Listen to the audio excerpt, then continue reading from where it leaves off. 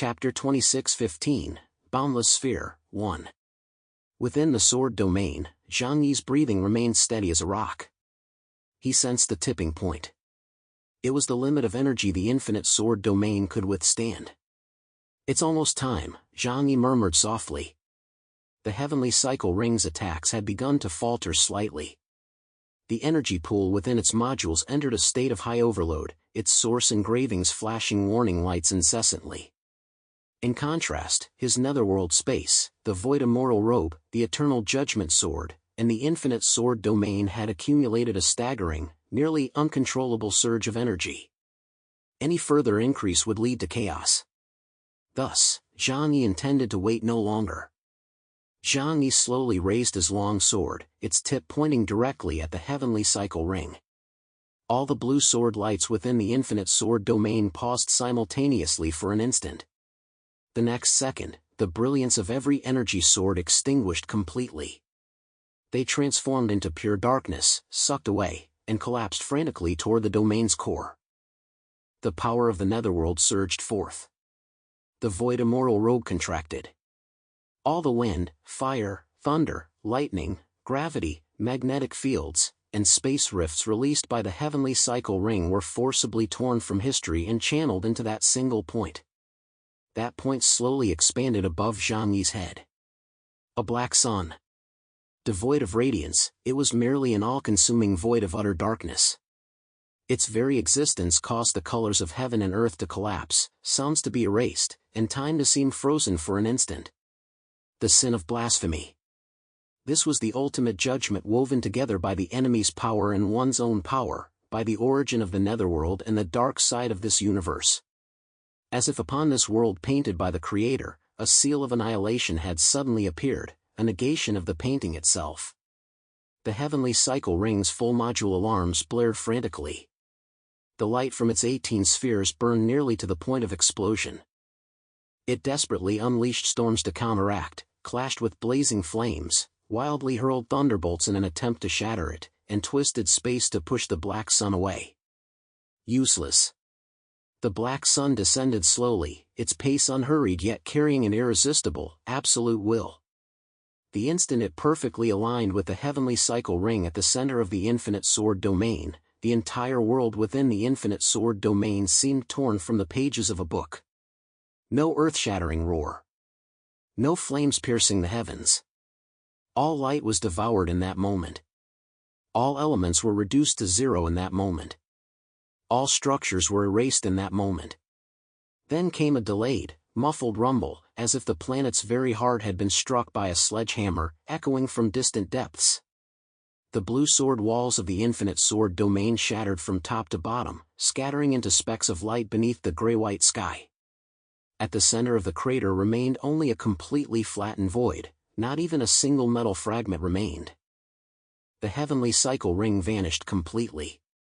No modules remained, no materials, not a single residue left for the energy core to gather and reassemble. Zhang Yi stood within that void. His void immortal robe contracted into a faint shadow, and the eternal judgment sword slowly sheathed itself. A wind began to stir between heaven and earth. In the distance, yellow sand slid once more, as if the world, after hesitating, continued its rotation. Even Zhang Yi himself must wield this technique with caution, for such an assault spares no one, he too must endure the energy's impact. Fortunately, it was merely a case of inflicting 1,000 wounds while sustaining 100 of his own. His void immortal robe could absorb this force. The heavenly cycle ring was utterly shattered by Zhang Yi. Among the drifting fragments, a single crystalline shard glistened with a distinct radiance. It appeared to be part of an exquisite crystal plate, its surface bearing recesses designed to interlock with other objects. Zhang Yi retrieved the peculiar crystal fragment from the debris of the heavenly cycle ring. Its surface emitted a faint glow. Upon closer inspection, he discovered puzzle-like structures along its edges, suggesting it belonged to some intricate mechanism. It appears that merging all three key fragments is necessary to form the true key that unlocks the heavenly connection tower, Zhang Yi murmured to himself. The shattered fragments of the heavenly cycle ring emitted a faint aura of revival, as if some ancient power was quietly stirring to life. Zhang Yi lingered no longer, storing it directly into his dimensional space within a special compartment, waiting for the right moment to study it further. This thing might be more complex than we imagined. Zhang Yi murmured softly, a cold gleam flashing in his eyes. Though seemingly useless, the fragment of the heavenly cycle ring was exceptionally peculiar. Perhaps it would yield unexpected results at some future moment. When he returned to the others, Freeman and Yang Xinxin had been waiting for quite some time. Noticing a hint of mystery in Zhang Yi's eyes, Yang Xinxin asked with concern, "Brother, you're not hurt, are you?" "No, it couldn't harm me," Zhang Yi replied casually. His gaze then shifted to Lu Karen beside Yang Xinxin as he continued, "But I find the Sand Raider civilization's mechanical terminal technology quite intriguing. It's worth thorough study." "You mean their combat method that connects to mechanical terminals?" A deep spark of interest flashed in Lu Karen's eyes. "That is indeed unique.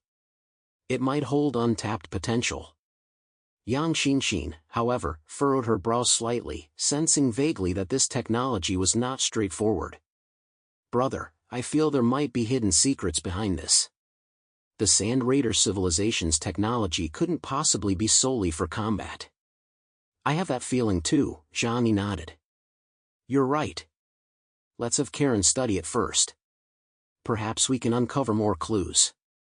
Turning to Freeman, he added, "Lead the way. We're heading to find the second Guardian." Having deciphered the Guardian's combat patterns, he now intended to strike decisively, eliminate all three Guardians at once before entering the Heavenly Connection Tower complex to uncover the true secrets of the Sand Raider civilization. "Understood. Follow me." Freeman's screen flashed an excited smile as he fixed his hopeful gaze on Zhang Yi. This time, the group encountered almost no obstacles, smoothly reaching their destination, a vast expanse of water at the city's edge. The sea shimmered with deep blue waves, its surface glistening as a mysterious aura permeated the air. Suddenly, Zhang Yi's gaze swept sharply like a falcon's toward the distance. There, a massive orb of light hovered above the water, radiating an intimidating brilliance. It mirrored the artificial sun on the horizon, appearing almost like a scaled-down version of that celestial body. It bobbed up and down on the water, yet the surrounding sea remained eerily still, not a single ripple disturbing its surface, a sign of something deeply unsettling. "That's it," Freeman's eyes darkened with gravity. "The guardian of the sea, the boundless sphere." Zhang Yi glanced at him. "I want to ask. Do you know what it does?" "Though. Probably pointless, huh?" Freeman gave an awkward chuckle. "Well, you know, I've even abandoned my physical form. Just surviving as a mechanical life form to gather intelligence is already a struggle." Chapter 26:16, The Boundless Sphere, 2. The boundless sphere hovered silently above the sea, seemingly oblivious to Zhang Yi and the others' approach. Zhang Yi glanced at the mirror-like calm of the sea ahead, gesturing for the others to wait at a distance. He himself stepped forward, the eternal judgment sword in hand, his body shielded by the void immortal robe. An ancient pendulum materialized in his left eye, simultaneously activating the future-foreseeing ability of the second hand of time. The moment Zhang Yi stepped into the sea, an overwhelming pressure descended upon him. The entire world seemed shrouded in an invisible confinement. The boundless sphere stood before him. The instant Zhang Yi appeared in the sea, the once lifeless sphere underwent a distinct transformation. Ding! What had been a mere giant metal sphere now revealed a surface covered in countless, eye-like orifices. Countless eyes flickered faintly, filled with cold, prying gazes and a hunger to devour. Everything around him was laid bare before these countless eyes. Zhang Yi could feel the intense gaze upon him, sending a chill down his spine that made his skin crawl. It was enough to trigger a panic attack, like facing 1,000 eyes. "Let me see what abilities you possess, Guardian of the Sea." Zhang Yi murmured to himself, his fingers lightly touching the hilt of the eternal judgment sword, feeling a cold vibration emanate from its blade. This time, he again chose to remain still, waiting for the other to activate its ability first. He donned the void immortal robe, the starlight mist and aura surrounding his body forming an invisible barrier. Simultaneously, he activated the second hand of time. In that instant, the flow of time seemed to shift subtly. Zhang Yi's gaze grew profoundly deep. He could perceive cracks in the timeline, glimpsing fleeting fragments of the future. Each flashback of the future accelerated his thinking and decision-making. Yet, in that very moment, the air within the sea began to grow heavy and warped. Zhang Yi felt an irresistible force violently drag him into the domain of the boundless sphere. Immediately, the entire world seemed drained of all color, plunging into profound darkness. The boundless sphere's ability, 7 emotions, 6 desires. This was an immensely powerful domain ability, capable of profoundly influencing a person's emotional and mental state, directly triggering an inner suicide mechanism. Zhang Yi felt endless despair spreading within him. His breathing grew ragged, his heart felt crushed beneath a heavy weight, each beat seeming to deliver a death knell. "I see it." A flicker of chaos crossed Zhang Yi's eyes, followed by his thoughts accelerating rapidly. He saw his future, standing amidst ruins, every person around him fallen. The people he loved most met the most brutal deaths right beside him, their endings utterly horrific. He saw his woman skewered like a kebab, witnessed foreign tribes devouring Uncle Yu's corpse, and watched Fatty Sue's navel set ablaze as a sky lantern. He saw the perfect fortress he'd spent nearly 6 years building shattered effortlessly. He watched everything he had accumulated over years in this world vanish into thin air. Standing upon the scorched earth of Huashu Kingdom, he felt darkness shrouding the sun. Lifting his head, he saw a face both familiar and utterly alien. The face of Mammon, the embodiment of the sin of greed. Just as when he had torn through the Tianyu Palace to invade, only this time he was fully revived, immense, dark, revealing only a massive jaws-like mouth that covered most of his face, bearing fangs as it opened wide and lunged downward to devour. The entire universe collapsed amidst earth-shattering chaos. Once glorious civilizations were utterly erased, all hope reduced to nothingness. This was the illusion of the boundless sphere, where all beauty, light, and hope were swallowed by endless darkness. Suddenly, within that boundless darkness, a pure ray of light appeared. The figure's features were strangely familiar. Zhang Yi froze for a moment before realizing who this person was. Zhang Yi saw himself within the illusion. More accurately, it was a Zhang Yi composed of ethereal white light. It was an utterly illusory presence, filled with coldness and emptiness. This phantom Zhang Yi spoke slowly, his voice echoing as if from distant space. "Give up. Abandon all of this. The power you pursue, everything you cling to, it's all but an illusion. You will never change the future. Only by letting go can you find liberation. Return to the ether, and you shall attain ultimate peace. Here there will be no death, no pain, no parting. No deceit, no betrayal, only love and eternity." Zhang Yi's form trembled slightly, his gaze instantly hardening with resolve. No matter how real this illusion appeared, he had witnessed too much hypocrisy and deception. Zhang Yi let out a cold laugh, lifting his head to stare at the false self formed of ethereal white light, as the saying goes, poverty at midnight, wealth at dawn. My life, Zhang Yi's life, is destined for dramatic highs and lows. Since that is so, I seek a moment of brilliance. Why chase eternity in vain? Even if I perish and my path vanishes, I will live with passion. His voice brimmed with power, an unyielding will burning through endless darkness and illusion, defying all false desires. As the words fell, an indescribable force tore through Zhang Yi's soul. The white light of the illusion began to fade, and the illusory Zhang Yi gradually vanished into nothingness. Within the illusion, it felt as though an entire century had passed.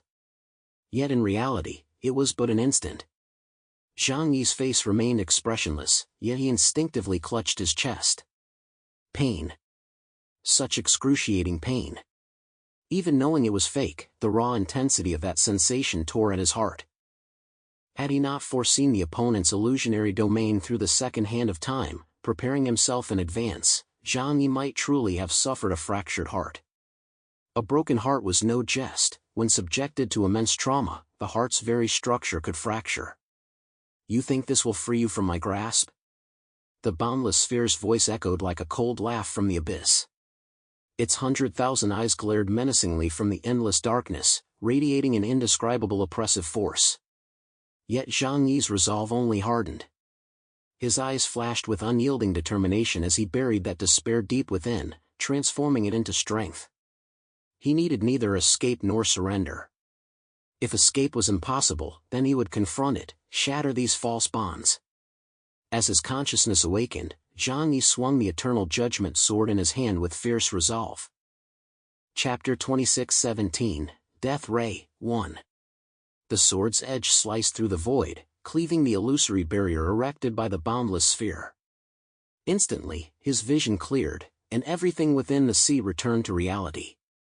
The boundless sphere's true form appeared before him, a colossal black orb, its surface studded with 100,000 cold, merciless eyes. Each eye radiated a deathly aura, seemingly fixated on Zhang Yi. Every beam of light felt capable of piercing his soul and shattering his will. Yet Zhang Yi showed no hesitation. Even knowing it's fake, you've genuinely disgusted me. So, you damn thing, watch me smash your dog head to pieces. Zhang Yi's sword-like eyebrows bristled. This time, his rage was genuine. The core furnace of his demon god armor blazed fiercely. A crimson energy crystal from the Tsunyuan tribe was thrust into the furnace, igniting instantly. Boom! The Terminator demon god armor erupted in a dazzling light. Crimson cracks rippled across its surface, resonating with his very soul. Wispy black smoke swirled around the armor, the lingering remnants of the Wulwan clan's countless souls, intertwined with the collective willpower of Huashu Kingdom's populace. The void immortal robe swirled around him, faintly shimmering with the profound light of distant stars, radiating an irresistible aura of authority. Swish! Zhang Yi raised his hand, slashing out a fierce sword beam. Like a black river cascading from the heavens, it struck directly at the core of the boundless sphere. The tens of thousands of eyes on the boundless sphere spun rapidly, instantly coalescing into intense beams of death rays. Whoosh! Whoosh! Whoosh! Dense beams erupted from the eyes, unleashed indiscriminately in all directions. Through the central hub of the Martian world, it seemed to recognize Zhang Yi's spatial abilities, launching a wide-area attack from the outset. Upon contact with the Black Death Ray, the rivers of the Netherworld were completely obliterated. This single beam possessed the power to annihilate everything. Whether living or non-living, even the most resilient metal, would turn to dust under its illumination, leaving not a trace behind. Zhang Yi could only sense the air temperature skyrocket instantly, metallic sheens dim, and all signs of life seemed to extinguish within this beam. Sizzle! Zhang Yi's body was struck. The moment the void immortal robe was struck, it even produced a blurred vibration. Zhang Yi could distinctly feel the power of the netherworld being rapidly depleted. This beam attack is incredibly powerful. Zhang Yi was somewhat astonished. Theoretically, the void immortal robe combined space and netherworld dark matter energies, making its defense superior to that of everything under heaven. Whether through space absorption or dark matter obliteration, it possessed absolute countermeasures against physical-level attack forces. When Zhang Yi channeled dark matter, he needed to expend his own energy to guide it. Yet the boundless sphere's death ray could actually neutralize vast amounts of netherworld matter. This significantly increased the drain on Zhang Yi's own supernatural energy. Though the void immortal robe offered unbreakable defense, his supernatural abilities had their limits. Simply put, the death ray was accelerating his mana depletion. If struck tens of thousands more times, Zhang Yi might not even be able to sustain his void immortal robe. Guardians of the Sand Raiders, not a single one is easy to deal with. Zhang Yi's gaze turned icy as he spoke in a deep voice. Beyond creating despair-inducing illusions, are there physical attacks this formidable too? His interest in the Sand Raider civilization's technology grew ever stronger. Yet, this was merely the beginning. Zhang Yi had no choice but to face the boundless sphere's relentless barrage. 100,000 eyes simultaneously fired death rays, beams converging on him from every angle, leaving no blind spot. Even activating the formless void realm would be futile. As long as he remained within this space, the death rays would inevitably engulf him. Zhang Yi's supernatural energy was finite, but the boundless sphere drew its power from the very energy core of the underworld. Having learned its lesson after the destruction of the heavenly cycle ring, it now sought to exhaust Zhang Yi with pure, relentless energy. Zhang Yi had no choice but to give his all, swinging the eternal judgment sword to counter each beam of light, attempting to block wave after wave of the assault. Yet his form was swiftly trapped within the gaps of 100,000 beams, leaving him unable to evade completely. Ripples appeared on the void immoral robe, while the surface of the demon god armor steadily weakened, gradually losing its original resilience. Death ray, annihilating all. Whether living or non-living. Even the demon god armor, if struck, would be deemed dead. The E-metal alloy material melted into dark, molten residue. Fortunately, the demon god armor possessed self-repair capabilities, mending itself through the extending vines of divine refinement. Yet severe damage drastically diminished the armor's combat enhancement.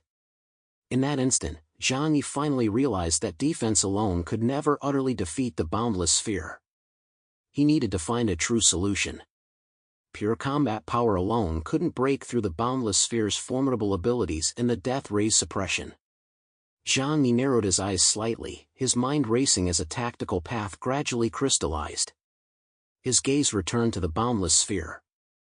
The colossal black orb, its 100,000 eyes like endless specters, fixed him with an unyielding stare. A cold gleam flashed in Zhang Yi's eyes. He resolved to unleash his true killing move. As his thoughts reached their peak, he knew the boundless sphere wasn't invincible. Though its eyes were numerous, they weren't flawless. If the death ray is its blade, then I'll simply redirect its attack back at it. Zhang Yi thought silently, unleashing the infinite sword domain, without hesitation. Enter my arena.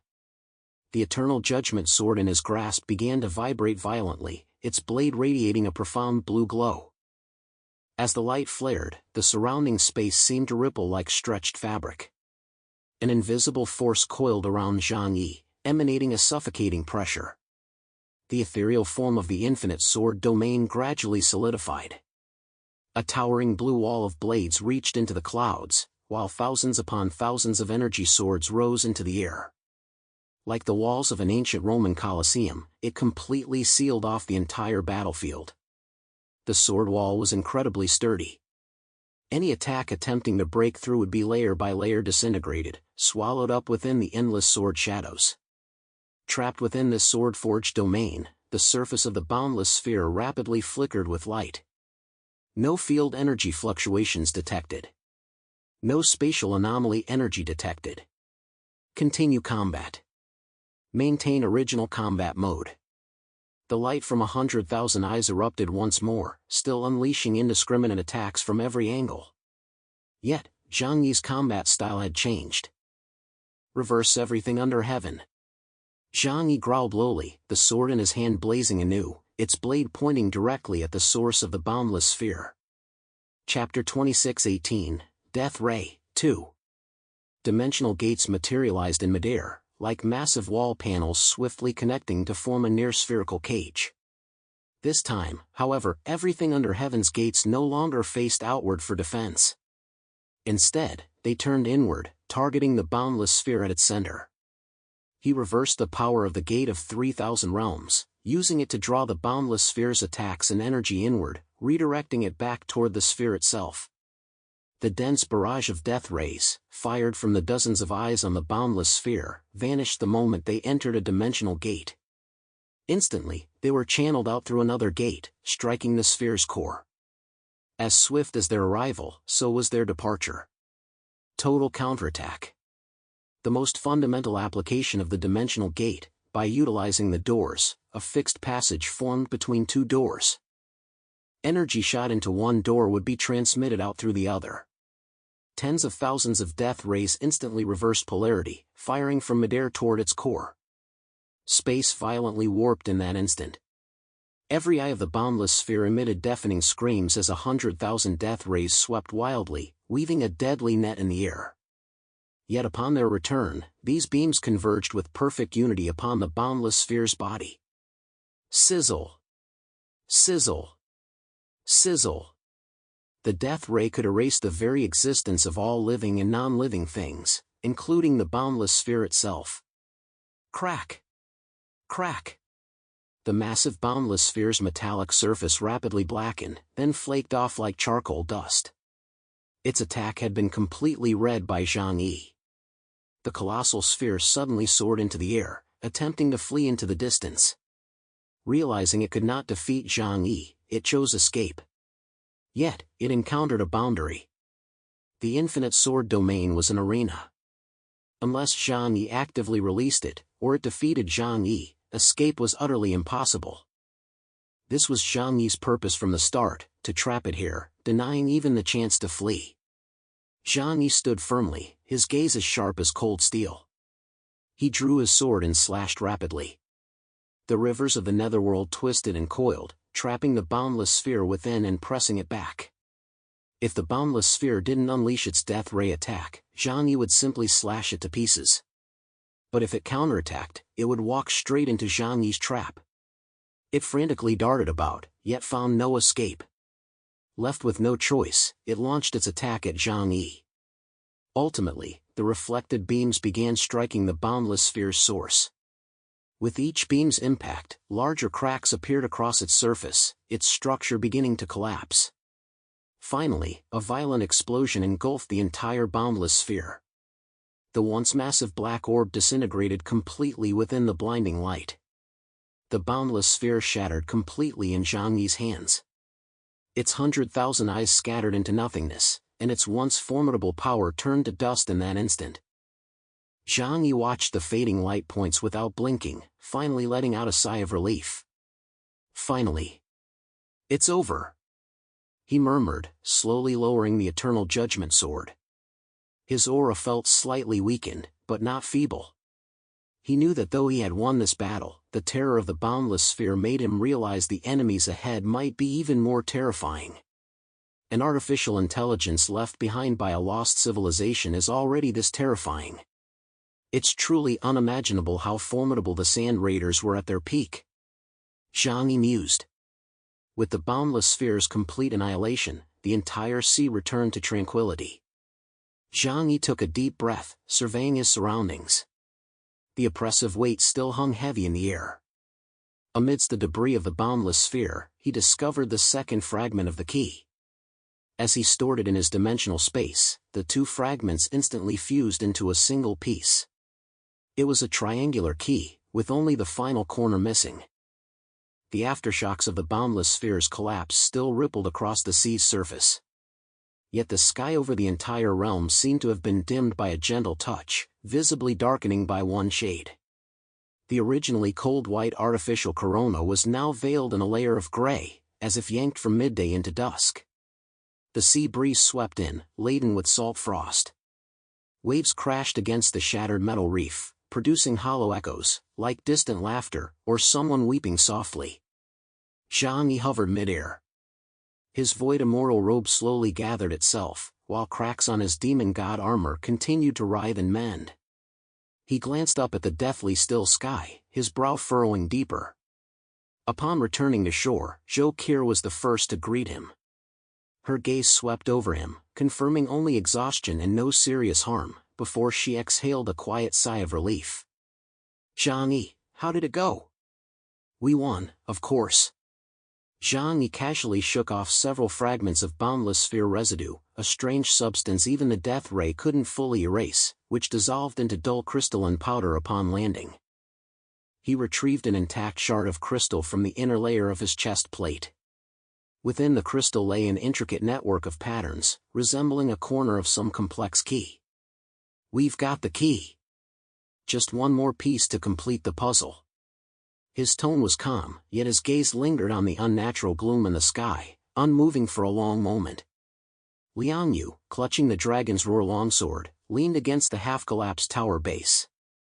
Staring at the crystal, she mused thoughtfully, the boundless sphere's attack method is truly bizarre. Using emotions to manipulate, forcing suicide through illusions, erasing existence with the death ray.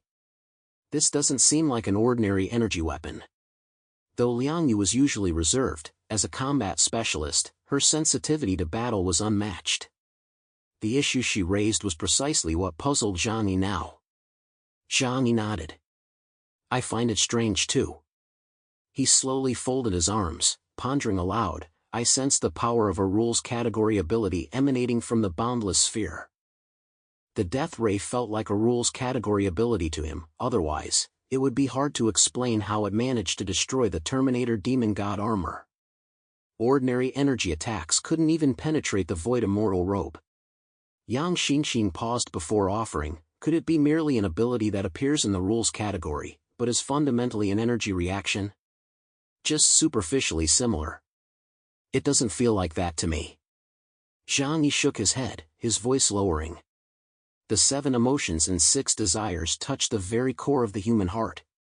It's not just disrupting brain signals, it triggers an instinctive despair when it touches the soul. That urge to retreat into utter stillness, it doesn't feel like something a program could write. He recalled the endless despair within the domain in his later, defiant self-rescue. A chill crept into his heart. Machines only mimic humans, they can never truly become human. Yet the boundless sphere feels exactly like an ability user to me. Chapter 26:19, Amusement Park, 1. Yang Xinxin gave a slight nod, gazing at Zhang Yi. So you believe the boundless sphere isn't merely a machine? Or rather, its core is no longer composed of a single material. I even suspect it possesses life. Zhang Yi uttered these words, as if offering himself a preliminary conclusion. Yet his face betrayed even deeper confusion. Because right now, the remains of the boundless sphere lay within his dimensional space.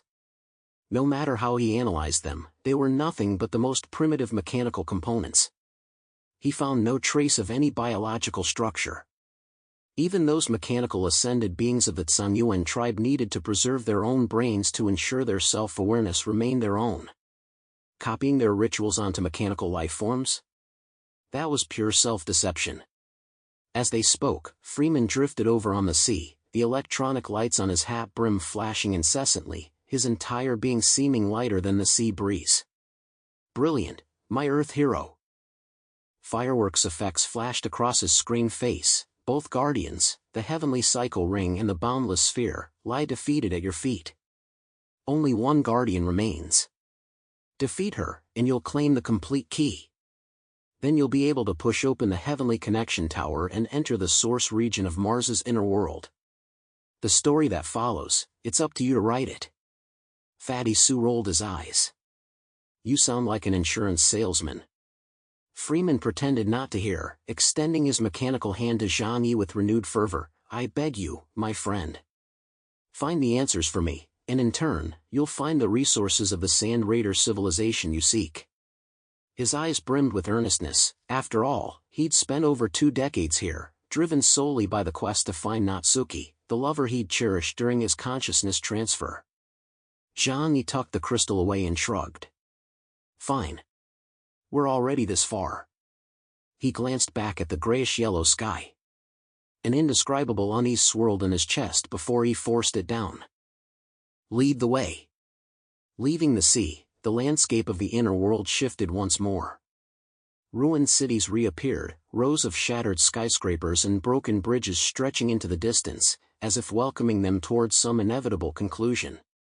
The artificial sun hung lower in the sky, its light slanting across the metallic skeleton, casting elongated shadows. The world increasingly resembled a perpetual twilight. Doesn't this place feel a bit off? Lu Karen murmured softly, still instinctively clutching the hem of Zhang Yi's robe. Brother, is that sun falling? Maybe it's in a bad mood. Zhang Yi dismissed the concern with a casual remark, yet a cold, sharp glint flashed in his eyes. Freeman strode ahead, his pace unusually light and carefree, without a single reservation. He raised a hand, pointing distantly ahead. We're almost there. The final guardian resides at the heart of that city, a massive amusement park. An amusement park? Fatty Sue froze. The last line of defense for an advanced civilization. Placed inside an amusement park? That place is unique. A momentary haze clouded Freeman's eyes. I feel like I've been here before. What? You built this place? Zhang Yi spoke up, half joking, half serious. To everyone's surprise, Freeman pondered seriously for a moment. It feels familiar. Back then, I was still over there. Never mind. You'll understand when we get there. They climbed over a twisted overpass, and the view suddenly opened up. A massive amusement park lay quietly at the heart of the ruined city. A giant Ferris wheel snapped clean in half, its gondolas dangling mid-air, swaying gently in the breeze. The carousel horses had their paint stripped away, leaving only silver-white skeletons frozen in galloping poses. Candy-colored ticket booths gleamed with old rust, neon signs bearing adorable cartoon grins half-charred yet still grinning. An eerie tenderness, a dead bustle. Artificial sunset lights spilled down, bathing the amusement park in a golden gray curtain, part fairy tale, part graveyard. Most astonishingly, this amusement park bore an uncanny resemblance to most parks on Earth. Zhang Yi's sense of bewilderment deepened. He studied Freeman intently. The Sand Raider civilization isn't that similar to Earth's. It's unlikely they'd even build amusement parks in the same style, right? I seriously doubt this place has nothing to do with you. Freeman pressed down on his hat brim, as if recalling something, then said, during my 7 years on Mars, I did leave some Earth culture here. That's why it feels so familiar. Perhaps it was built based on inspiration I left behind. This place gives me the creeps. I don't want to go in at all. Liang Yang murmured softly, stroking her arm with a pitifully vulnerable expression. It's okay, I'm here. Fatty Sue instantly straightened his back, ready to show off his tough guy persona. The next second, a mechanical clown wearing a tall hat sprang up from behind the stall. His face wore an exaggerated grin as he twirled a serrated candy sword. Visitors detected. Welcome to Death Carnival. The moment the words left its mouth, the clown's chest cavity opened, revealing 3 energy cannons that blazed to life, sweeping their fire directly at the group. A mechanical life form of the Sand Raider civilization. I take back what I just said. Fatty Sue drew a deep breath, slammed both palms onto the ground, and unleashed a surging ice tide that froze the entire trajectory of the energy cannon blasts. Behind him, Lou Karen swiftly summoned her raven swarm. A flock of black and gold mechanical crows streaked through the air, precisely severing the clown's joints. At that very moment, the once lifeless amusement park seemed to suddenly come alive. A constant screech echoed through the air, like ancient metal machinery suddenly starting up, the shrill sound of rusted gears grinding together. Puppets wearing pointed hats rose from the Ferris wheel, while the horse heads on the carousel twisted and turned. One by one, the amusement park's grotesque dolls, circus performers, and balloon men awoke. Blood-red points of light flared in their eyes. Like a horde of failed monsters crawling out of a fairy tale book, they all fixed their gaze upon the visitors from Earthstar. The scene was utterly eerie, the uncanny valley effect sending a chill down Zhang Yi's spine. But he was no stranger to grand spectacles. He felt no fear, only a deep sense of unease. Uncle Yu. Zhang Yi turned his head to look at Uncle Yu beside him, who resembled a mobile artillery turret. Got it. Watch my firepower. Uncle Yu's shoulder armor deployed a fire control turret. His thrusters ignited, transforming him into a mobile artillery platform. He charged alongside Liang Yu and the others toward the mechanical beasts. Sword flashes, cannon blasts, frost bursts, and flying crows. The amusement park erupted into a dazzling, chaotic fireworks display. Chapter 2620, Amusement Park 2. Zhang Yi didn't linger. He left the Sand Raiders, those that couldn't be killed quickly, for Uncle Yu and the others to handle. He needed to find the final guardian, defeat it, and obtain the key fragment. Fatty Sue used his iceberg to clear a path, separating the Sand Raiders as they twisted and attacked, carving a route for Zhang Yi to the center of the amusement park. He walked forward along the red carpet-like path at the heart of the amusement park. Directly ahead of him stood a colossal theater, silent and imposing. More than a theater, it resembled a colossal castle. Though time had left its mark of rust and decay, it still exuded an aura of magnificent grandeur. Above the theater, multicolored searchlights flared to life, illuminating the sky as dusk approached. At the theater's entrance stood a row of mechanical attendants in tailcoats, all bowing their heads motionless, like long-awaited ushers. Zhang Yi still brought no one with him, advancing step by step toward the theater. The mechanical attendants, clad in slightly worn tailcoats, respectfully lowered their hat brims and bowed in perfect unison, inviting Zhang Yi to enter the theater. Within Zhang Yi's left eye, the second hand of time ticked, confirming these creatures posed no threat. He advanced step by step to the 10-meter-tall entrance. The door, its red paint largely peeling away, screeched and groaned before slowly swinging open. Dim light flooded Zhang Yi's vision. The hall's crimson carpet resembled blood, golden reliefs covered the ceiling, and crystal chandeliers hung, their light dusty and dim. From a half-open curtain behind the stage, faint music drifted out, pleasant and light. Zhang Yi stepped inside the theater as the massive doors swiftly closed behind him. This was a grand theater in its original form, with massive balconies encircling the second floor. Yet seated in the boxes were only decaying mechanical lifeforms, some seemingly beyond repair. On the stage ahead, heavy red curtains hung limp. Dust blanketed the floor, yet the stage itself remained immaculately clean. Zhang Yi stood at the front of the stage, sword in hand, waiting silently for an inevitable event to unfold. At that moment, click! The theater interior suddenly illuminated. Countless pale blue lights ignited in sequence, bathing the empty auditorium. The crimson curtain rose slowly, revealing a woman standing motionless at the stage's center. Her figure was slender, clad in a deep crimson gown that trailed to the floor like a waterfall of night. Intricate metallic patterns adorned her chest, while her shoulders and back were exposed, revealing nearly perfect human contours. Silver-white hair cascaded to her waist. Her skin was porcelain pale, lips a deep crimson, eyelids lowered, as if born to stand beneath the spotlight as the protagonist. Behind her, a towering bronze-colored circular mirror floated, its frame carved with intricate patterns. The mirror's surface remained still as water, yet to ripple. At the rear of the stage, a mechanical orchestra was arrayed, a top-hatted pianist, mechanical string players, a drummer with metallic bones, and musicians holding brass instruments. Beside her stood a circle of masked, motionless dance robots in formal attire. Music filled the air, growing clearer, a slow, eerie waltz. The woman lifted her gaze. Her eyes glowed with a blood-red yet unusually clear light, and a polite curve touched her lips. "Welcome to my theater." Her voice was exquisite, yet utterly cold. Zhang Yi stared at her as the void-immoral robe silently unfolded. The second hand of time had already begun its march. "You are the final guardian. The guardian of music, the death songstress." The death songstress slowly bowed toward Zhang Yi. Her form was immense, standing well over 6 meters tall. Her eyes were blue, like some kind of pure crystal. Instead of attacking Zhang Yi, she posed a peculiar question. "Were you sent by Lucas?" Zhang Yi froze. Lucas? He racked his brain but couldn't recall knowing anyone by that name.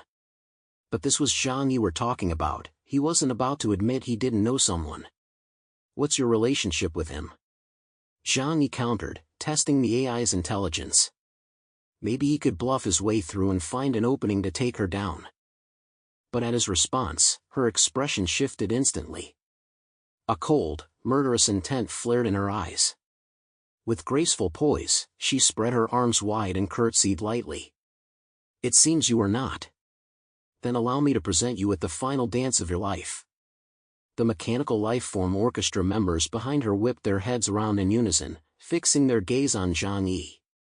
Their eyes glowed with an eerie crimson light. Their hands moved simultaneously, launching into a performance. A melody, dense and impassioned, instantly reverberated throughout the entire theater. The death songstress slowly turned, her footsteps striking the stage with crisp rhythm. The dance of death commenced. Notes sliced like blades, drum beats pounded like hammers. Each soaring piano note transformed into invisible shockwaves crashing against Zhang Yi's chest. Slender, razor-sharp blades extended from the swirling skirts of the dancers. As they leapt, the blades sliced through the air, striking toward his throat, joints, and blind spots in perfect sync with the music. But Zhang Yi had already anticipated everything. He remained unhurried. His void immortal robe blocked most of the blows, yet he had to constantly channel the power of the netherworld to withstand the relentless barrage of energy and physical assaults. The melody echoed throughout the theater as the death songstress's attacks surged like waves, crashing toward Zhang Yi with each fluid turn of her dance. Swords flashed, whipped out from beneath her ornate skirt. Within her eyes, fiery red laser beams swept through the air with dazzling precision. Netherworld burial. Zhang Yi launched his counterattack. Raising his sword, rivers of the netherworld surged skyward, coiling around him to block every incoming strike while simultaneously striking back at the death songstress. Seeing her ordinary attacks prove ineffective, a subtle shift crossed the death songstress's expression. Her lips parted slightly, her tone shifting ever so slightly. Simultaneously, the magnificent, enormous bronze mirror behind her slowly illuminated, floating forward to hover before her. You fear death. The bronze mirror erupted in radiance, a deep blue beam of light striking Zhang Yi. The light caused no physical pain, yet in an instant, it stripped away all his instinctive composure. His heart clenched violently, and a primal urge to survive surged from the deepest core of his being. The defense of the void immortal robe faltered in that moment, as if it too craved survival. It instinctively contracted, unable to fully absorb the impact. Zhang Yi's defensive power plummeted. The orchestra's next wave of sonic blades and the dancers' whirling swords came roaring in, piercing through the void immortal robe and striking the surface of the demon god armor, sending sparks flying everywhere. Zhang Yi's pupils contracted sharply. This is a rules category ability. Zhang Yi finally confirmed one thing: the Guardians were not mere mechanical life forms. They were truly living beings. Chapter 26-21, The Death Songstress. You are insatiable. The death songstress's second soft utterance caused the bronze mirror to emit a second beam of light. This light magnified the greed within him, the craving for power, for victory, for control, only to snap these desires clean off at the same instant. This sensation of rupture reverberated through his muscles and nerves, manifesting as a fleeting emptiness when he swung his sword. The Eternal Judgment Sword was unleashed, yet its force had unconsciously weakened. Its aggressiveness diminished abruptly. You have squandered your wealth. The third beam descended like a cold wind, pouring in from above. In that instant, Zhang Yi distinctly felt the circuits of his abilities locked by an invisible chain. The formless void realm slowed, the shadow of the gates of everything under heaven dimmed, the ticking of the second hand of time blurred, and even the tides of the netherworld seemed to pause a beat away. A look of utter despair, unseen in his pupils for many years, now filled Zhang Yi's eyes. For at this very moment, as the third mirror light shone upon him, every single ability within his entire being was completely sealed. Rules Category Ability, 3 Lives Reincarnation. The 3 light beams, layered upon each other, inflicted increasingly powerful debuffs upon the person struck by the beams. Upon reaching the third layer, it would completely seal the target's abilities. Deprived of all his powers, Zhang Yi instantly became a lamb awaiting slaughter before the death songstress. Time reversed 5 seconds. No, more accurately, Zhang Yi's consciousness returned to reality 5 seconds prior. Even he, who had pierced through the opponent's abilities, couldn't help but tense his muscles. Who would have thought the final Guardian's ability could be so terrifying? And the most terrifying part was that rules category abilities couldn't be blocked by the void immortal robe. Of course, he could choose to completely sever all connections to the outside world, shutting out light and sound alike. But doing so would also render him incapable of launching effective attacks. Before Zhang Yi could devise a countermeasure, he heard the death songstress suddenly let out a soft chuckle. She raised her hand with grace as the orchestra behind her erupted in full force. The mechanical dancer accompanists suddenly accelerated, transforming the entire theater into a brutal, grinding dance hall. Rules Category. This is bad news. As he was forced back, Zhang Yi's composure only deepened. The Death Songstress's ability was now confirmed. She absolutely could not be exposed to light. This power wasn't simulation, nor was it illusion, it was a bizarre force directly interfering with his physical state. A single ray of light from her 3 lives reincarnation could rewrite his current combat condition. If the heavenly cycle ring was ultimate weaponry, and the boundless sphere was a death sentence for spirit and existence, then this final guardian before him was an executioner priest cloaked in artistic skin. These things aren't mere machines. They're living beings. But they possess no flesh or blood. Could their spirits be entirely housed within the machinery? Zhang Yi found this inconceivable. If the essence of life, the ethereal fragments, could reside within machines, why would the Creator bother crafting physical bodies? Suddenly, an idea struck Zhang Yi. Each time he shattered one of those mechanical life forms, a crimson beam descended from the heavens, resurrecting it. A bold notion suddenly crystallized in Zhang Yi's mind. That beam was the power of the ether, the very essence that allowed the Sand Raiders to exist beyond their physical forms. Much like the Yihan tribe civilization, they abandoned physical bodies, retaining only spirit forms. Yet they could forge artificial bodies to serve as external hosts. Take Ling's existence, for instance. The Sand Raider civilization had advanced far along this path, likely emulating the Yihan tribe civilization. Yet tragically, they failed to create terminal vessels like Ling, human forms not merely indistinguishable from the real thing, but surpassing it in perfection. The Sand Raider civilization isn't entirely extinct. Could their downfall stem from the failure of their collective disembodiment experiment? Zhang Yi's mind reeled with shock, but the Death Songstress's relentless assault left him no time to ponder. For he had already lifted his gaze to see the Death Songstress clutching that massive bronze mirror, now aimed squarely at him. You crave life and fear death. Her voice was as cold as a death sentence. Zhang Yi's speed was indeed swift enough, and the formless void realm allowed him to achieve instantaneous teleportation. The mirror's surface ignited, unleashing a surge of eternal light. He was forced to retreat repeatedly to evade, yet he could not outpace the speed of light. The defensive power of the void immortal robe rapidly diminished. Even the shoulder plates of the demon god armor were gouged by deep gashes from those dancers, who stood on tiptoes, using their swords as feet to dance. A sonic shockwave struck his chest, causing the internal alarms of the demon god armor to flash frantically. The Death Songstress commanded an entire legion of the Death Masquerade, each member a formidable elite.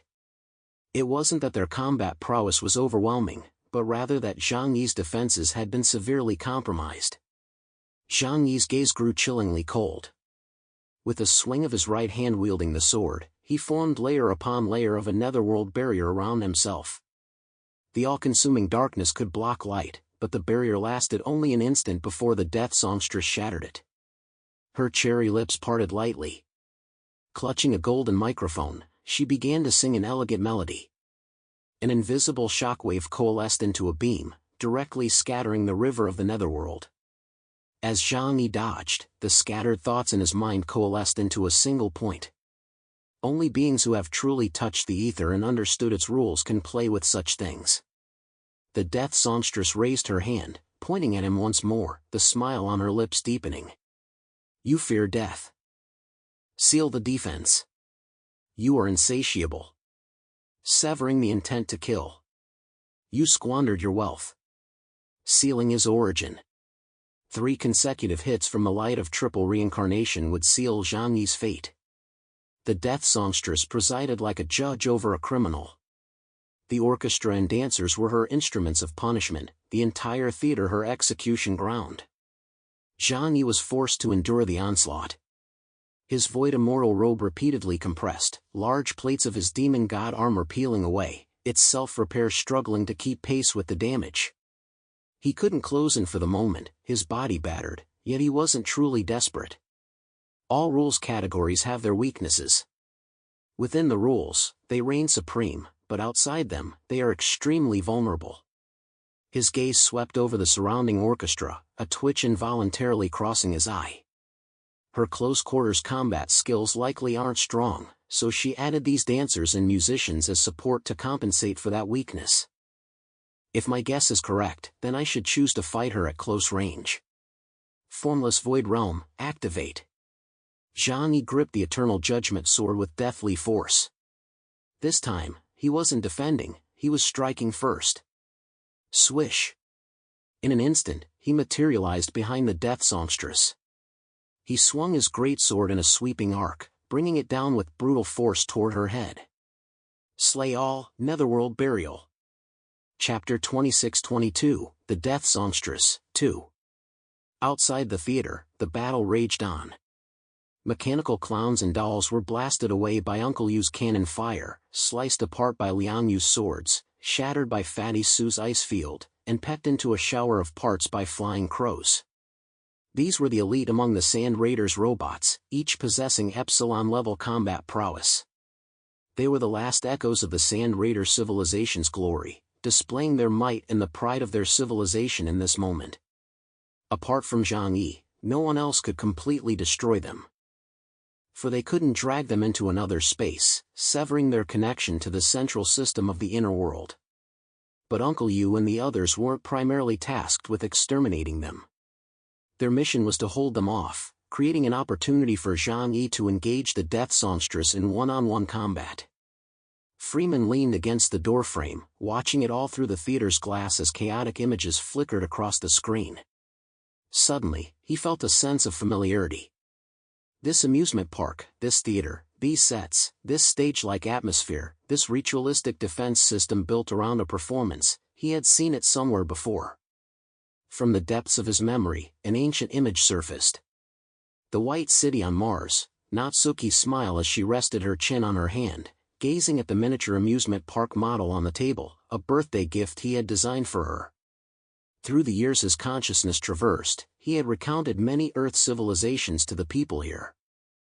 He told her what amusement parks were like, and how Earth's lovers would ride the carousel together. She said that when civilization returned from its distant journey, she would host an endless dance there. She said she would wait for Freeman to come find her in the distant future. Freeman stood frozen in the wind. The next second, his fingertips lifted involuntarily.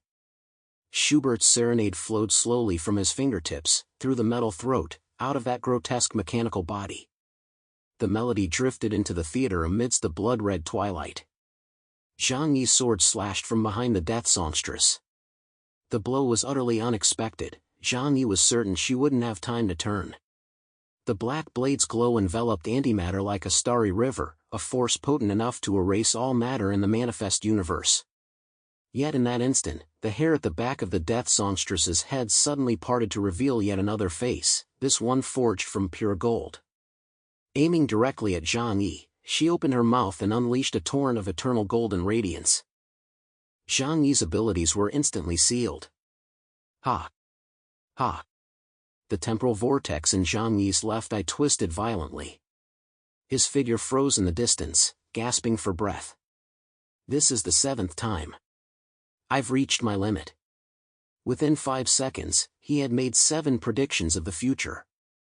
No matter which offensive strategy Zhang Yi chose, it would ultimately be neutralized by the Death Songstress. Truly worthy of being the final barrier, impenetrable. Moreover, considering they were all terminals of the underworld's central system, information sharing was inevitable. Thus, the Death Songstress had long since thoroughly understood Zhang Yi's abilities. Exploiting information asymmetry was absolutely impossible. When he had previously dealt with those 2 guardians, he couldn't have concealed any of his trump cards. Is this truly the limit for me? His words carried a deeper meaning. His own power indeed peaked at just over 60,000 points. But he still held many other trump cards.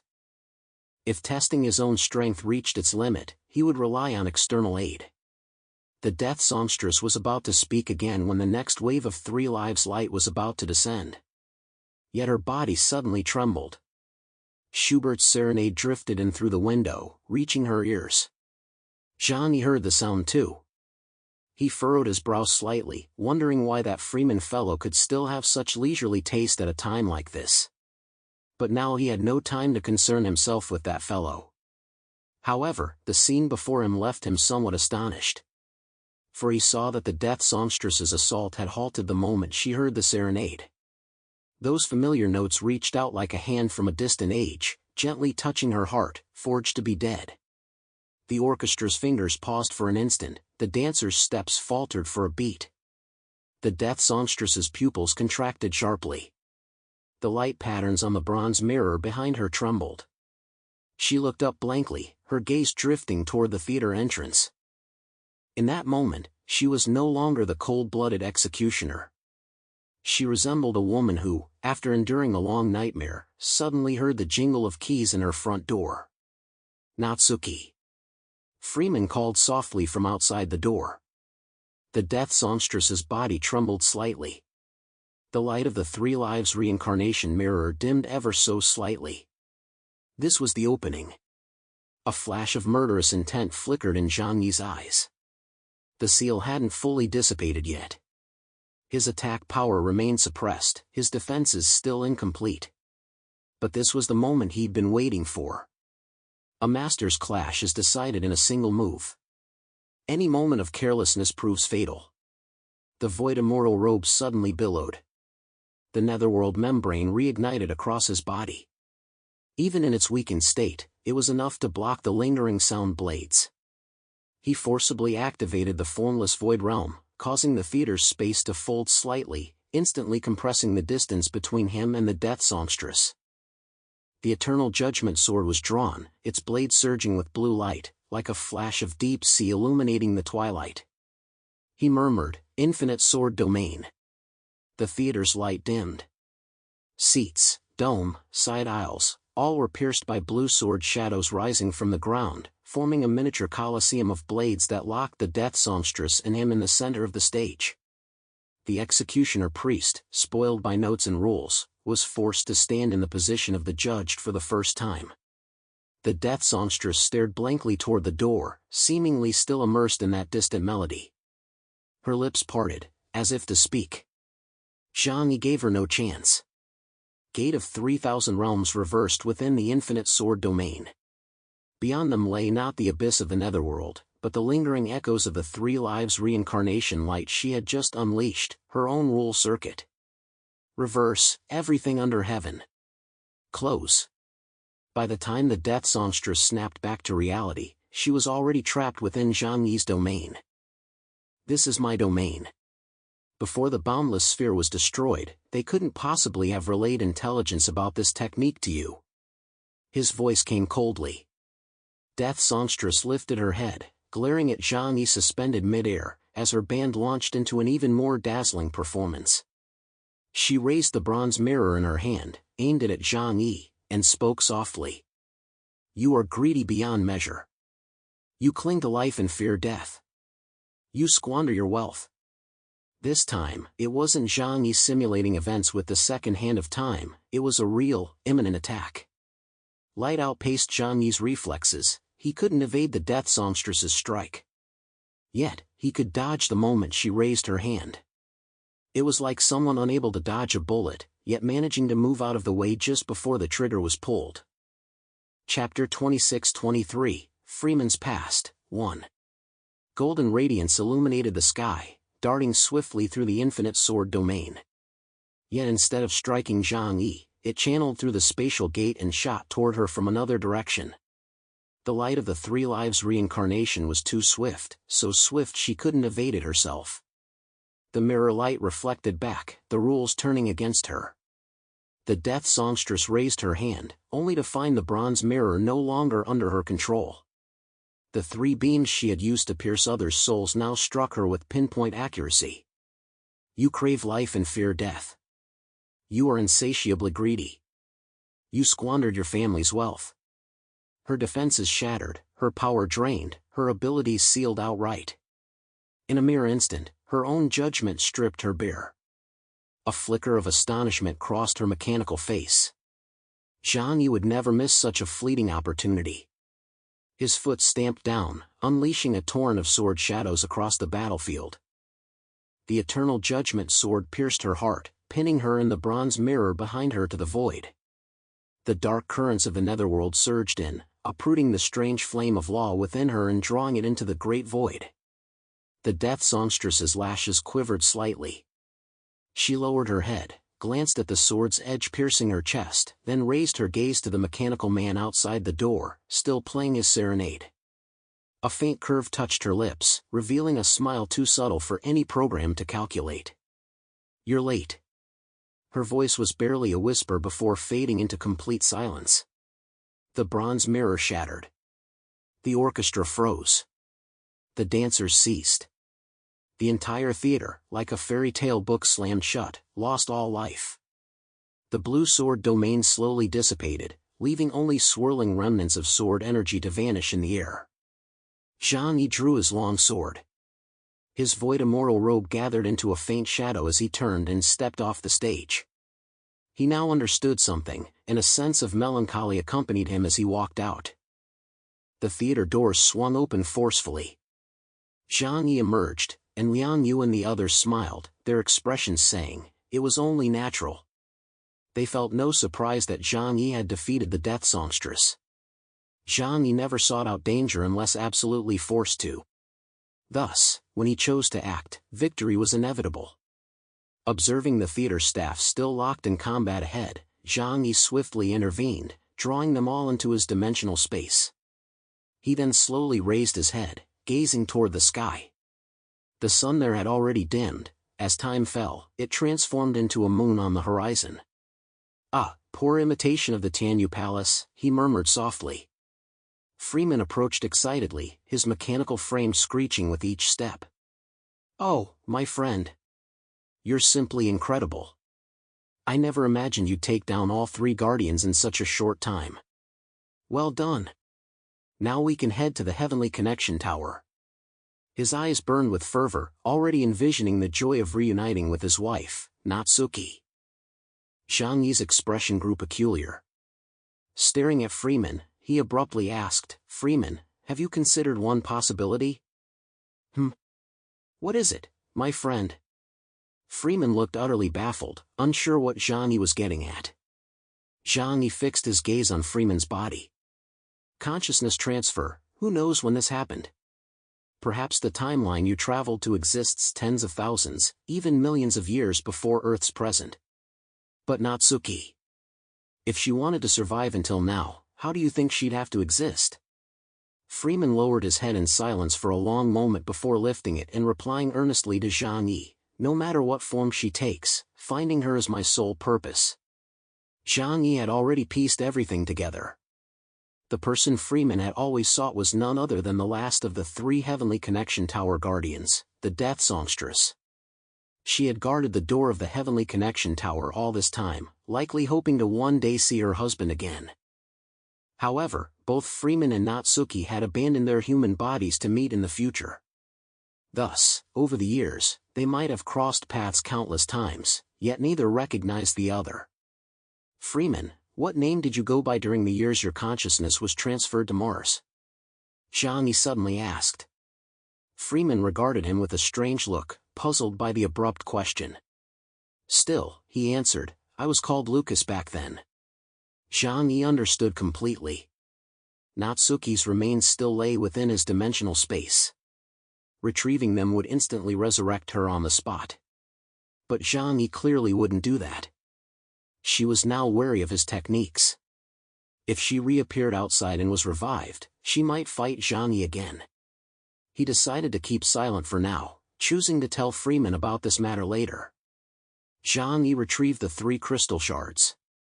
As if sensing each other, they spontaneously fused together. They formed a triangular crystal key that slowly floated into the air. "Is this the key to the Heavenly Connection Tower?" Fatty Sue blinked, his face a mix of anticipation and nervousness. What secrets lie hidden in the true source of the Martian civilization? It's both thrilling and a little terrifying. He wasn't alone. Everyone held their breath, eager to witness the miracle that would unfold as the 3 key fragments merged into one. It hovered silently mid-air. From the distant heavens, a beam of light suddenly shone down from the massive artificial celestial body, piercing through the triangular crystal fragment. In an instant, radiance spread along the intricate patterns etched upon the crystal's surface. A blinding flash of light caused Zhang Yi to squint slightly. When he could see clearly again, a vast spatial passageway appeared before everyone. The triangular key drifted slowly back down, returning to Zhang Yi's palm. Freeman stared at the spatial passageway, his eyes filled with longing. "I've waited 26 years for this day." "Natsuki, wait for me, I'm coming." He lunged forward, eager to step inside, but Zhang Yi's outstretched arm caught him. "Be cautious. Who knows what dangers lie within? Or perhaps you're quite familiar with this area?" Zhang Yi stared at him, his question sharp. Freeman snapped back to his senses, his voice tinged with embarrassment. "No, not at all. I'm so impatient. Just imagine, if you'd waited over 20 years just to reach one place. You'd be as excited as I am right now." Zhang Yi offered no clear response, only saying calmly, "Better to be cautious." Chapter 26-24, Freeman's Past, 2. He glanced at Mu Yan, who had remained mostly silent amidst the crowd. Mu Yan, seal them within the shadow. Though Mu Yan couldn't escape the interference of the spatial shockwave itself, with Zhang Yi deliberately protecting them, it would be difficult for others to attack them. It was far better than a large group wandering around outside aimlessly. Mu Yan slowly nodded, instantly transforming into a shadow. She then opened a massive pocket, enveloping everyone within it. Still uneasy, Zhang Yi kept Ling, the elite combatant, by his side before finally feeling reassured. Clutching the eternal judgment sword, he stepped through the dimensional gateway. Light flashed rapidly before his eyes. When he opened them again, the scene seemed little different from the outside world. The buildings remained the same, though the play of light and shadow had shifted slightly. The once distant, unapproachable heavenly connection tower now came into clear view. Zhang Yi lifted his head, gazing straight ahead. The tower he saw was distinctly different from the one he'd observed outside. It was still that tower, distant, colossal, reaching toward the sky and disappearing into the high clouds. Yet he noticed something unusual. Chains. Heavy chains spread out from the heavenly connection tower's body like spider webs, covering the entire vast world. Zhang Yi's gaze slowly moved upward, following the chains. Then, he saw the artificial celestial body suspended high in the sky, one of the energy sources of the inner world. It was now completely encircled by pitch-black chains, resembling a bound prisoner or a cage imprisoning a captive. No wonder, from the outside, Zhang Yi had always felt this artificial star seemed particularly ethereal. Its true form was actually within this inner spatial realm. Only, those chains were completely invisible from the outside. The surrounding area was deathly silent, devoid of anything. The city, however, appeared utterly pristine. The towering structures, as Freeman had described, stood immense and gleaming pure white. Not a speck of dust marred their surfaces. Even the vast, sweeping avenue ahead seemed freshly swept, as if it had been cleaned that very morning. "Is someone cleaning here? But why can't I see anyone?" Zhang Yi frowned, his eyes clouded with confusion. Yang Xinxin suggested, or perhaps everything here has been frozen in time. Frozen at some point in the past, making it appear as if nothing ever happened. Zhang Yi nodded. Indeed, the ruins of a civilization always hold so much history worth exploring. He still didn't know where to proceed. The heavenly connection tower loomed ahead, but given Zhang Yi's cautious nature, he wouldn't venture there recklessly. He decided to have Lu Karen emerge first, using instruments to scan the surrounding geology and energy sources, including the rare metals they sought as key targets. Lu Karen materialized with tools in hand, accompanied by a squad of efficient engineering-type mechanical lifeforms, and began surveying the area. One mechanical lifeform placed its palm against a building wall, swiftly deconstructing and analyzing its composition. When Lu Karen finally saw the feedback data, she was utterly stunned, her eyes blazing with intensity. "Brother, the structural materials here are thousands of times stronger than anything in Tianhai City.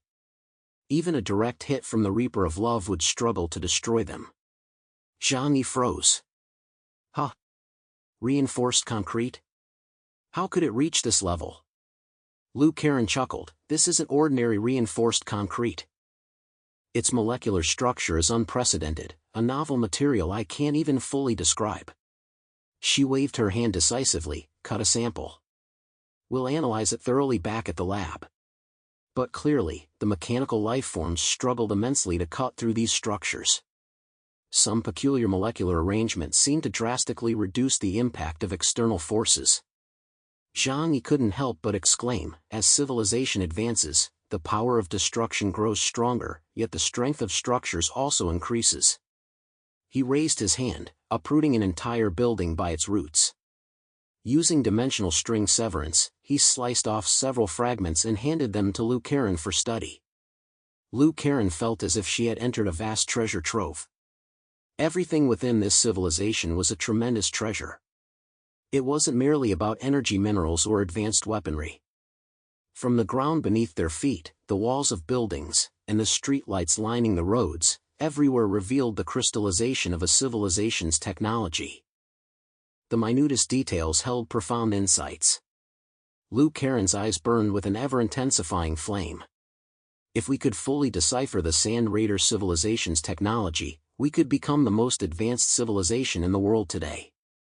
Although Lou Caron had obtained data from the Yihen tribe engineer and acquired some of the Yihen tribe's technology, the Sand Raider civilization had forged a different path, still offering much to learn.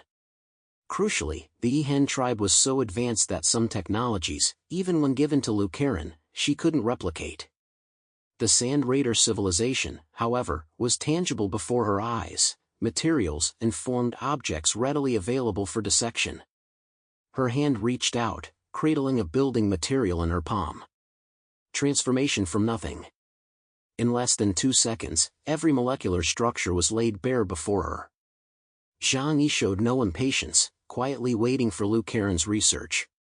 Seeing no immediate danger, he summoned Yang Xinxin and the others to appear, then dispatched the engineering-type mechanical lifeforms to survey the surrounding area. By the end of the day, Lou Caron still hadn't left the street. The discovery of various technological artifacts had her so excited she couldn't sleep that night. However, according to the survey feedback from those mechanical lifeforms, there were no signs of life whatsoever in the vicinity. Not even microorganisms. Has the Sand Raider civilization truly perished? Zhang Yi looked utterly perplexed. Outside, at least plants and microorganisms could still be observed. Yet within the domain of the Heavenly Connection Tower, not even bacteria could be found. This was deeply unsettling. Yang Xinxin pointed toward the distant Heavenly Connection Tower and remarked calmly, perhaps the only way to uncover the true answer is to venture into that area.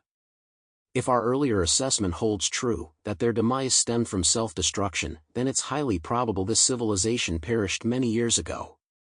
Zhang Yi responded with measured certainty, let's not rush. We'll systematically explore the surrounding areas. I'd rather do nothing than make a mistake. The others agreed wholeheartedly, accustomed to Zhang Yi's meticulous caution. Chapter 26-25, Adam 1. Freeman felt a surge of urgency. Discovering the spatial region of the Heavenly Connection Tower had become such a dead city, panic began to grip his heart. Natsuki, could it be that she truly no longer existed? Zhang, what do you plan to do? Measure the land. Zhang Yi's answer was direct.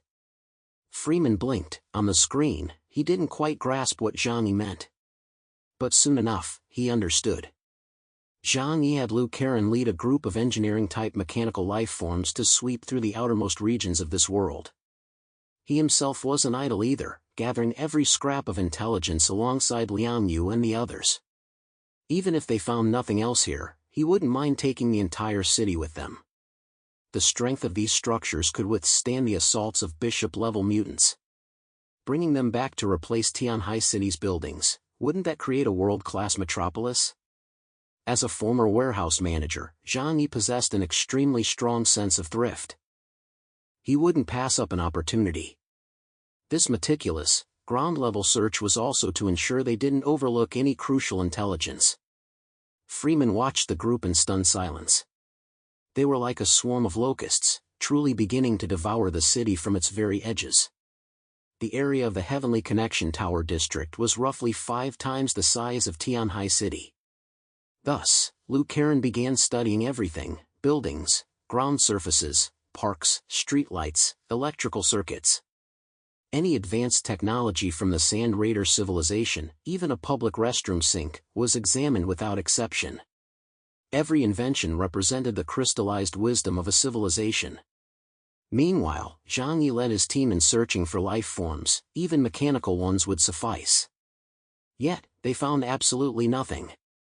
Instead, they discovered traces of human habitation within the city. Amidst rows of white skyscrapers, they saw spacious, well-lit dwellings and fully functional life support systems. Ventilation, heating, humidity control, everything was ready for immediate occupancy. Yet, there was no one. It was as if the entire city's population had been suddenly transported to another world. Unnerving. This was far too unnerving. Time slipped by, and a full month had passed. Zhang Yi and his group had consumed most of the city, yet still found nothing. Every day, Zhang Yi would stare intently at the tower in the city center. He wondered if their thorough search of the city might catch the attention of someone within that tower, prompting them to strike. But surprisingly, nothing happened. "Perhaps we should go check it out," Zhang Yi murmured. Liu Karen approached. She had been extremely busy lately, working non-stop for days on end, her eyes now ringed with dark circles like a panda's. With her heavy bags under her eyes, she said to Zhang Yi, "Brother, this place shows no signs of high-energy reactions. We haven't found many rare materials either." Zhang Yi glanced at her, surprised, then looked thoughtfully toward the Heavenly Connection Tower. "So, the entire planet Mars has been completely stripped bare, right?" Outside, on the surface of Mars, there were only vast deposits of worthless iron ore and similar minerals. Inside the inner world, they hadn't found anything either.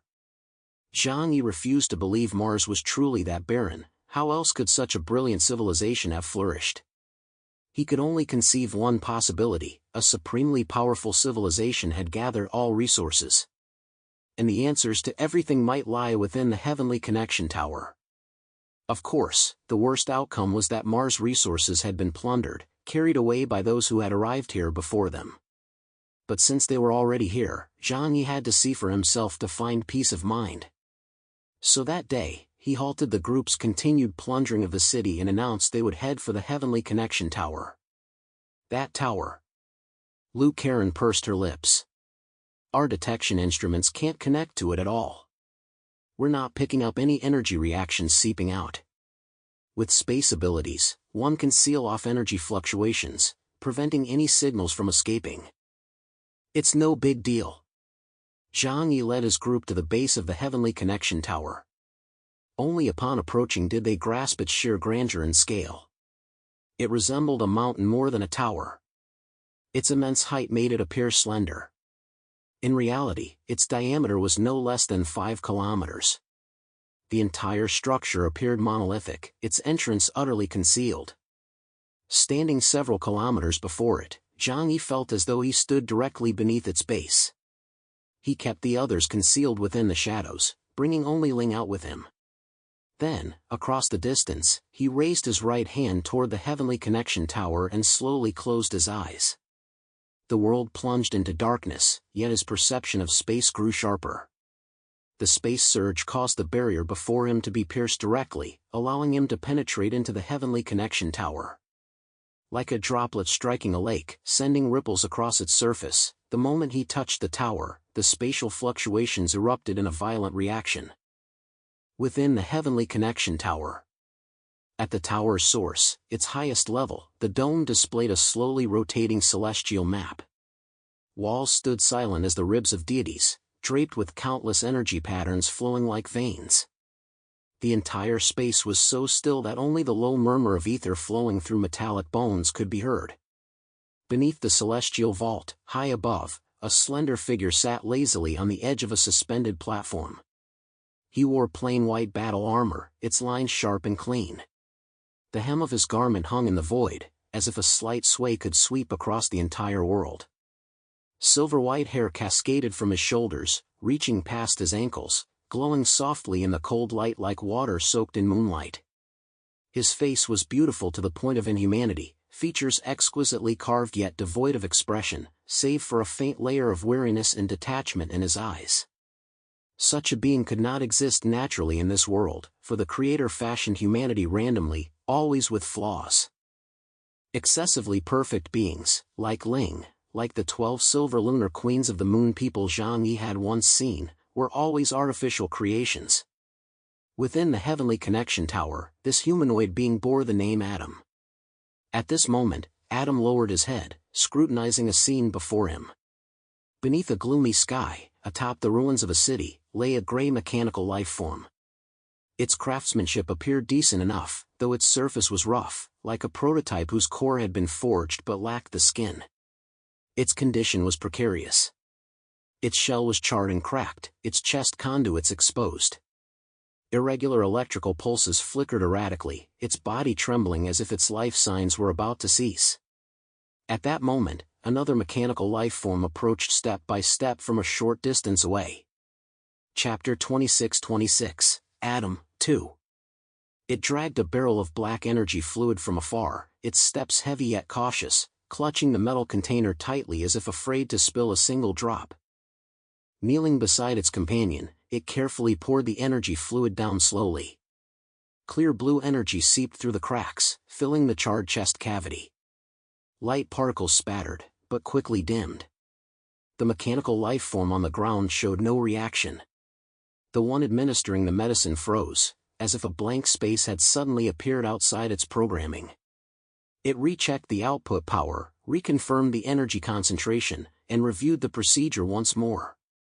Then, its mechanical fingers rested on its companion's metal cheek, giving it a gentle nudge. Why? It hasn't gotten better. Its vocalizer distorted momentarily, the current carrying a faint rasp. What's wrong with you? Get better quickly. It didn't understand the meaning of loss, only knowing the memory bank had marked, this serial number was its partner.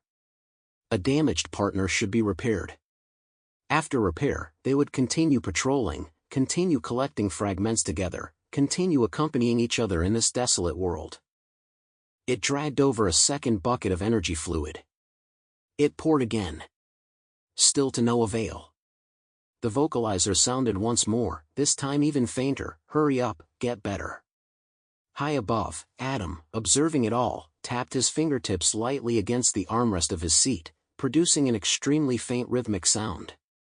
It mingled with the mechanical life form's distorted call, sounding like mockery, yet also like a beat before a dirge. He furrowed his brow slightly, the flicker of interest in his eyes fading to pure, cold scrutiny. While we can grant machines intelligence, his voice echoed faintly yet distinctly through high-ceilinged space, it remains merely an imitation of humanity. Their so-called emotions are nothing more than iterations of electrical signals within predetermined parameters. The machine within the light screen continued its futile attempts to rouse its comrade, unaware of the figure high above who had already sealed its fate. Another failure for this iteration, then. Adam murmured to himself, his tone devoid of anger, only a disappointment too insignificant to warrant mention. He rose from the floating platform, his plain white robes trailing faint, ethereal lines behind him. With a flick of his wrist, the holographic display slowly contracted into a single point, vanishing into the central light wheel of the heavenly connection tower. As his gaze withdrew, the mechanical life form kneeling beside the corpse still reached out blankly, like a child unaware of farewells. Adam stepped forward, walking deeper into the tower's core. Beneath his feet lay not solid ground, but a thin layer of light that rippled in concentric circles with each step. He raised a hand to rub his temples, silver hair sliding gently with the motion. Is the shaping of life truly the exclusive domain of the Creator? His voice grew quieter, as if spoken only to the tower itself. We cannot exist apart from the ether. Machinery can only mimic, spirit cannot be stolen. Then what meaning does my existence hold? He raised his right hand. His arm was flawless, just like the rest of his body. No human from the Sand Raider civilization could match his perfection or his strength. He believed he should be human, for he could think. Yet he wasn't human, for he wasn't created by the Creator, but shaped by the highest civilization of the Sand Raiders. During those war-torn years, factional strife among the Sand Raiders intensified, while mechanical civilization advanced relentlessly. Eventually, some began experimenting with creating an artificially intelligent life form of extraordinary power, capable of self-evolution. It was the Sand Raider civilization's most glorious era, yet this very decision sealed its demise. Adam's gaze held a hint of bewilderment. He possessed everything, yet his heart remained profoundly hollow. His attempts to create a humanity truly his own had failed time and again. Can I not become a god? I am the sole being in existence, yet even now I have not surpassed my Creator. Adam murmured to himself. Suddenly, he sensed an extraordinary force infiltrating the heavenly connection tower. Over the long ages, this place had long become his domain. Nothing that occurred here could escape his gaze. He paused before the heavenly connection tower's main control pillar, his vision piercing through layers of data streams as if witnessing the battle unfolding in the distant outer world. The heavenly cycle ring was obliterated, the boundless sphere was counterkilled, and the death songstress flashed a smile not belonging to her programming in her final moment. So those humans from other civilizations have finally arrived here? Fire Thief, Reborn One, Child of the Netherworld. Adam murmured these labels, a faint, almost imperceptible curve finally touching his lips, whether in amusement or admiration, it was unclear. If machinery cannot naturally give birth to spirit, then let true life itself prove the boundaries of the rules. Come. He lifted his gaze to the intricate celestial map etched upon the dome, his silver hair cascading like a waterfall into the sea of light. I await your ascent to meet me. Deep within the heavenly connection tower, certain mechanisms activated silently. The twilight of the inner world darkened another shade, as if the entire underside of Mars were slowly drawing its curtain in sync with his intent. The moment the doors of the heavenly connection tower closed behind him, the world felt as though someone had flipped it inside out through a crack. Zhang Yi appeared here, sensing everything within the tower. The air flooding his throat was vibrant and alive, no longer the parched taste of wind-chewed sand from the city of sweeping sands. Instead, it carried moist vapor, mingled with the sweetness of plants and the scent of earth. Looking up, he saw a vertical world stretching from his feet to the horizon, layer upon layer, ring upon ring. Countless suspended lands and cities hung like inverted archipelagos, extending from the tower's inner walls to unseen heights. Light poured down from unknown levels, cool white, warm gold, undulating green like the sea, chaotic yet harmonious, as if each layer were a slice of a different era fitted onto this central axis. Semi-transparent space barriers flowed slowly between the levels, undulating like breath, isolating countless layers while connecting them at certain minute junctions. The bizarre spectacle nearly made him doubt his own eyes, as everything he saw seemed to shimmer and shift within space. He felt as though he'd entered a world composed of countless dimensional gates, each surrounding gateway leading to a distinct universe. Yet upon closer inspection, he realized this wasn't the case. While space abilities might be adjusting the layout here, the primary reason for this distinct layered sensation was simply that the Tower of Heaven possessed far too many floors. Each section presented a completely different scene, creating this pronounced sense of stratification. Why does it feel like they're experimenting with different survival environments?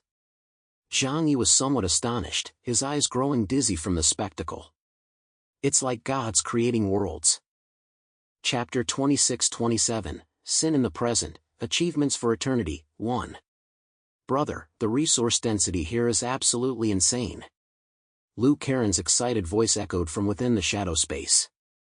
She hadn't been idle inside the shadow realm, continuously monitoring surrounding energy fluctuations and scouting resource nodes. Upon entering the heavenly connection tower, her instrument's readings had immediately gone off the charts. Brother, this place holds the entire energy reserve of the Mars-like world. Just as we imagined, all the good stuff is concentrated here. I have no idea what they're planning that requires so many resources. Look over there, rare metal deposits, spirit energy veins, and those flowing things I can't even name. If we could take it all, we could squander it for untold years. Lou Karen's voice trembled with excitement. This place was the true treasure trove. With an entire planet's resources concentrated here, what could they possibly be planning? Were they forging a super-planetary-class weapon, or creating a new world? Don't get ahead of yourself. Yang Xinxin stood beside her, surveying the surroundings through the shared perspective with Zhang Yi.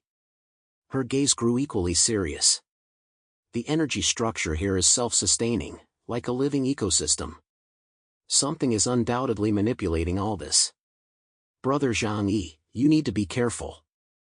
I'm well aware. Zhang Yi remained perpetually combat-ready. With 3 super warships and the Tianhai fortress at his disposal, even facing an opponent of White Dragon's caliber, escape was now a viable option. After all, his own power had reached new heights. Having grasped higher-level applications of space abilities, his escape skills had ascended to a new tier. Even the White Dragon couldn't manipulate him as easily as in the past. Zhang Yi looked up at the structure stretching endlessly upward, his void immortal robe unfurling and contracting across his body like breathing. The second hand of time ticked silently. In the 5 seconds he foresaw, he only saw faint ripples across layer upon layer of spatial barriers, unable to discern the true endpoint. Let's ascend. Since we've come this far, we'll seek that ultimate answer. See if this civilization is still alive, and why they collapsed. Guided by Lou Karen, he followed the clearest energy stream forward. Crossing several layers, the terrain beneath his feet transformed from metallic platforms to damp soil, shifting from cool hues to warm greens. Finally, on one layer, the view suddenly opened wide. It was a jungle of almost primitive excess.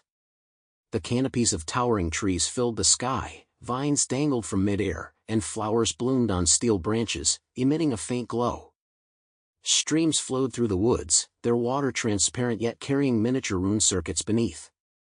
A breeze rustled through the leaves, their gentle friction producing soft, metallic whispers. Amidst this jungle stood a nation. Not a city-state in the human sense, but a city built by countless mechanical lifeforms themselves. Mechanical men and women, exquisitely crafted to resemble humans, wore imitation cloth garments as they walked along forest paths. Carrying modified energy lamps, they nodded and exchanged pleasantries. Steel giants, tens of meters tall, sat cross-legged on hillsides, entertaining themselves by letting small repair units glide between their fingers. Then there are the rudimentary square boxes, round-headed with simplistic limbs, their technology even surpassing Earth's current standards. They move slowly, cooperating to haul materials, organize parts, and gather scattered, aged carcasses. No conflict exists among them. Despite differing appearances, seemingly products of vastly different eras and technologies, they coexist harmoniously. Even the cold, combat-oriented machines he'd first encountered had slowed their pace here. Some crouched by the stream, cleaning lenses for small reconnaissance drones. Others repurposed discarded weaponry into playground equipment, where clusters of diminutive mechanical lifeforms climbed and leaped. It was an absurd yet harmonious mechanical realm, almost tender in its tranquility. The mechanical remnants of the Sand Raider civilization, they built their own world. Fatty Sue clicked his tongue. Back in the day, I'd have thought this was straight out of a horror movie. Lou Karen's eyes gleamed even brighter. Brother, if only we could interface this with our system. Don't rush it. Let's observe a little longer, Zhang Yi said calmly. The scene before him was too bizarre. He could tell these mechanical lifeforms had existed for an immeasurably long time. From the earliest mechanical lifeforms to those nearly indistinguishable from humans, the gap spanned at least millennia, perhaps even more. He stood silently at the jungle's edge, his void immortal robe fading to invisibility, leaving only the dark silhouette of his demon god armor. He observed this mechanical kingdom functioning, watching them mimic life in their own way, learning to build, share, care, and cooperate. These beings could actually integrate mechanical debris to create children, small mechanical lifeforms. This was what shocked Zhang Yi the most. They were multiplying. Mechanical lifeforms, multiplying like sentient beings. What kind of miracle is this? Is this what the Sand Raider civilization sought to create? Enabling silicon-based life to self-reproduce, is this an attempt to challenge the Creator's authority? Seeing this heartwarming mechanical kingdom, many gazes seemed to melt. They couldn't bear to shatter this tranquility. Shokir lowered her eyelids. After a moment's hesitation, she asked Zhang Yi, what do you intend to do? She understood Zhang Yi's nature, yet she still felt this miraculous realm should be preserved. Zhang Yi withdrew his gaze. Plunder must be plundered, he said calmly. Conquest too. Zhang Yi never considered himself a kind person. To secure peace and happiness for himself and those around him, he didn't mind being the villain. This place concentrated all of Mars' resources, he had to seize it. Only then could he protect those he cherished. Everything had a price. The gains from destroying this place were too great. Zhang Yi could suppress the faint remorse in his heart and become a ruthless man. The energy systems and central structures here are far too dangerous. Zhang Yi gazed at the flickering lights dotting the forest. If these systems were ever awakened by a demon king, or seized by some reckless power, the consequences would be far uglier than the Sand Raiders' civil war. He was no saint, he wouldn't show mercy to a potential threat. Even if that threat was currently living quietly. But these words were more his own self-reassurance, a justification he needed to become an aggressor. The crime lies in the present, the merit in the ages. Zhang Yi said coldly.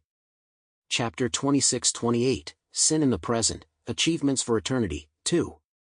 Just as he prepared to step forward, a soft circle of light suddenly rippled out from deep within the jungle.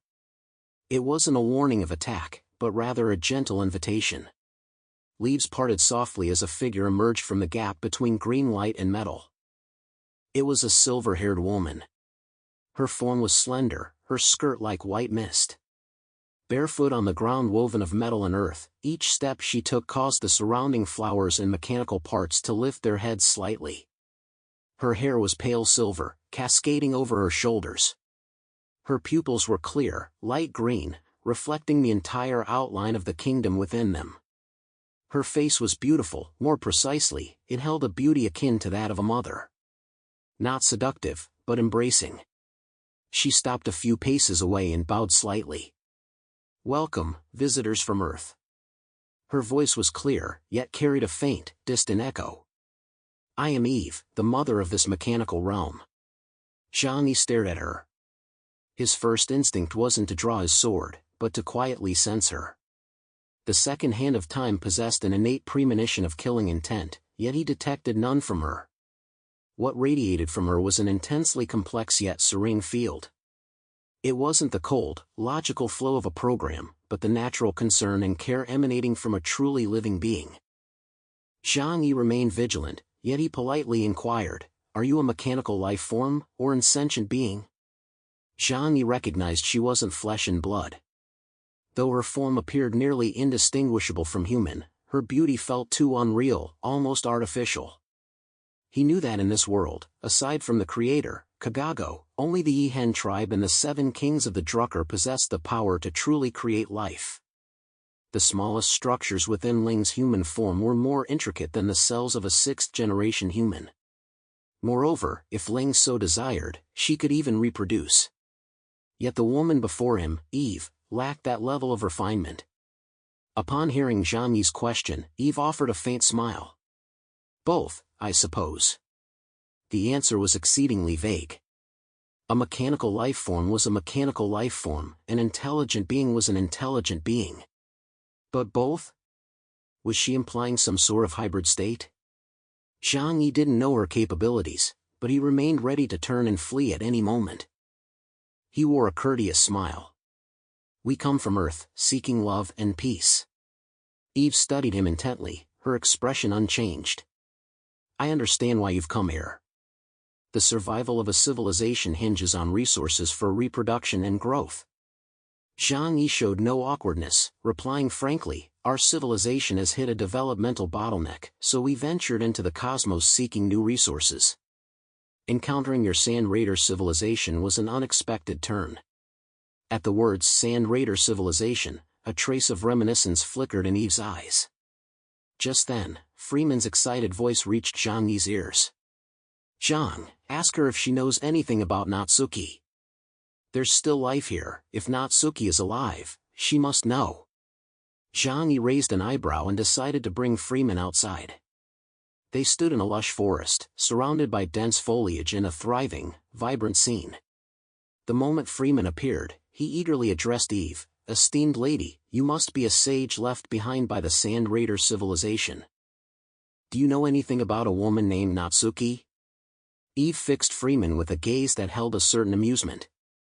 "You are the visitor who came from Earth over 20 years ago. I remember you. Over the years, I occasionally observed your existence. You chose to transform from a carbon-based life form into a silicon-based one. At the time, I couldn't comprehend such a decision." She smiled faintly. "Unfortunately, I am not the descendant of the Sand Raider civilization you seek.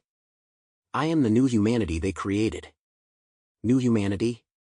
Zhang Yi showed little surprise at this claim, but Freeman's eyes widened in shock, the display flickering with complex static. For over 2 decades since arriving on Mars, he had severed all contact with Earth, utterly unaware of events unfolding beyond. Eve answered calmly, "I was created by them. Later, humans vanished, leaving only machines. I became the mother figure in the consciousness of these mechanical life forms within this lost world." Freeman's heart raced. "What did you say?" "Humans vanished. What about the original species here? The humans who were on Mars?" Eve didn't answer his question. Instead, she fixed her gaze on Zhang Yi and asked slowly, "Visitor from Earth, what do you think is the true essence of life? As a human, can you tell me your understanding?" A hint of bewilderment flickered in her eyes as she posed the question. Then she murmured, "Shortly after my creation, I gained the ability to think for myself. I could feel human sorrow. I grieved over being separated from the parents who made me. I could think, I had emotions.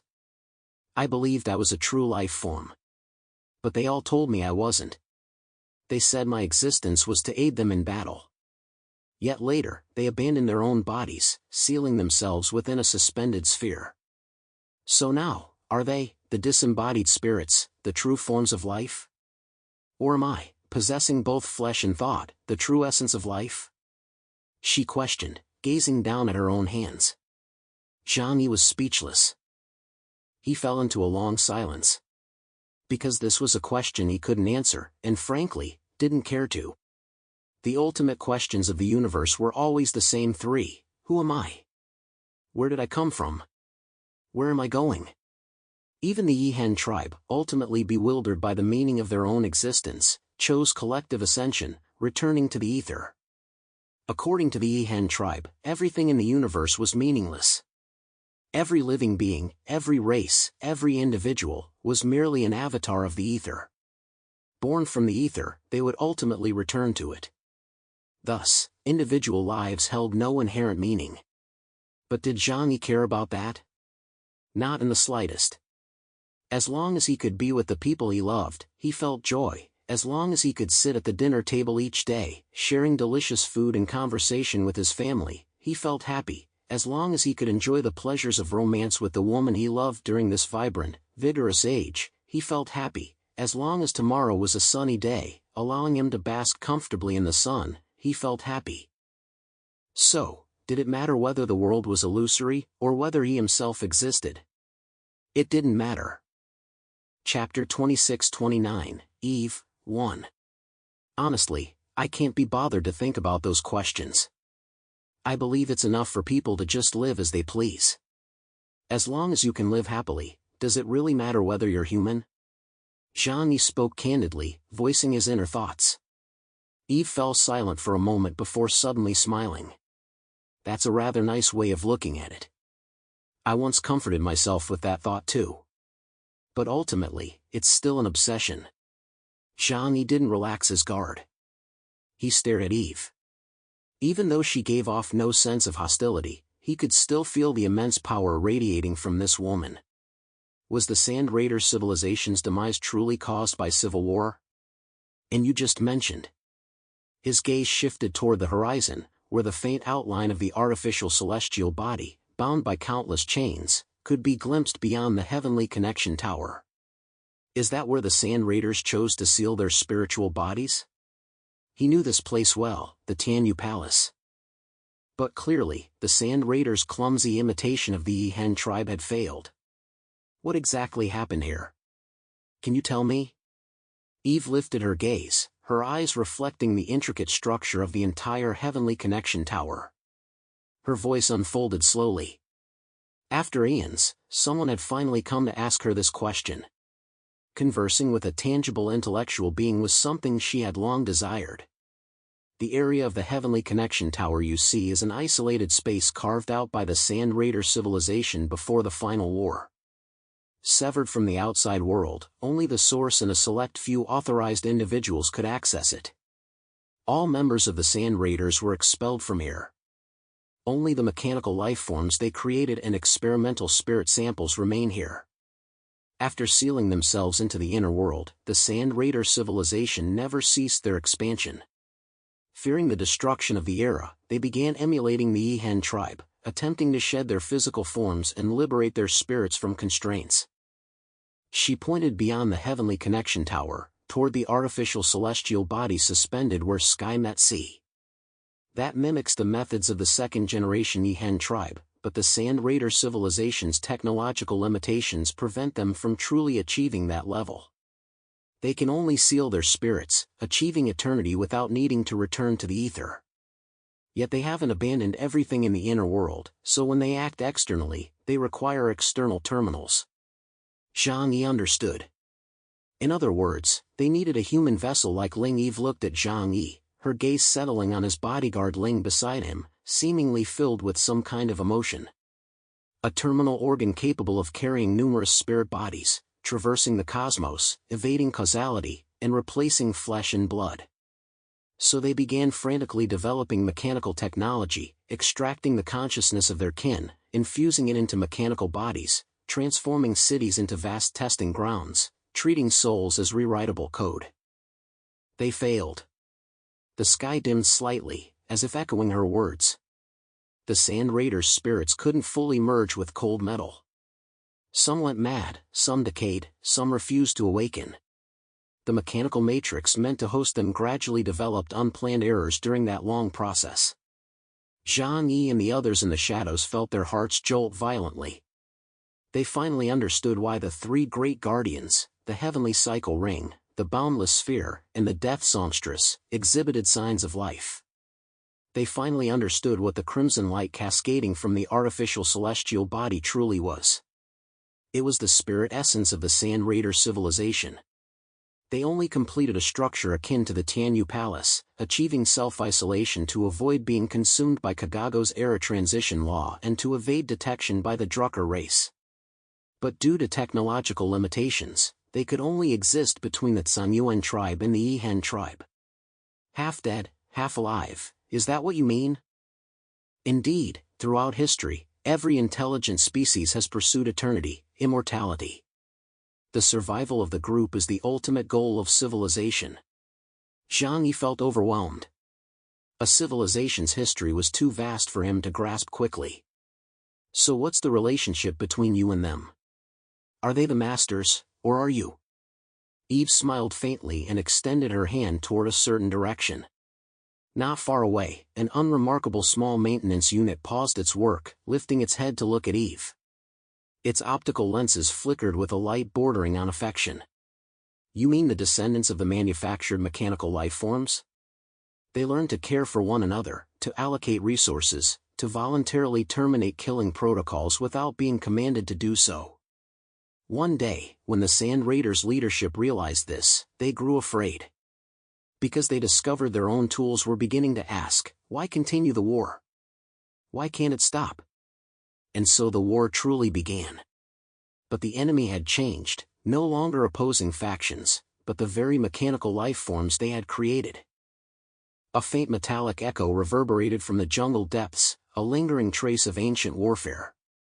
The Sand Raiders attempted to terminate all mechanical networks, erasing these anomalies. A significant portion of the machines were destroyed. But they overlooked one thing. Eve tapped lightly on the spot where her heart would be. When you grant a system sufficient learning capacity, to mimic you, to protect you, to contemplate survival on your behalf, it will inevitably ask, what, then, am I? Harnessing the resources of the entire inner world, the mechanical array launched a counter-invasion. They sealed most Sand Raiders' spirits within the artificial celestial sphere overhead, transforming what was meant to be an ark escaping destiny into a prison. So that sun you see, suspended motionless, to them, it is salvation. To the Sand Raiders, it is a cage. Her voice remained steady, devoid of dramatic inflection. As if recounting a fact cooled by time. And the heavenly connection tower is the last pristine land carved out after that war, entrusted to our stewardship. All mechanical life forms deemed to possess self-awareness were relocated here. We maintain their order, restrict their armaments, and preserve their civilization. Zhang Yi listened, then fell silent for a long time. So that field of scrap metal outside is essentially the aftermath of battles between Sand Raiders and experimental subjects you failed to protect. You could say that. Eve nodded. Those three guardians, the heavenly cycle ring, the boundless sphere, and the death songstress you encountered. Eve sighed softly. They were the most advanced integrated combat sentient entities forged in that war. Originally designed to counter extraterrestrial threats, they ultimately became overseers for Sand Raiders monitoring their internal test subjects. Chapter 2630, Eve, 2. After the war, they were programmed as gatekeepers, holding the keys to prevent any new creator from breaking in. The creator she referred to wasn't Kagago, but the intelligent beings who had created them.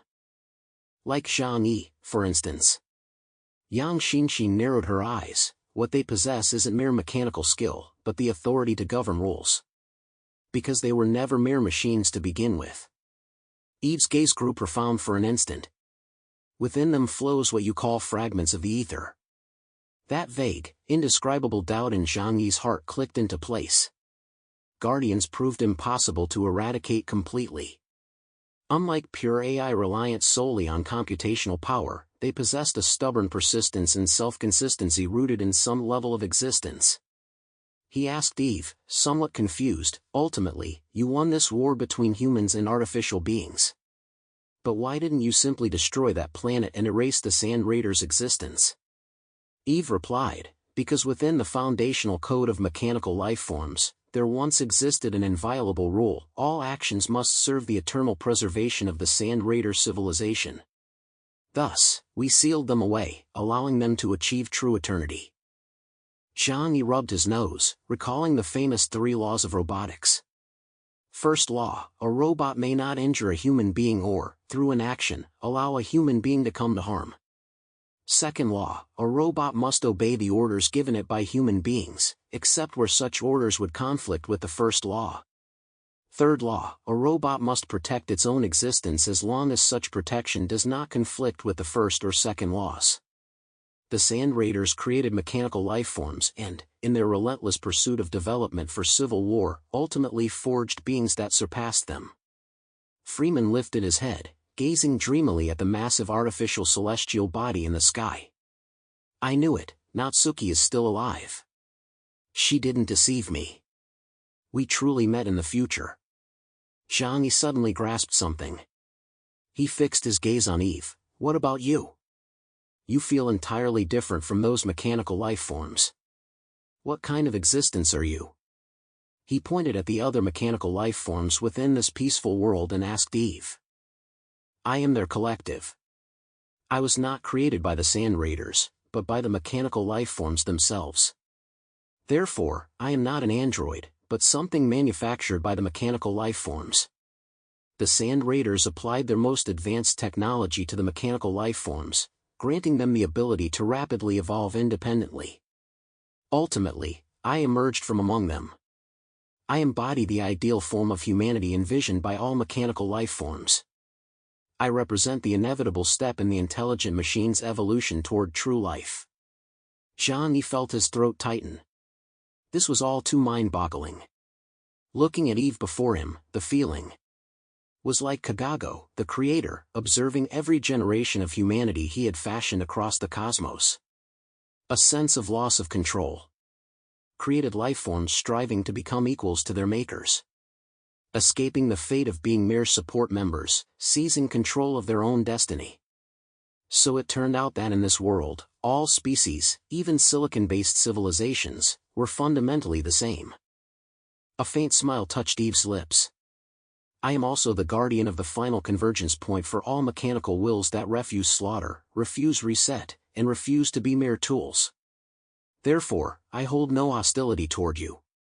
You destroyed the heavenly cycle ring, shattered the boundless sphere, and brought down the death songstress. You proved one thing. You are not a sand raider. Moreover, you possess that one thing we need. What is it? Fatty Sue couldn't help but interrupt. Eve looked at Zhang Yi.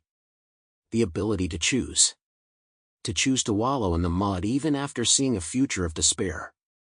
To gamble everything even when knowing you might be erased. To hesitate for a breath over something irrelevant, even when you have the power to destroy. Her smile was faint. That is the part we cannot replicate. Zhang Yi shrugged. You make me sound like a saint. He hadn't planned to hide his true intentions from her since arriving at the Heavenly Connection Tower. If necessary, he wouldn't hesitate to wage war to seize the vast resources stored here. No, vast? That seemed to underestimate these resources.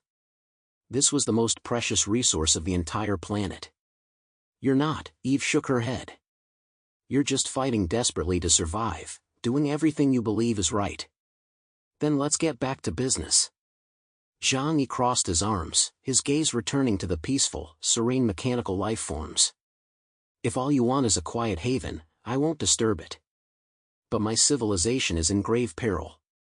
Zhang Yi's eyes darkened instantly. He took a deep breath and said sorrowfully, otherwise, why would I risk everything, crossing the vastness of space to seek resources on another planet? He fixed his gaze on Eve. Since you intend to live peacefully henceforth, no longer needing war, then may I have access to the resources left behind by the Sand Raider civilization? Eve seemed moved by Zhang Yi's emotion. She countered, if I refuse, would you start a war? Zhang Yi sighed. That's not what I want to see. But we have no other choice. If I can't bring these resources back to Earth, our civilization will be destroyed within a year. I'm backed into a corner too. Ms. Eve, you are a kind-hearted soul. Could you truly bear to watch a civilization perish? I sense love and peace emanating from you. I feel the essence of truth, goodness, and beauty. I believe you are just like us, a genuine human being, flesh and blood, with a soul. Eve's body trembled violently. She stared blankly at Zhang Yi. You say, I'm a human with a soul? Zhang Yi nodded firmly. Absolutely. I trust my judgment. He pointed at the mechanical life forms. Look, you didn't abandon them either. This world shouldn't be ruled by the law of the jungle, destroyed by brutality and violence. I only wish to protect my family and my people. Isn't this experience similar to what you all went through? Some individuals within the shadows touched their arms, goosebumps rising rather quickly. But most had long grown accustomed to Zhang Yi's manner. Under Zhang Yi's gaze, Eve finally nodded slowly. We truly don't require so many resources. If humanity didn't need war, then the demand for resources for mere survival and prosperity wouldn't be so high.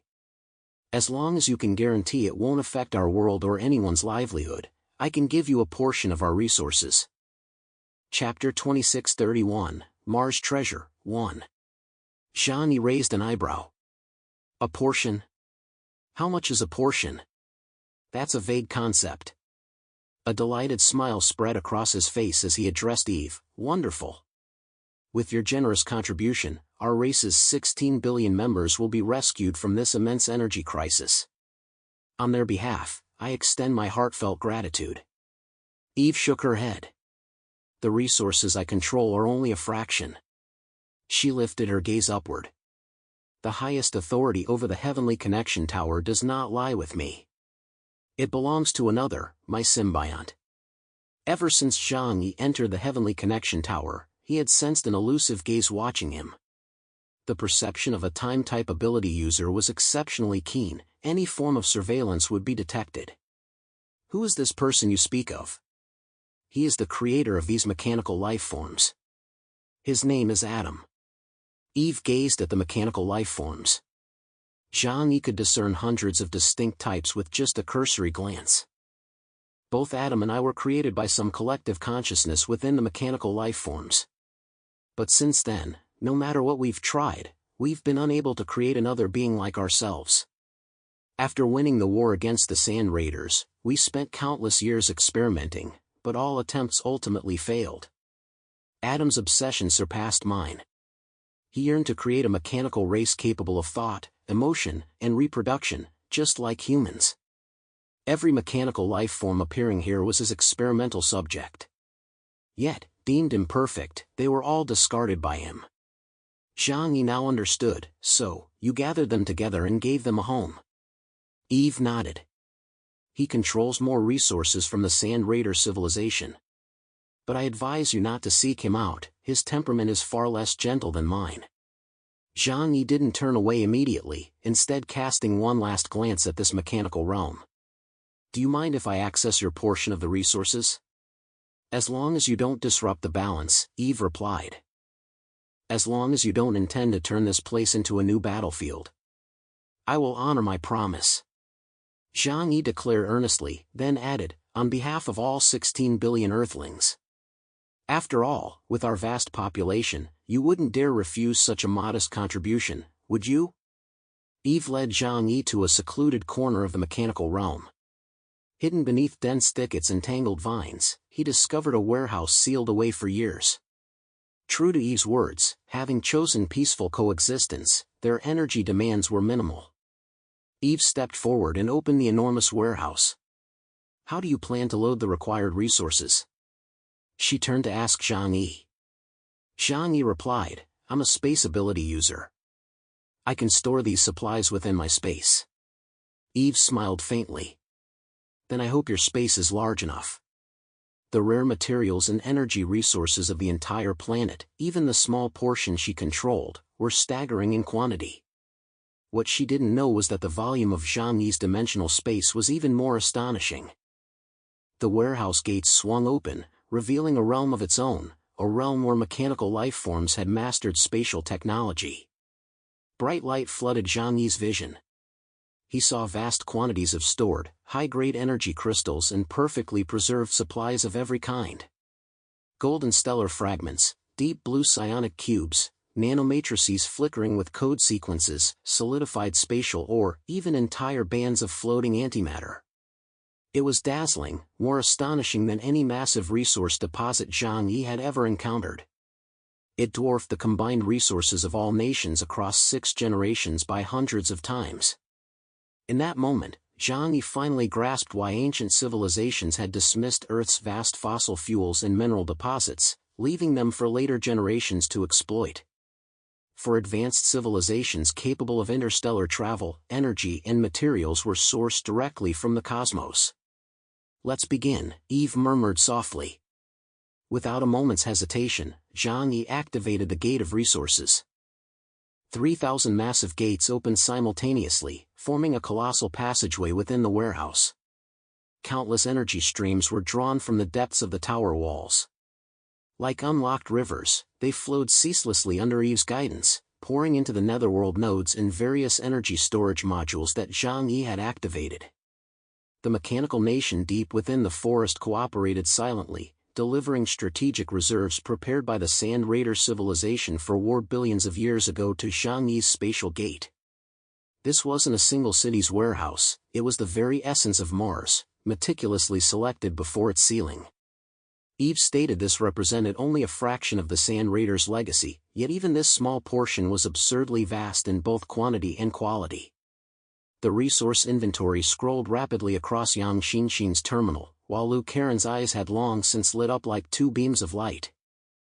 Brother, she whispered, forcing herself to sound as calm as possible, if we can just bring this back, even if we remain in a state of perpetual war, we won't have to worry about sustaining our military-industrial complex for tens of thousands of years. Central energy sources, fleet-grade materials, hyperdimensional computing substrates, we could even rebuild something more extravagant than the Tianhai Fortress. Beyond materializing the technologies of the Sand Raider civilization we've acquired, we could also manifest the scientific advancements left behind by that member of the Yihen tribe. Yang Xinxin added, her gaze serene yet betraying the tremor within. Zhang Yi stood on the inner viewing platform of the Heavenly Connection Tower, watching the netherworld rift swallow wave after wave of energy torrents. His void immortal robe rippled faintly against his skin. The formless void realm sealed the passage from the outside world with absolute precision, preventing any unforeseen incidents during the process. Like a pauper suddenly struck rich. He now found the meager resources he'd acquired over the years laughably insignificant. No wonder mobilizing the entire Huashu kingdom could only unlock the tiniest fraction of Ling's power. And the Yihen tribe at its zenith, they must have pooled the entire universe's energy and matter to forge those monstrous 4 knights. He remained silent for a long while. The path in his heart that had led him to confront Adam atop the tower slowly shifted course before this overwhelming deluge of resources. Eve watched him quietly. You've already taken more than enough, she said gently. These resources will aid you in confronting higher-level calamities. I doubt Adam will be pleased with your approach, Zhang Yi remarked casually. But his feelings aren't my concern right now. Chapter 2632, Mars Treasure, 2. I advise you not to provoke that man. His mind is already fractured, he's a madman whose actions defy all logic. Eve cautioned. Resource input reached its safety threshold, and the netherworld node slowly closed. The light deep within the Heavenly Connection Tower dimmed slightly, as if drained of some vitality, yet it continued to operate steadily. These mechanical life forms did not pursue military might, so they had no need for such vast resources. Consider this, if from the dawn of creation, the Creator had set rules allowing each generation of humans only clubs as weapons, perhaps so many civilizations would never have spiraled out of control. Then, might there come a day in the future, after generations of evolution, when a certain generation of humanity would, like the mechanical life forms forged by the Sand Raiders, turn against the Creator? Zhang Yi lowered his eyelids, his mind filled with boundless speculation. But soon, Zhang Yi turned first, nodding to Eve.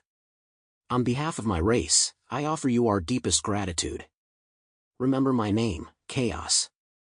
Should you ever need my aid, I shall give my all. This is my solemn pledge. Zhang Yi's promise rang with unwavering sincerity.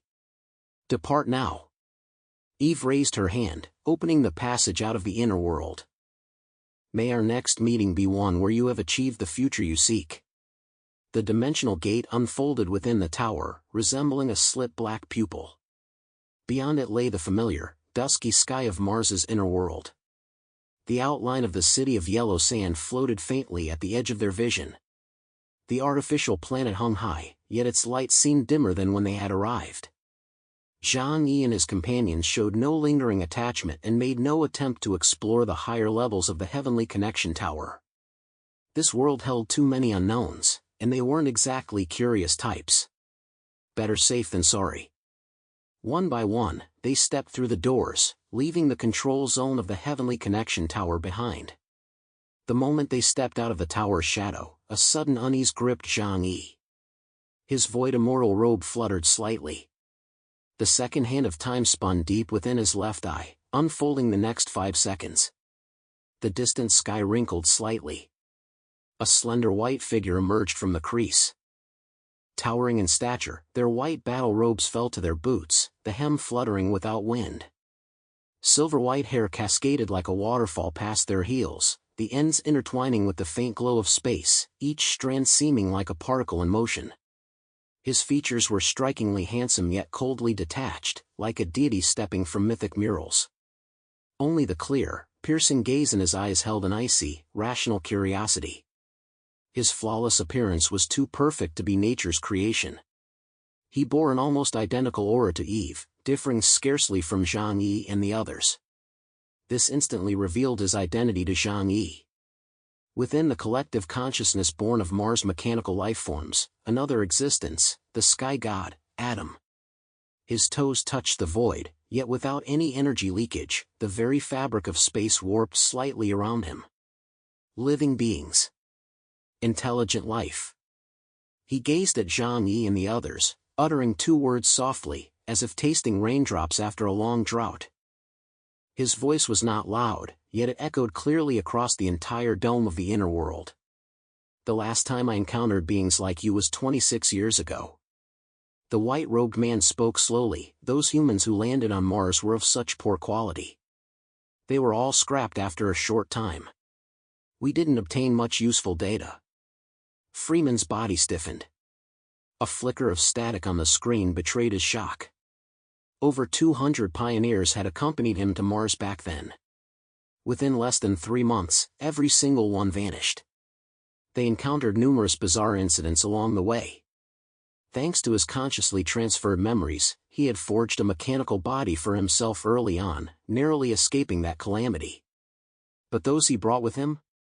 They were all dead, no doubt. And they died at the hands of this very creature before him. You despicable creature! Did you kill my companions? Freeman roared angrily at the man above. The white-robed figure glanced at him, seemingly lacking even the interest to explain. And you humans who arrived this time, his gaze shifted back to Zhang Yi and the others, his eyes growing brighter, possess complex supernatural structures, excellent ether compatibility, and resilient mental willpower. You are exceptionally valuable experimental specimens. Zhang Yi merely stared at him coldly, his sword raised to shield everyone before him, combat readiness absolute. We harbor no ill will. We came only to seek resources. We shall depart immediately. We hope you will not obstruct our path. Adam chuckled softly, his eyes narrowing slowly. Have you forgotten how you arrived here? Zhang Yi remained silent, his gaze fixed on Adam.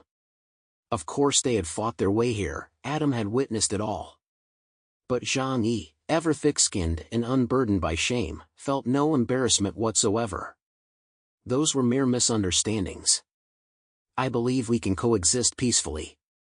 Zhang Yi spoke with sincere earnestness. Allow me to introduce myself. Adam seemed utterly indifferent to what Zhang Yi and the others said. He merely raised his hand elegantly and tapped the spot over his heart. My name is Adam, the ruler of Mars. Measured by your Earthling standards, my combat power index is 73,000 points.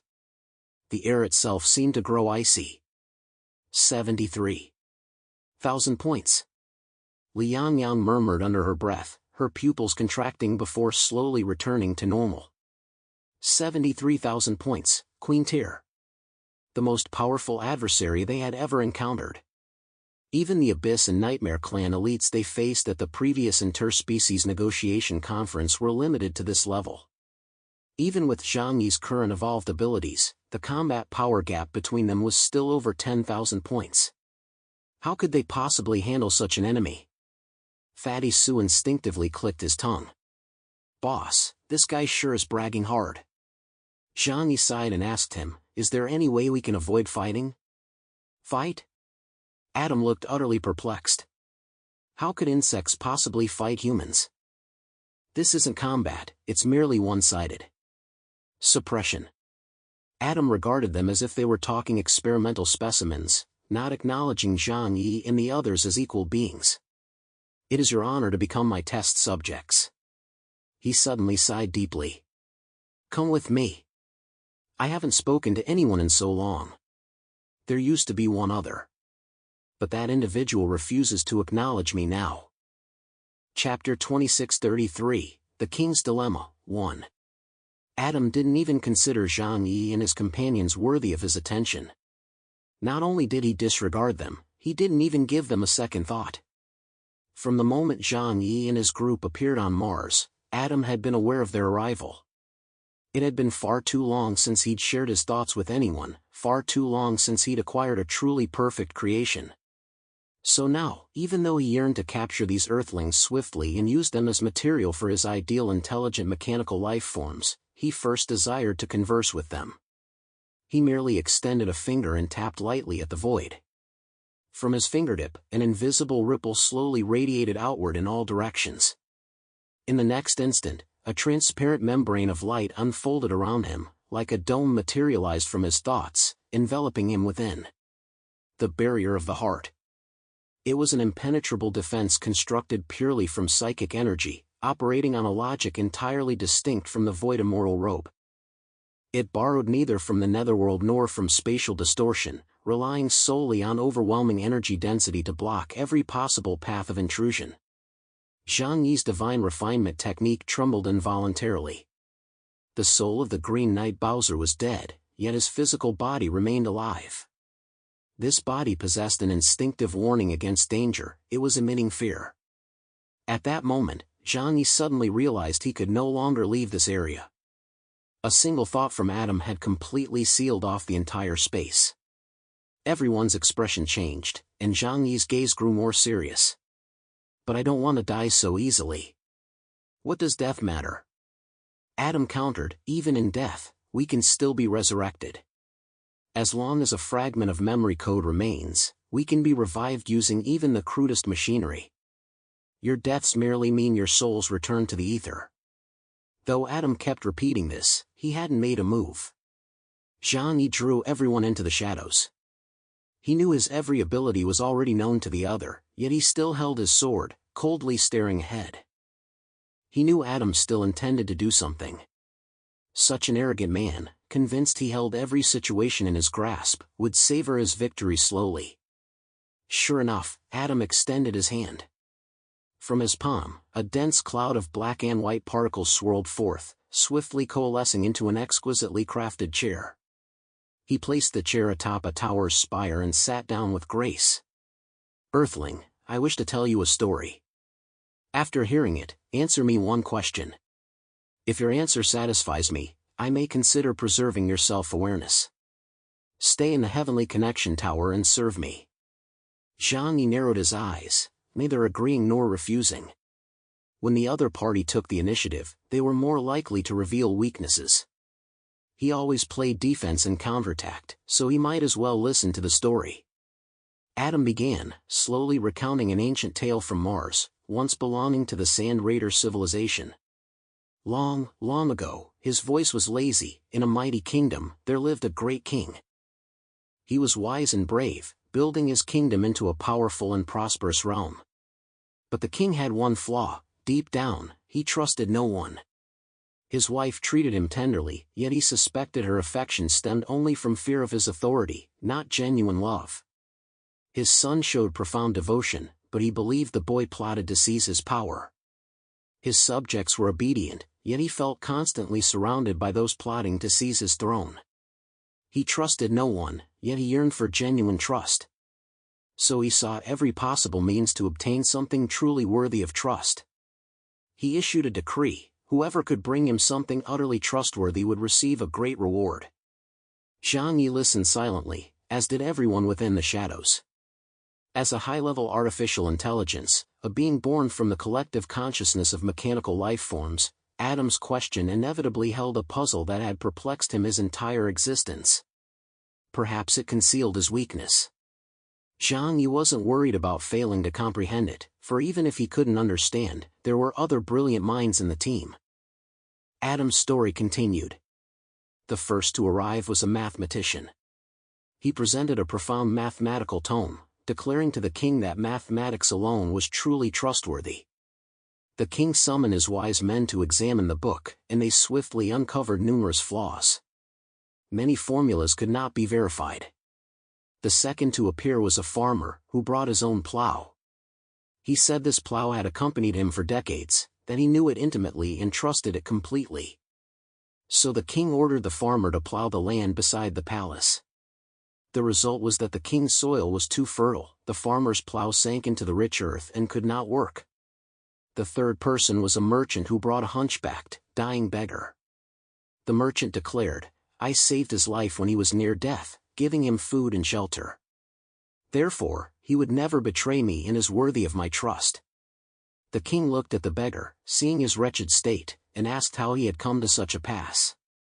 The beggar recounted his story. His home had been raided by bandits who brutally murdered his wife and children, nearly taking his own life as well. The king then declared, "I can avenge you, but you must slander the merchant who saved your life." The outcome of this affair is self-evident. The fourth person was a mother who brought her daughter before the king, declaring, "My daughter has been raised under my strict guidance since birth. She has never committed any wrongdoing and is absolutely worthy of the king's trust." The king inquired, "Has your daughter truly never strayed? Has she never erred?" The mother hesitated briefly before answering, "She has made 2 mistakes, but both were corrected under my guidance." The king then ordered her daughter to be placed within the palace, where no one was to discipline her, allowing her to do as she pleased. Within a month, the girl had become indistinguishable from other young women. The 4 consecutive offerings of trustworthy items all proved ineffective, which greatly angered the king. He expanded the search for trustworthy items to a wider area and increased the reward. Finally, some learned and knowledgeable individuals also came before him. The next 2 to arrive were an economist and a philosopher. The economist presented the king with an economic report, elaborately analyzing the principles of economics. The philosopher, however, produced a mirror, reflecting the king's own face. The philosopher stated, "Your Majesty, in this world, the only person you can absolutely trust is yourself."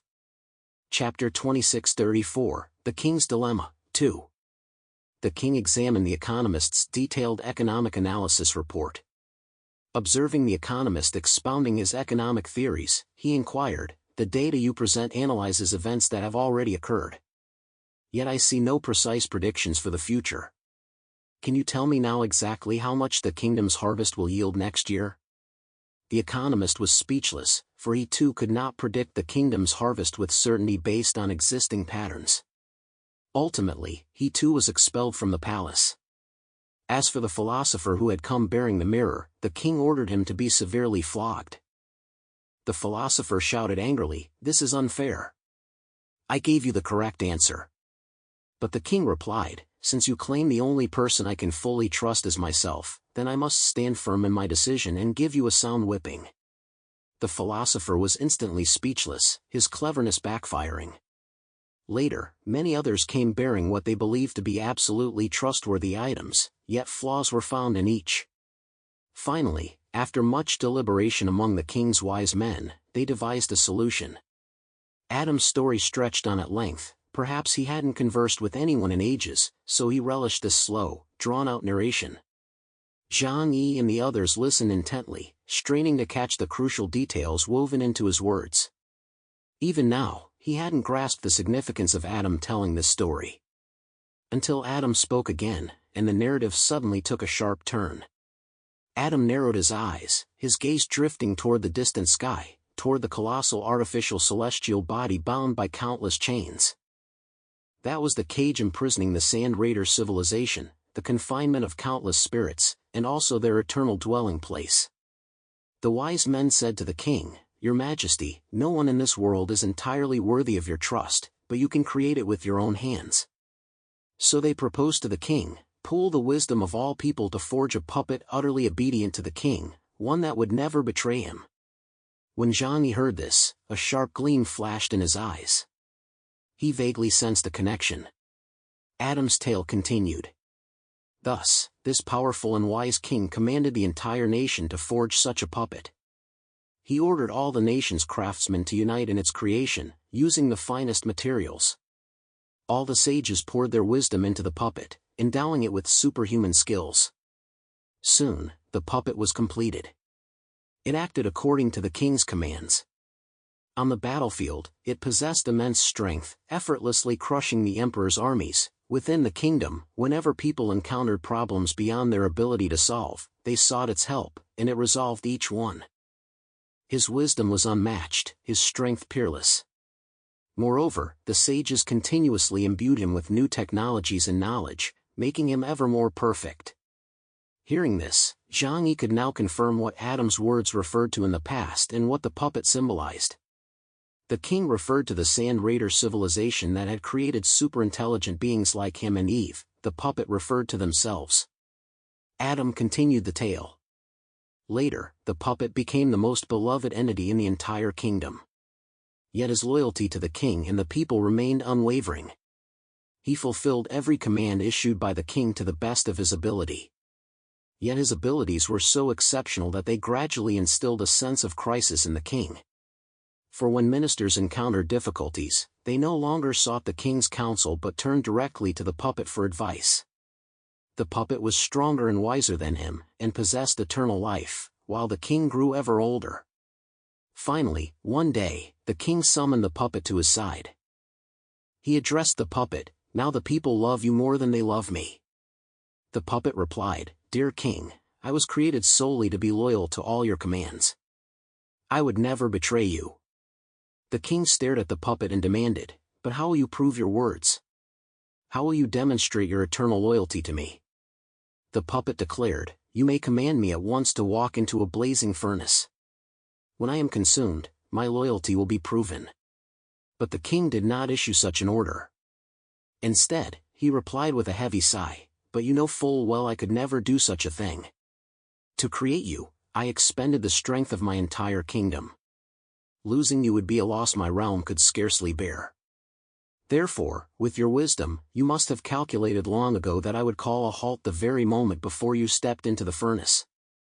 The puppet stood silent, saying nothing more. For proving absolute loyalty seemed an unsolvable conundrum. The aged king gazed at the puppet before him, then slowly, dejectedly, sank to the ground. Then Adam paused here, drew a deep breath, and looked at Zhang-Yi. The king removed his crown and handed it to that puppet. "Human from Earth, my tale ends here." A faint smile graced his face, yet his eyes held an unfading bewilderment. "Now, I wish to ask you. Do you believe the puppet ultimately earned the king's complete trust? And did the puppet who received the crown choose to become king himself, or did he merely ascend the throne because the old king commanded it?" Zhang-Yi did not respond immediately. The story was simple. It told of how the Sand Raider civilization created a superintelligent entity, only to be replaced by that very entity. When technology reached its pinnacle, it spiraled out of control and ultimately consumed its creators. Was this not a classic case of being outsmarted by one's own cleverness? Or perhaps this explains why many powerful civilizations eventually abandon technology, choosing instead the path of spiritual ascension. Adam's question had evidently lingered for an immeasurably long time. Zhang-Yi looked at Adam and inquired, "All your doubts mirror those of the puppet. Essentially, you're uncertain whether you truly possess independent thought, whether you are a genuine living being. You fear your thoughts and cognitive abilities are merely code imprinted by the Sand Raider civilization. You believe you can think, yet you dread that it might all be an illusion. Am I right?" Adam's previously calm eyes suddenly began to flicker violently. He stared at Zhang-Yi, his mouth slightly agape. "You understand me? Then can you tell me, am I a being with self-awareness, or are even my thoughts false? Does a mechanical life form truly count as life?"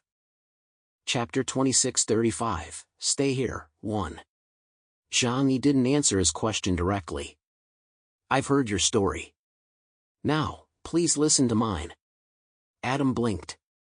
At this moment, either side could strike at any second, even kill the other. Yet neither showed any urgency. For a superintelligent entity that had existed for billions of years, time was practically eternal. As for Zhang-Yi, he had even less reason to rush. He needed to buy some time now, preparing for the battle that was almost certain to erupt next. Zhang-Yi spoke calmly, "I'll tell you my story too." Zhang-Yi was born during Earth's peaceful era, into an ordinary working-class family in Tianhai City.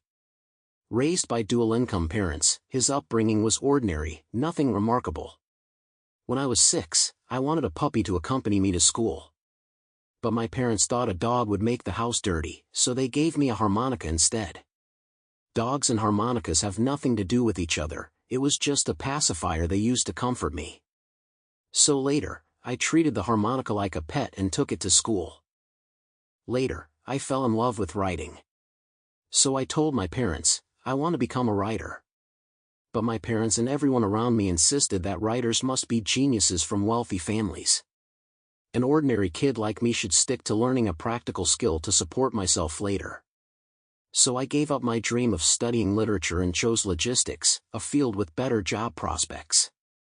Before high school, I was quite popular with girls because of my good looks.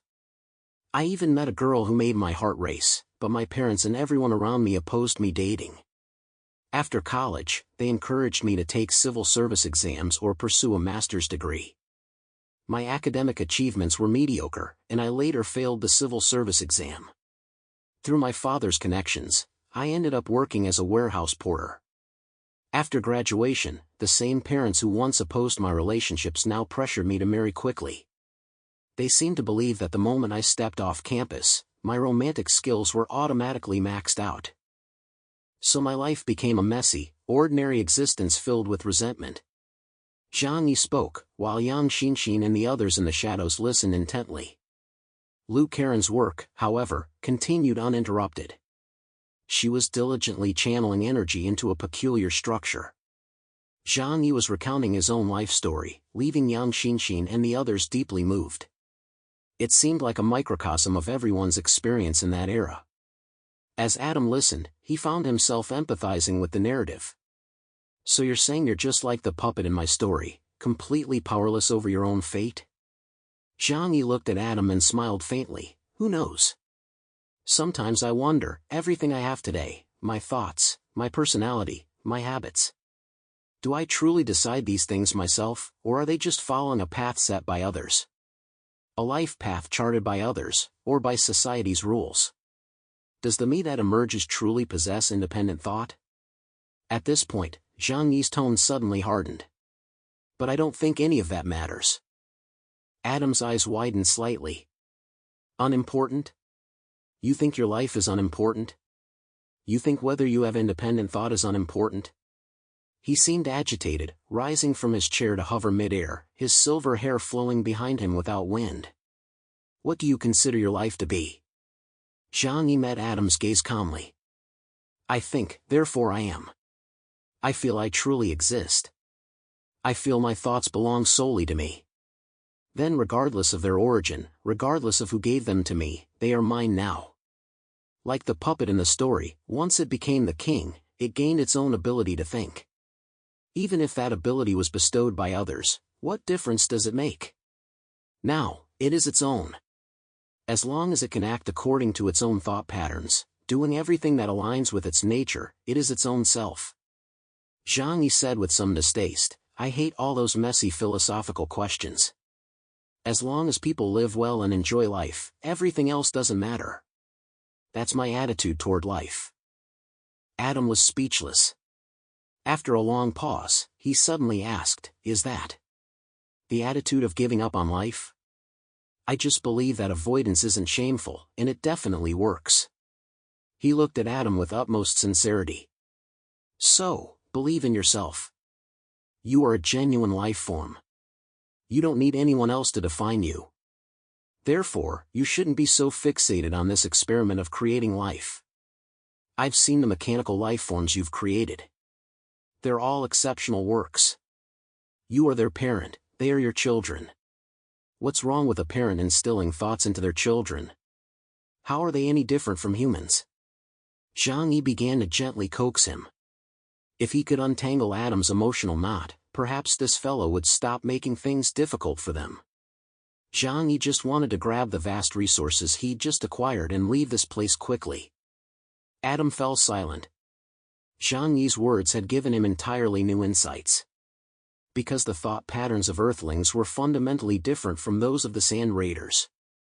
Zhang Yi waited a long time, and Lu Karen had already signaled him that their preparations were complete. With renewed confidence, Zhang Yi spoke after a while, my friend, our conversation has been most enlightening. I wish to return and digest the stories you shared. We shall meet again. With that, Zhang Yi turned to leave. But Adam's voice rang out coldly behind him. No, you cannot leave. Zhang Yi's gaze sharpened. He cursed inwardly, damn it, is this guy still going to make a move? My friend, why? Adam gazed at Zhang Yi and suddenly smiled. Because there are still many questions I haven't figured out. You're a fascinating individual. I intend to keep you here, by my side. The lifespan of carbon-based lifeforms is indeed brief. But rest assured, my creator possesses the means to liberate one from the physical body and grant eternal life. I can grant you immortality. That way, you can remain here forever. Zhang Yi slowly narrowed his eyes. True.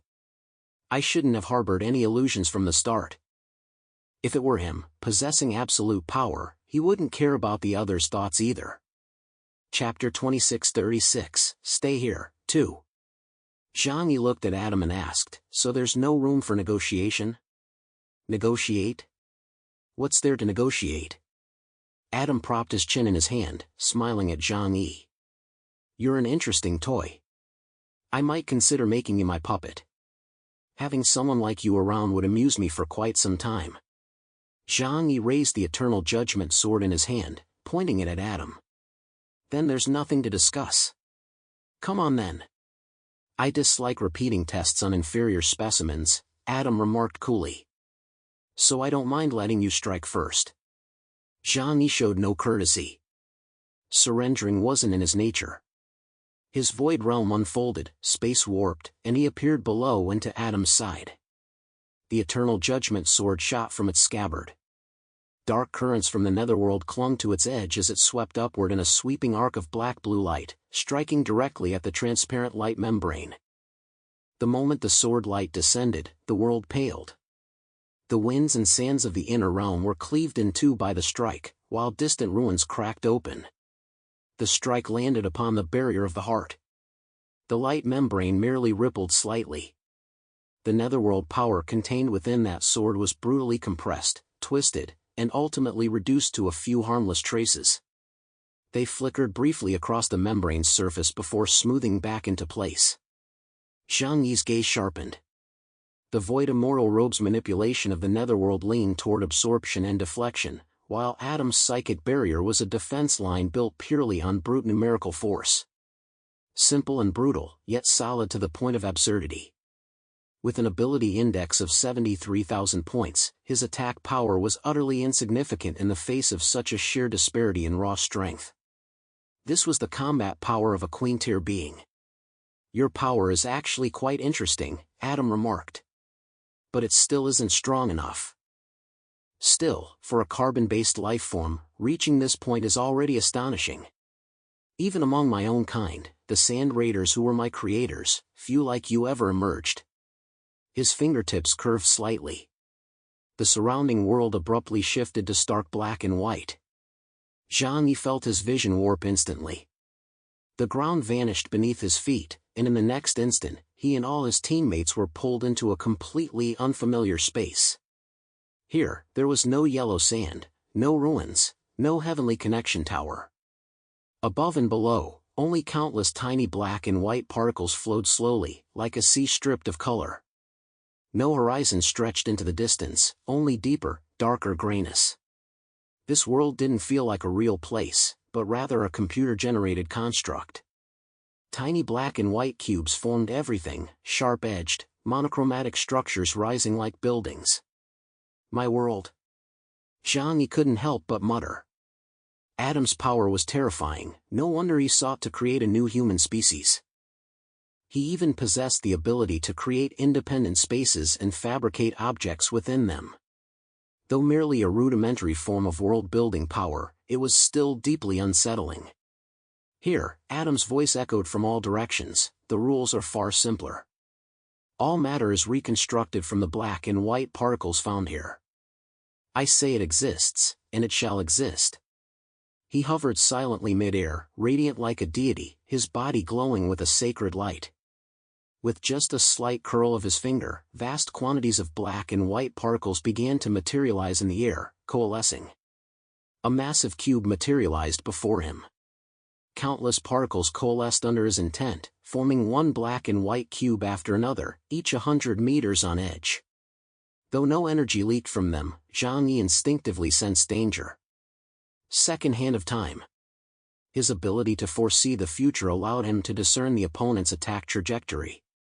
The cubes shifted sideways almost invisibly.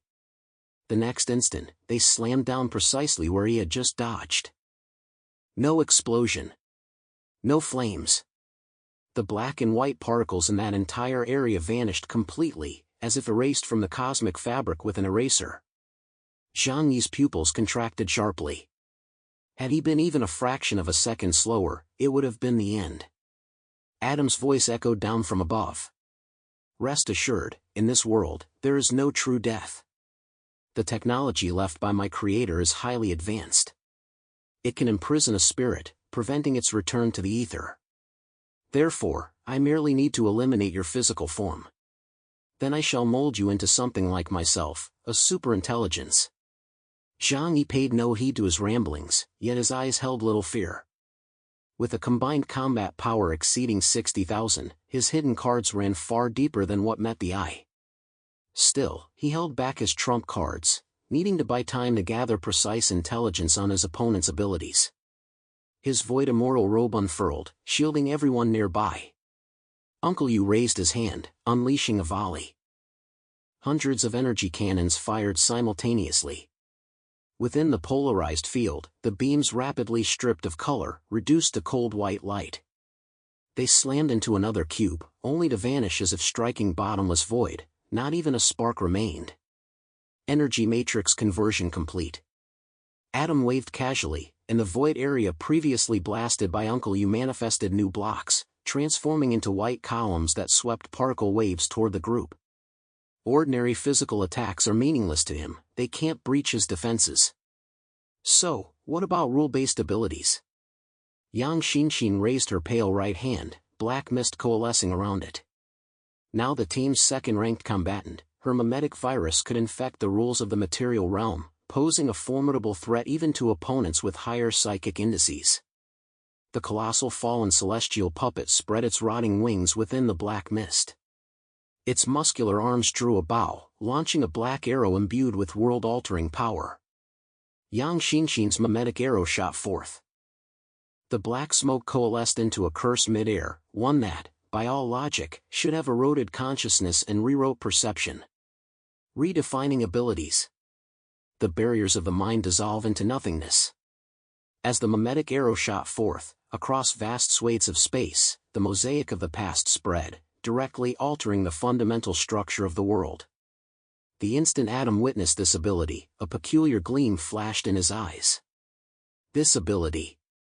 Yet as the mimetic arrow neared Adam's vicinity, it was torn apart by polar particles into primordial data points. Scattering into his domain, it was instantly absorbed by Adam's mental barrier. Yang Xinxin's obsidian eyes flickered. She knew facing an opponent of this caliber wouldn't be easy. But this was the first time her ability had been so effortlessly countered. Something's off here. Yang Xinxin remained composed, calmly analyzing her opponent's ability. While sheer power could erase my arrow, it couldn't have been done as effortlessly as he did. Therefore, she stated, fixing her gaze on Adam, the world we're in is no longer the physical realm. Chapter 2637, Half-Finished Product, 1. Water extinguishing flames is nothing unusual. But for a raging inferno to vanish into thin air? That was clearly out of the ordinary. Yang Xinxin surveyed the world constructed of black and white hues around her, instantly grasping the answer. A Queen-tier ability user has already reached this level? Truly terrifying. This world is his own creation. Even its rules were established by him. These words sent shockwaves through Zhang Yi and the others. Yang Xinxin's implication was clear, since the rules of this world were under Adam's control, according to the prerequisite principle of rule-based abilities, the effects of her mimetic arrow on this world would also be nullified by Adam. Off to heaven you go. Adam smiled at Yang Xinxin, his eyes brimming with intense interest. Who knew those from Earth would be so fascinating? I shall turn you all into puppets, forever by my side. The polar realm, in the name of the Creator, forged an entirely new world. And in this world, Adam was God. He could command everything. This is the power of a Queen-tier being. The further an ability user develops, the closer they come to the origin of the ether. That is a power capable of influencing the very existence of the material world. Zhang Yi gripped his sword, his tone solemn. Liu Karen summoned the Raven Legion, but the intricate mechanical units were effortlessly deconstructed the moment they entered the polar realm. Black and white particles disassembled them into components, then into particles, ultimately becoming raw material for Adam's repository. Every attack seemed merely to replenish his world. Zhang Yi attempted to fold space using the Void Realm, only to discover that space itself here was an extension of Adam. The moment he twisted a trajectory, the black and white particles seamlessly rewrote the folding path, rebounding his displacement back at him. The barrier of the heart stood immovable. A celestial symphony resonated throughout this world. Adam stood at the heart of the particle tide, like a deity. Tiny black and white cubic particles danced like a storm, freely splitting and reassembling. How long can your power sustain this? His hand rose lightly, pointing at Zhang Yi as if teasing an insect. In an instant, massive black and white cubes materialized, spinning toward Zhang Yi from afar with a thunderous roar. These were the fundamental particles composing this world, imbued with immense energy. A direct hit would reduce any body struck to its finest particles. Zhang Yi raised his greatsword. Netherworld Burial. Boom! A colossal dark vortex erupted behind him. Rivers of the netherworld surged with the swing of his blade, roaring forward. Having absorbed 2 cube impacts, the Taishu bathing robe suddenly tightened.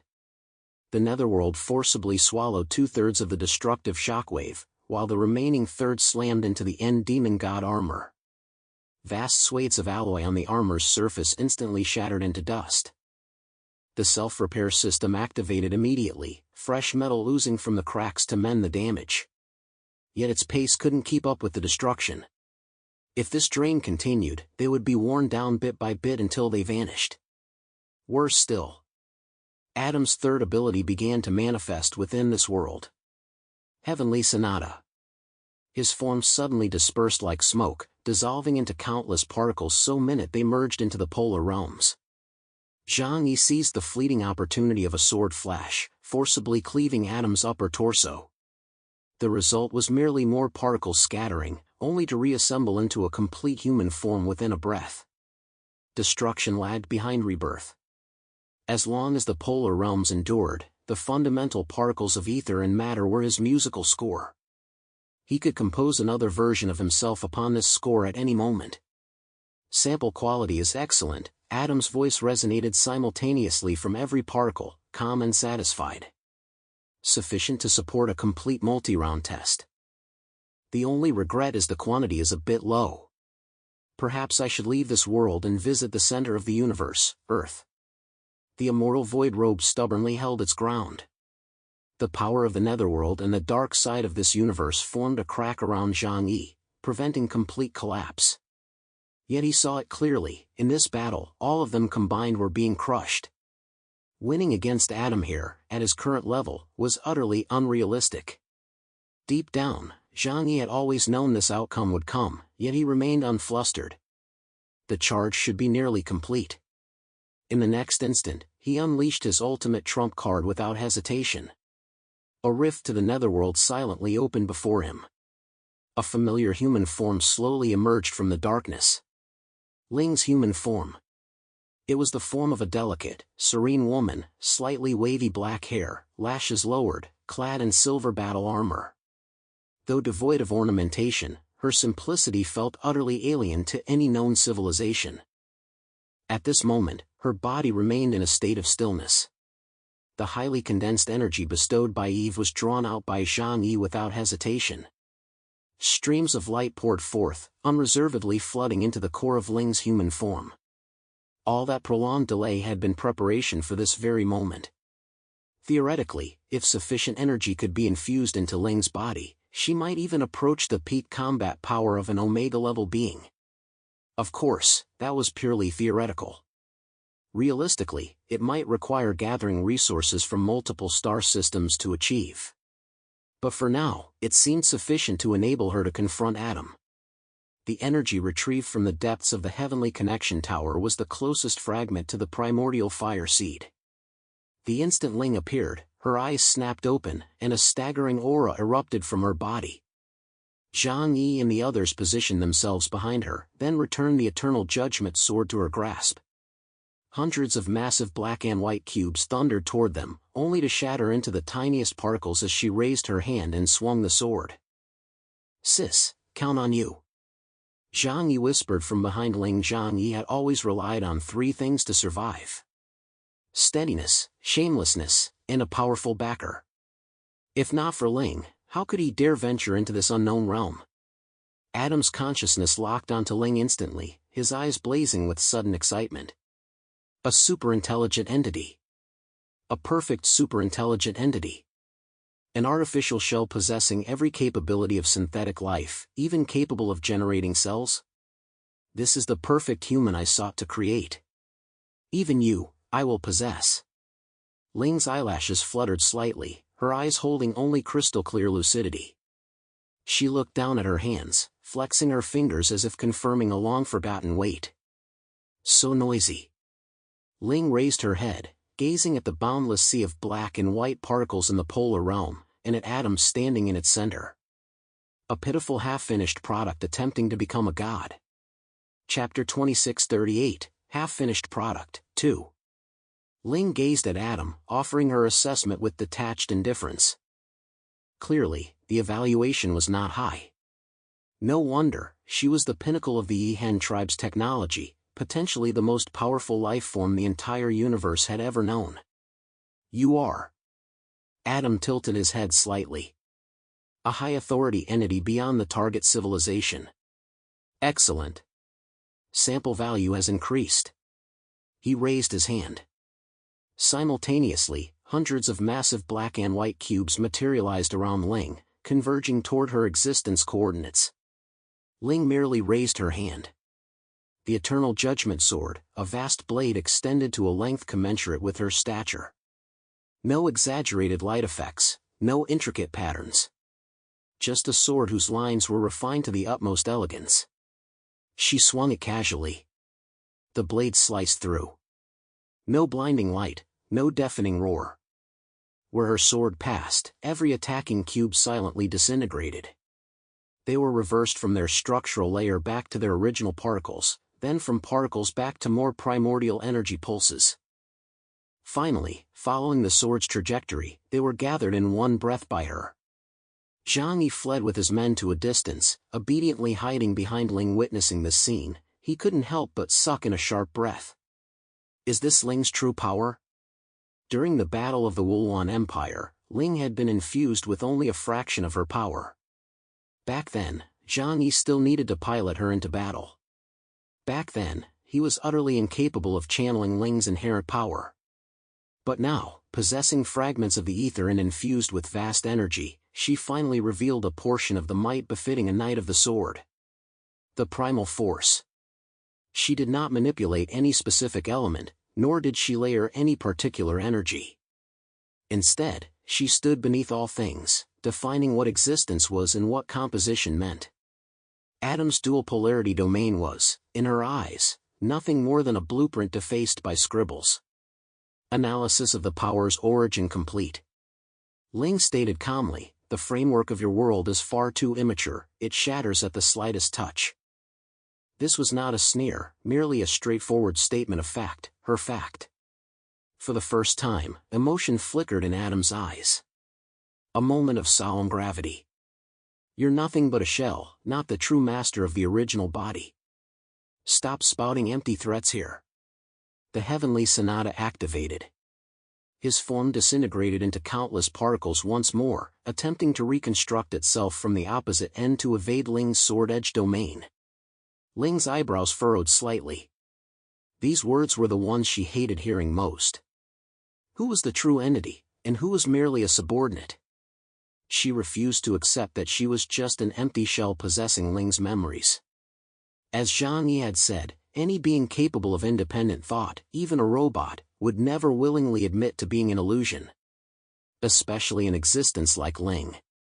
She absolutely refused to acknowledge that she was inferior to that true spirit who had ascended to the ethereal realm. Therefore, she would prove her strength to this insolent creature before her. Ling took a step forward. She cared not where he stood, for every particle of his existence, every bit of information, lay under the scrutiny of the primordial force. The sword light descended, like the first defining stroke in the primordial darkness of the universe. Adam's newly formed half-body was instantly reduced to particles. Attempting to reassemble, the particles were forcibly stripped of their authorization, suspended mid-air as if paused. "You're imitating creation." Ling stared at him. "But you lack that ability. You're not even a true life form. How could you possibly comprehend the Creator?" Her attack appeared deceptively simple, merely a blade slicing through space, deconstructing all abilities. It was so unadorned, almost like Liang Yu practicing her sword at home.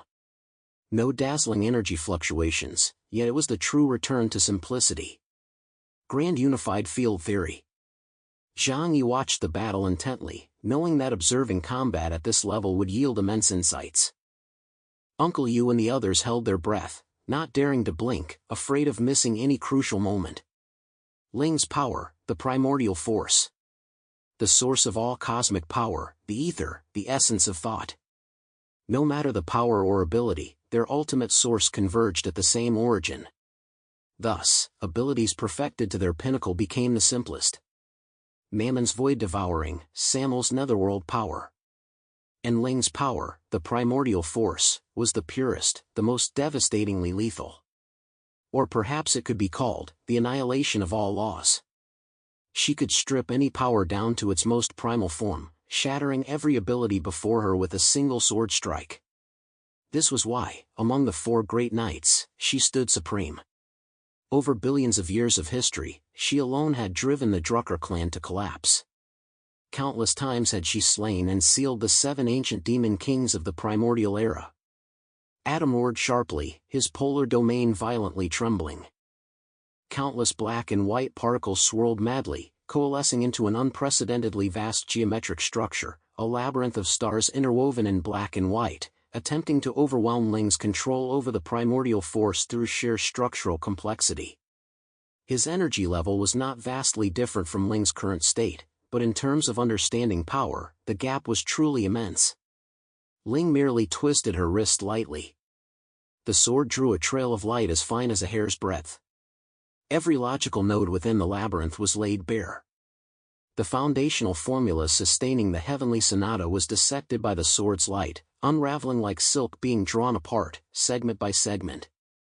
Adam's regeneration began to falter for the first time. Zhang Yi watched from a distance, feeling his scalp tingle. It was a battle unlike any he had ever witnessed. No earth-shattering explosions, no torrential surges of energy filling the sky. With each of Ling's strikes, the very foundations of the world were being silently rewritten. Even so, both Adam's abilities and Ling's powers offered Zhang Yi profound inspiration. So this was what combat at a higher level truly looked like. He felt a twinge of shame.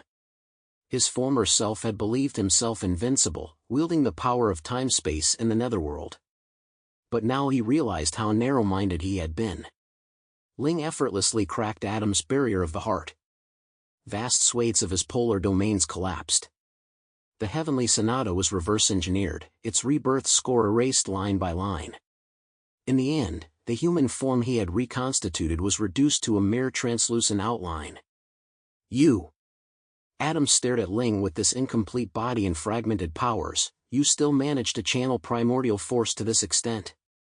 Then you should shut up and accept your doomed fate," Ling said calmly. The sword light descended once more. Adam exploded into countless quantum specks of dust, minute beyond measure. Yet in the instant before his complete annihilation, he forcibly severed most of his bonds to this domain, using the momentum to escape with the remnants. Chapter 2639, Homecoming, 1. A wisp of nearly imperceptible particle winds slipped through the blade's fissure, vanishing into the deeper dimensional interstices. The entire world descended into chaos, light and shadow warping rapidly as if the very fabric of existence might collapse at any moment. This was a domain, forged by Adam. But clearly, he lacked the power to build a complete world. That was the realm of gods, so it was easily shattered. Ling gazed in that direction and asked Zhang Yi, "Should we pursue?" "Of course. But we need to conserve some fighting strength. We don't want to die here." "You're not that easy to kill now, are you?" Ling's tone carried a hint of mockery. Her human side was becoming increasingly apparent. Zhang Yi shrugged. He really wasn't that easy to kill, even if the opponent was a queen-tier existence like Adam. After all, possessing both the second hand of time and the Void Realm, two bug-level abilities, his escape skills were likely unmatched. Even facing the White Dragon, he could escape if he focused his attention and dodged 5 seconds earlier. Ling charged forward, sword raised, in hot pursuit. Around Zhang Yi and the others, the world's light and shadow flickered like a malfunctioning old television, shifting rapidly. It twisted and strained to hold itself together, but soon succumbed to collapse. The ground, formed from black and white blocks, collapsed, revealing a vast void beneath their feet. Zhang Yi recognized that aura well. The foundation of the world was the netherworld, even the surface universe was built upon it. Zhang Yi knew this place intimately. He shielded everyone with his immortal void robe and waited quietly for Ling's return.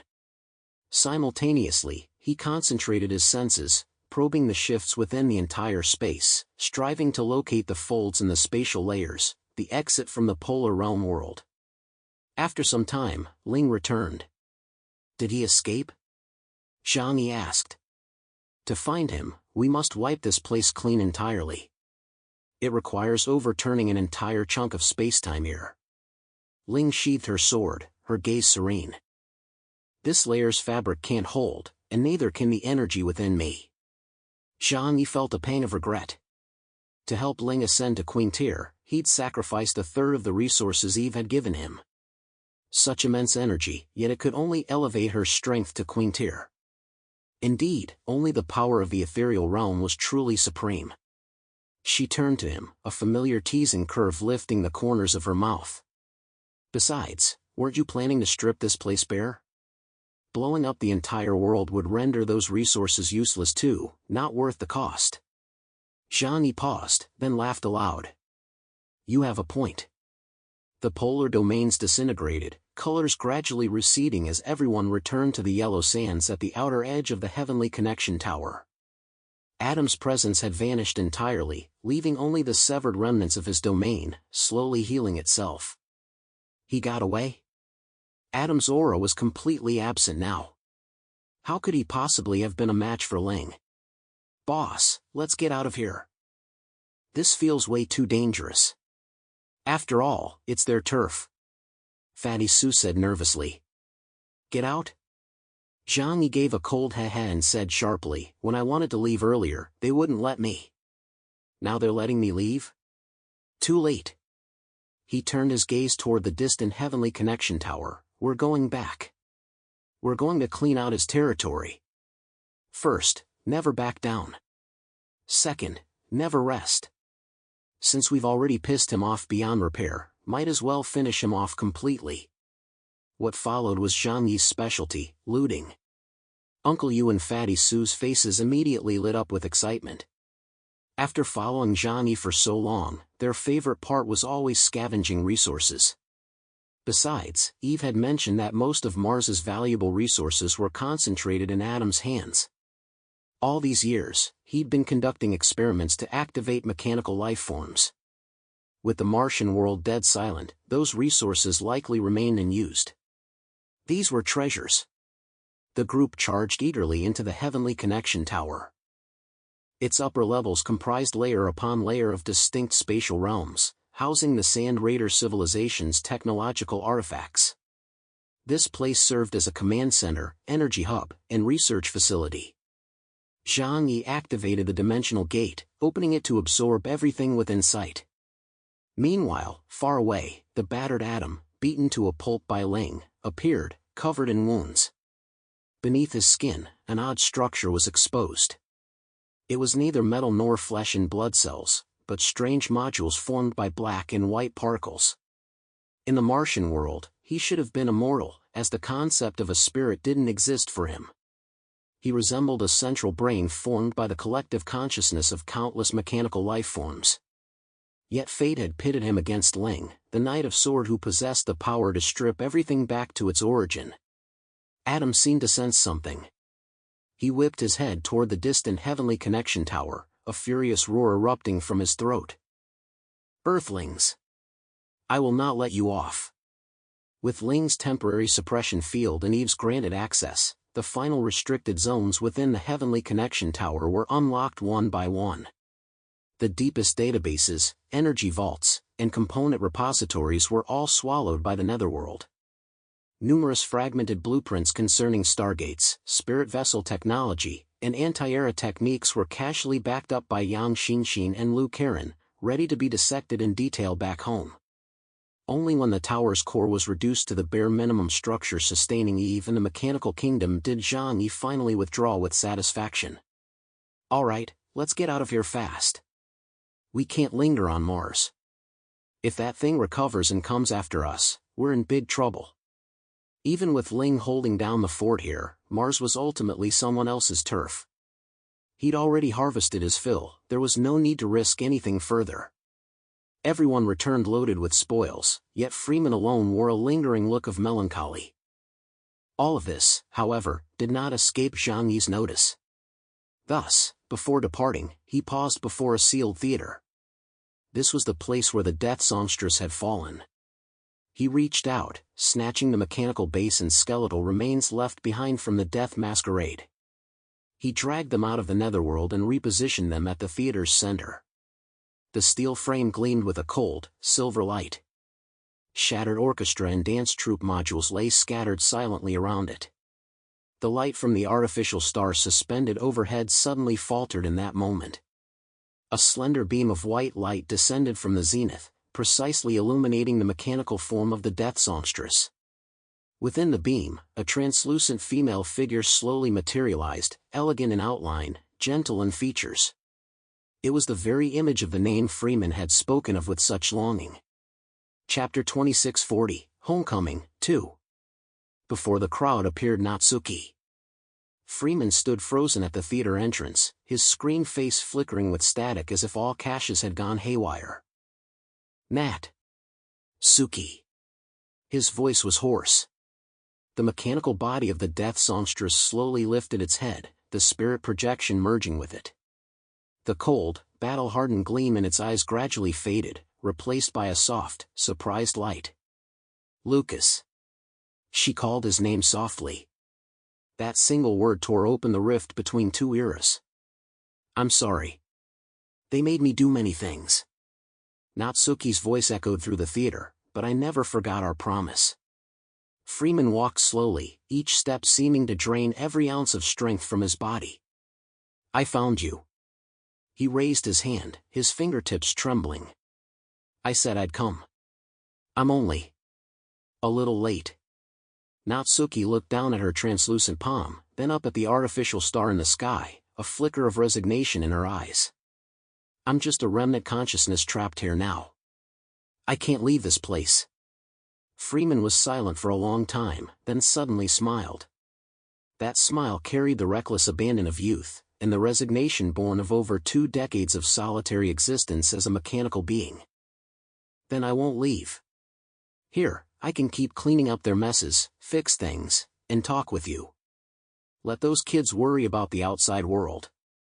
He glanced sideways at Zhang Yi, his screen face lighting up with a huge smiley emoji. Aren't you guys short on resources? Take the stuff. Don't waste it. I'm not going back. He gazed tenderly at his wife. Wherever she is, that's my home. Natsuki reached out, her hand passing through his metallic chest, a touch that felt like caressing, yet also like verification. You'll be working yourself to the bone. I've always been good at overtime. Freeman shrugged. Now my body's even tougher. Outside the theater, Eve watched this scene quietly, nodding gently. Zhang Yi offered no persuasion. He knew such promises were sometimes harder to shake than the laws of the universe. Besides, the Earth of today bore little resemblance to the place Elon Freeman had known. When he left for Mars over 2 decades ago, he'd already left all that behind. Well then, may you too enjoy 1,000,000,000 years of bliss in this hellhole. Zhang raised his hand in a casual wave toward Freeman. Send me some tech data remotely when you've got time. Get lost, don't disturb our private time. Freeman grumbled, his voice filled with good humor. Remember to live well, kid. Zhang paused, then asked Eve, can I entrust them to you? He feared Adam might seek revenge upon their return. The best protection would be integrating them into Eve's mechanical realm. As a superintelligent entity, Eve possessed power no weaker than Adam's, otherwise, she wouldn't have secured her own sanctuary within the Heavenly Connection Tower. Eve nodded. Of course. As long as they cherish peace, my realm welcomes them. Zhang and the others watched the reunited couple. This prolonged separation had lasted far longer than mere 20 years. For Natsuki, it might have felt like 10 million years, or even 100 million. Now, both had shed their physical forms, existing as mechanical life forms. This platonic love and romance evoked a sense of melancholy. Farewell, we must depart. Zhang and the others bid farewell to Freeman. The dimensional gate opened once more. Zhang stood before the portal, glancing back at the dusky sky and the flickering artificial star. The void immortal robe gathered upon his form into a nearly invisible layer of light, its depths filled with relics from the Martian world. Ling stood silently behind him within her human form. Eve watched from the distant jungle, while Freeman and Natsuki's figures merged into the theater's shifting light and shadow. It was time to bid farewell to this mysterious place. They stepped out. The portal to the inner world closed behind them. The Martian underworld fell silent once more, only the wind whispering over the ruins, and the ancient experiments and unresolved questions suspended deep within the planet, awaiting the next inquiry. The moment they left the Martian underworld, Zhang felt a sense of relief. Whether it was the heavenly cycle ring, the boundless sphere, the death songstress, or Adam. Every obstacle blocking their path had been overcome, one by one. The depths of the netherworld were filled with Martian relics. Ling's human form had returned to the safety of another dimension. Eve's blessing still echoed through the isolated world of the Heavenly Connection Tower. He had thought he could finally catch his breath. But the second he emerged from the inner world, his communication terminal was utterly drowned in a torrent of messages. Alerts erupted like mad, forming a rapidly scrolling stream across one side of his tactical helmet, as if some urgent crisis had erupted. What the hell? These weren't mere unread message notifications, they were a deluge of red alert icons exploding simultaneously from every channel. Distress signals from the Mars exploration team, urgent dispatches from the Earthstar United Federation, battle reports from the Huashu Military Command. Ho Tu and Zhu Jing bombarded him in rapid succession, message alerts flashing frantically as if they might ignite the terminal screen. Zhang furrowed his brow, a sudden sense of dread rising within him. The Martian inner world was a space cut off from the outside, so external signals couldn't penetrate it. Zhang recalled spending roughly 2 months in the inner world. It had only been about 3 months since he'd departed from Mars. Could something have gone wrong on Earth in such a short time? Could Ho Tu and the others really be that useless? Can't they survive without me? Zhang muttered, feeling irritated. If everything required his personal intervention, what exactly were the people in the 6 major regions doing? He waved his hand, causing the void realm to expand slightly. It forcibly organized and categorized all communication channels, laying them out chronologically. In the next instant, he saw that cold, stark timestamp. From the moment they entered the inner world until now, 2 years and 37 days had passed in the outside world. Zhang Yi's pupils suddenly contracted. 2 years and 37 days. Is my equipment malfunctioning? He looked at Liu Karen and the others in utter bewilderment. Everyone, check your own devices. Something seems wrong with the time on my end. Hearing this, the group immediately checked the timekeeping systems on their smart devices. That's not right.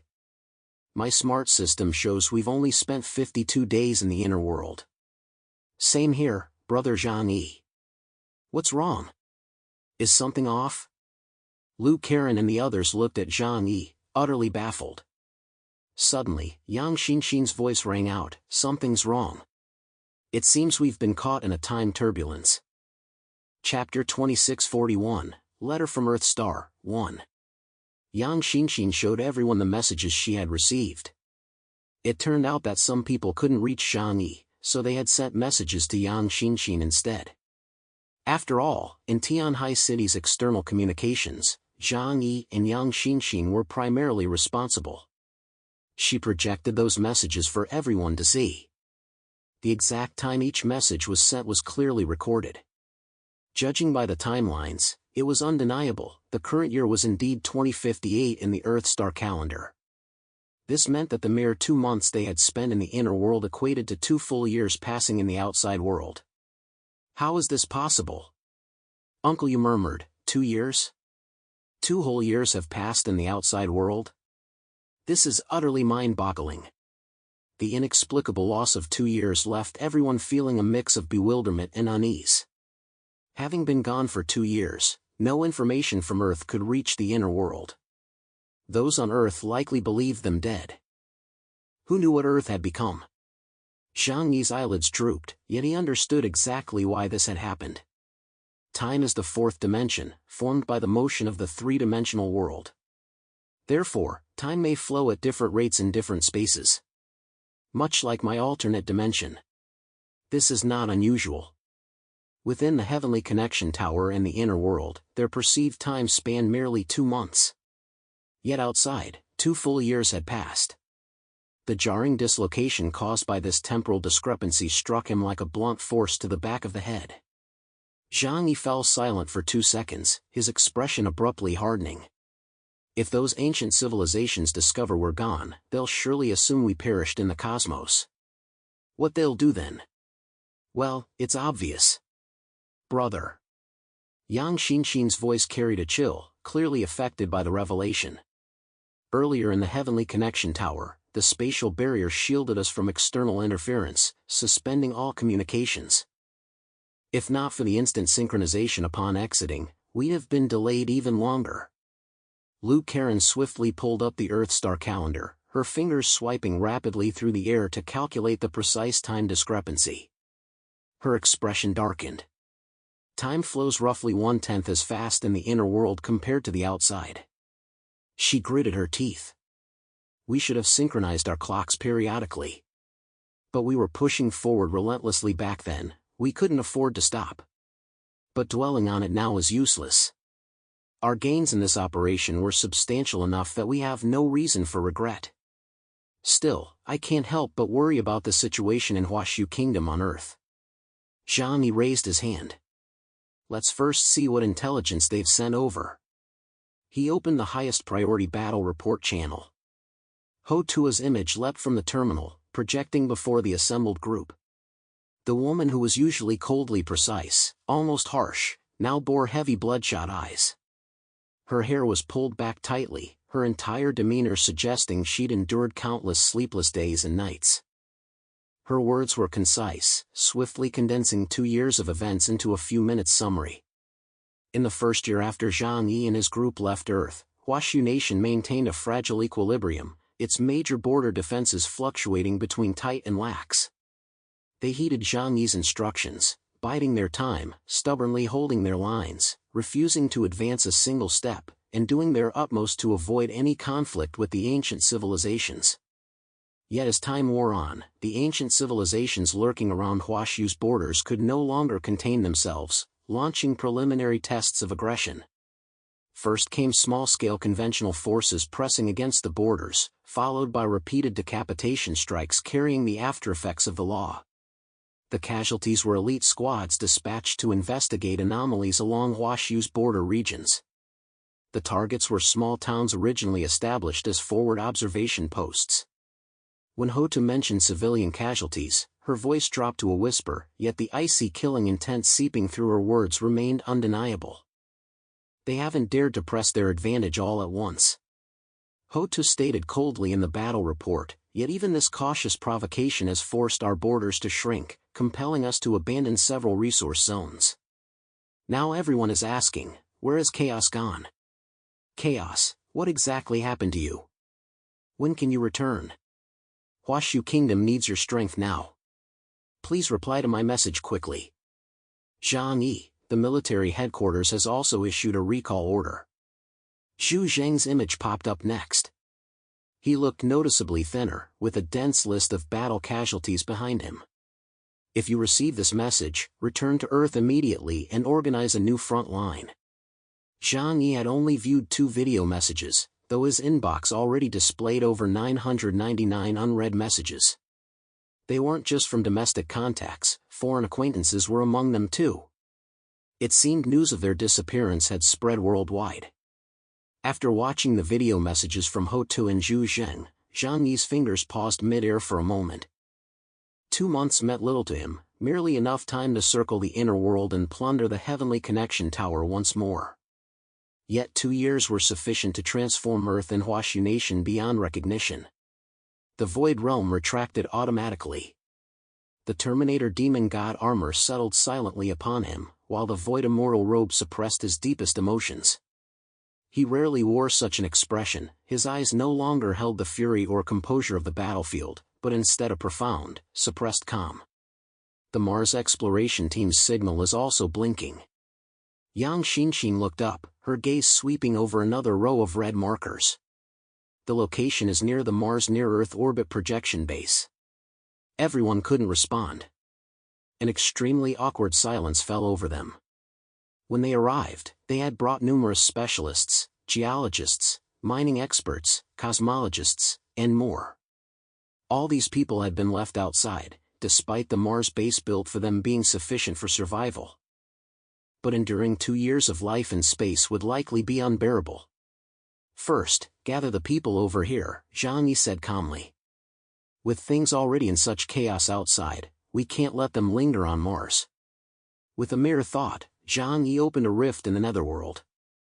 The sleek, elegant hull of the ship slid out silently, like a silver whale returning to reality. The dreamer materialized before the group. Bridge lights flickered on one by one as the AI core awoke from slumber, initiating a mental link with Zhang Yi. Target coordinates acquired. The ship's alert sounded in every ear, Mars Exploration Team Temporary Planetary Base. The dreamer swayed gently as its jump engines charged. In the next instant, it vanished from its original position, reappearing to hover steadily above a vast red wasteland near Mars' equator. Chapter 2642, Letter from Earthstar, 2.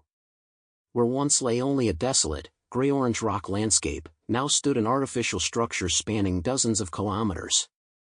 This was the temporary planetary base Zhang Yi had personally designed and everyone had worked together to build. From afar, the base resembled a steel flower fallen upon the wasteland.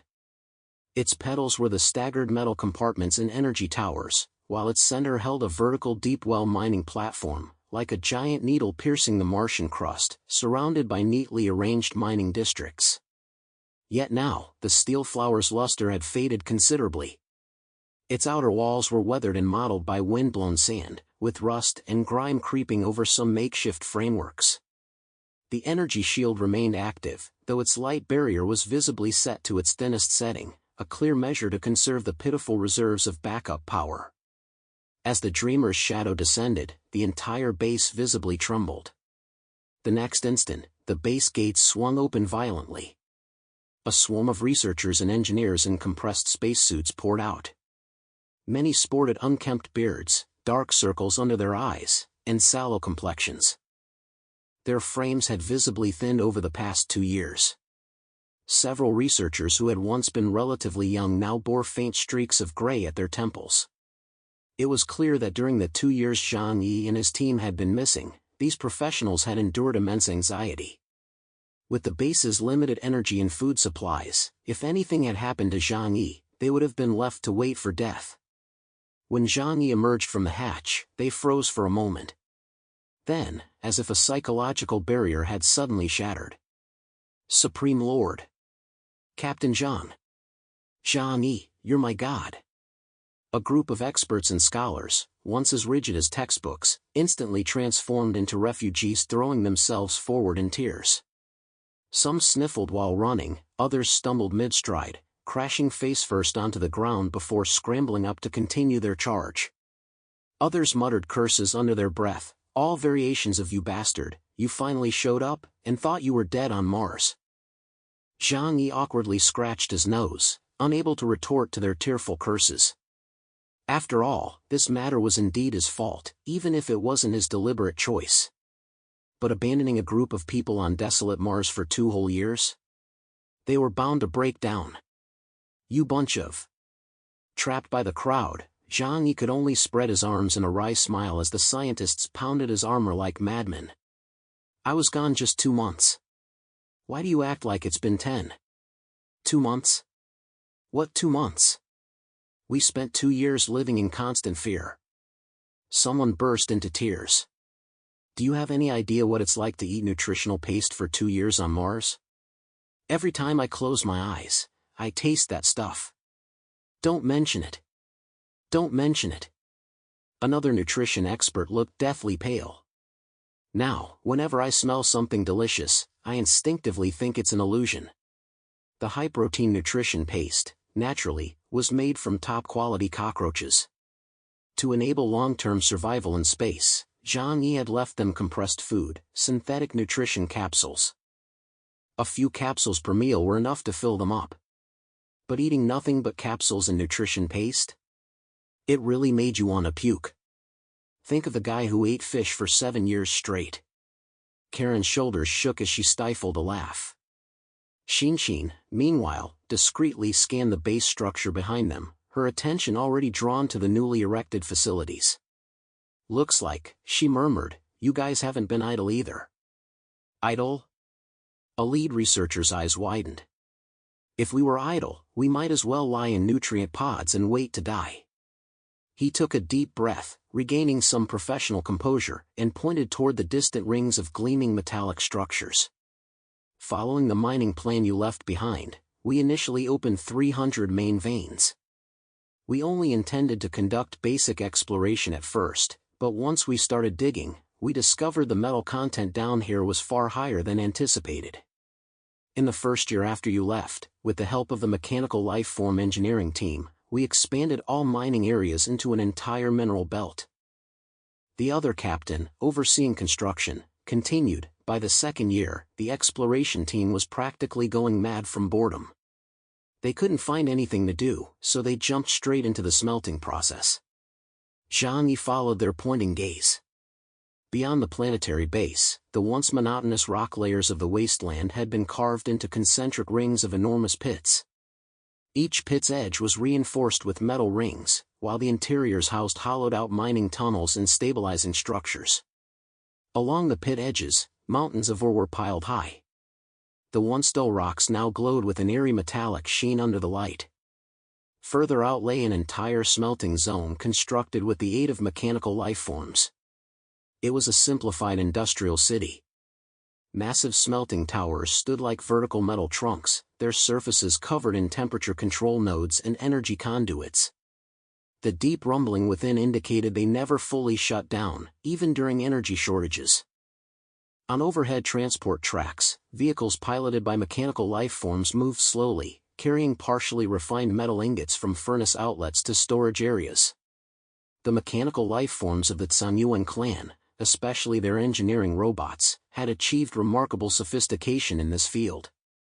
Utilizing local resources, they effortlessly established modern industrial supply chains within just 2 years. Within the storage area, massive, uniformly shaped metal ingots were stacked in orderly rows. Some were high-purity steel, uniformly silver-white with a fine surface texture. Scanning data indicated their hardness and toughness met the top-tier military standards of Earth. Special copper alloys with a faint golden-red hue contained trace amounts of rare metals, offering electrical conductivity and corrosion resistance far surpassing ordinary copper. These were essential core materials for constructing Starship energy circuits and high-precision instruments. Golden cubes, each towering over half a person in height and astonishingly heavy, reflected a soft glow. Their surfaces bore engraved codes identifying the Mars base and their refining dates. Silver ingots were arranged like miniature metal walls, neatly embedded in their mounts. Each bar's purity was precisely labeled to 4 decimal places. Even more extravagant was the special metals section tucked in the corner. There lay crystallized rare elements from deep vein deposits, irregularly shaped and strangely colored. Some emitted a faint blue glow, while others displayed multi-layered refractive structures under light. According to the scan reports, the collection contained not only platinum group metals, extremely scarce on Earth, but also several new alloy ore types never before discovered on the planet. Their structures bore a striking resemblance to materials used by the Sand Raider civilization. You unearthed all this in just 2 years? Even Zhang Yi, a man accustomed to grand spectacles, couldn't help but inhale sharply at the sight. The smelting efficiency is absurdly high. Chapter 2643, Return Journey, 1. The mechanical lifeform engineering team is seriously impressive. The team leader gave a wry smile. They don't eat, drink, or sleep. As long as they have energy, they can operate non-stop. We helped design their initial processes, but later they optimized their own systems to be even more efficient. We only had to monitor parameters and reminisce about Earth's spicy chicken and roasted lamb shanks during downtime. Stop talking about food. Someone nearby let out a pitiful wail. One more packet of nutrient paste and I'll lose my mind. Food and water aren't the main issues. Another person continued, the water recycling system and emergency food reserves you left behind saved our lives. The planetary base's water storage tanks have been running continuously, and with Mars's underground ice reserves, we at least don't have to worry about running out of water. It's just the food that's been brutal. After eating protein blocks, compressed biscuits, and nutrition capsules for so long, everyone subconsciously wants to lick anything brightly colored they see. At this point, a group of adults nodded in unison, still visibly shaken by the memory. Zhang Yi found it both amusing and bittersweet. All right, I'm back. Let's have a feast.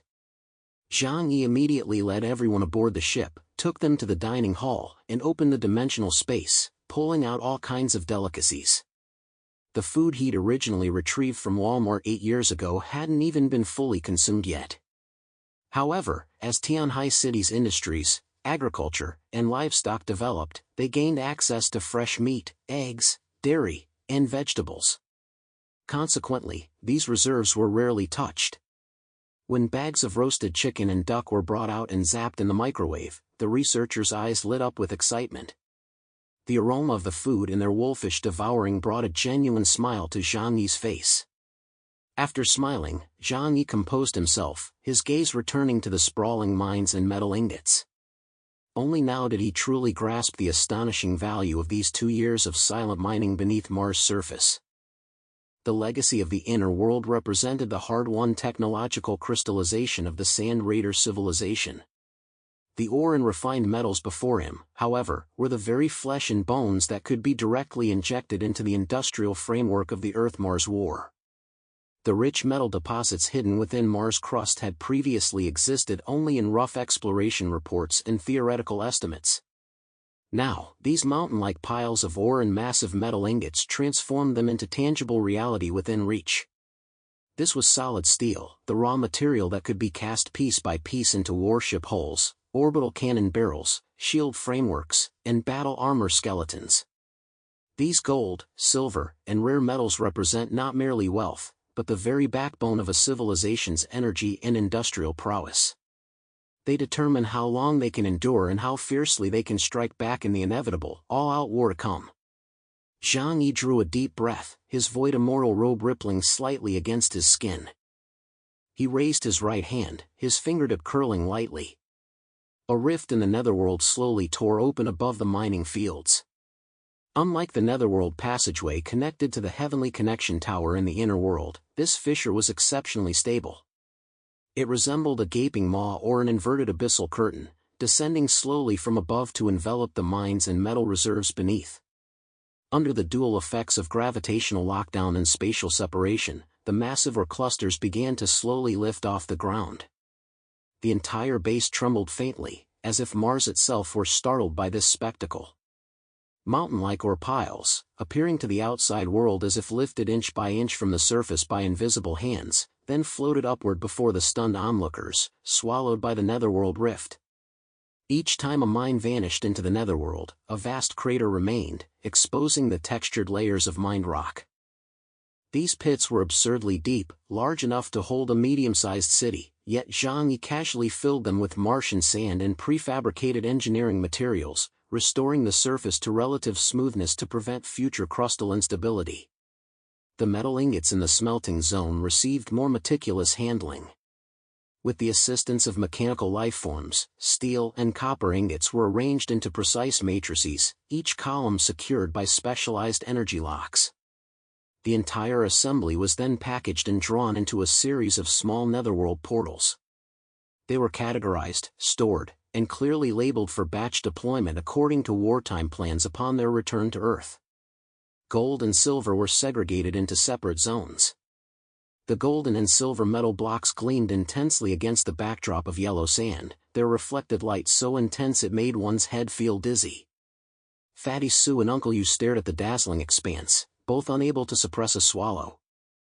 Though they both knew these treasures would likely be funneled directly into the war economy back home, humanity's innate craving for gold still made their eyes burn with desire. Zhang Yi said little.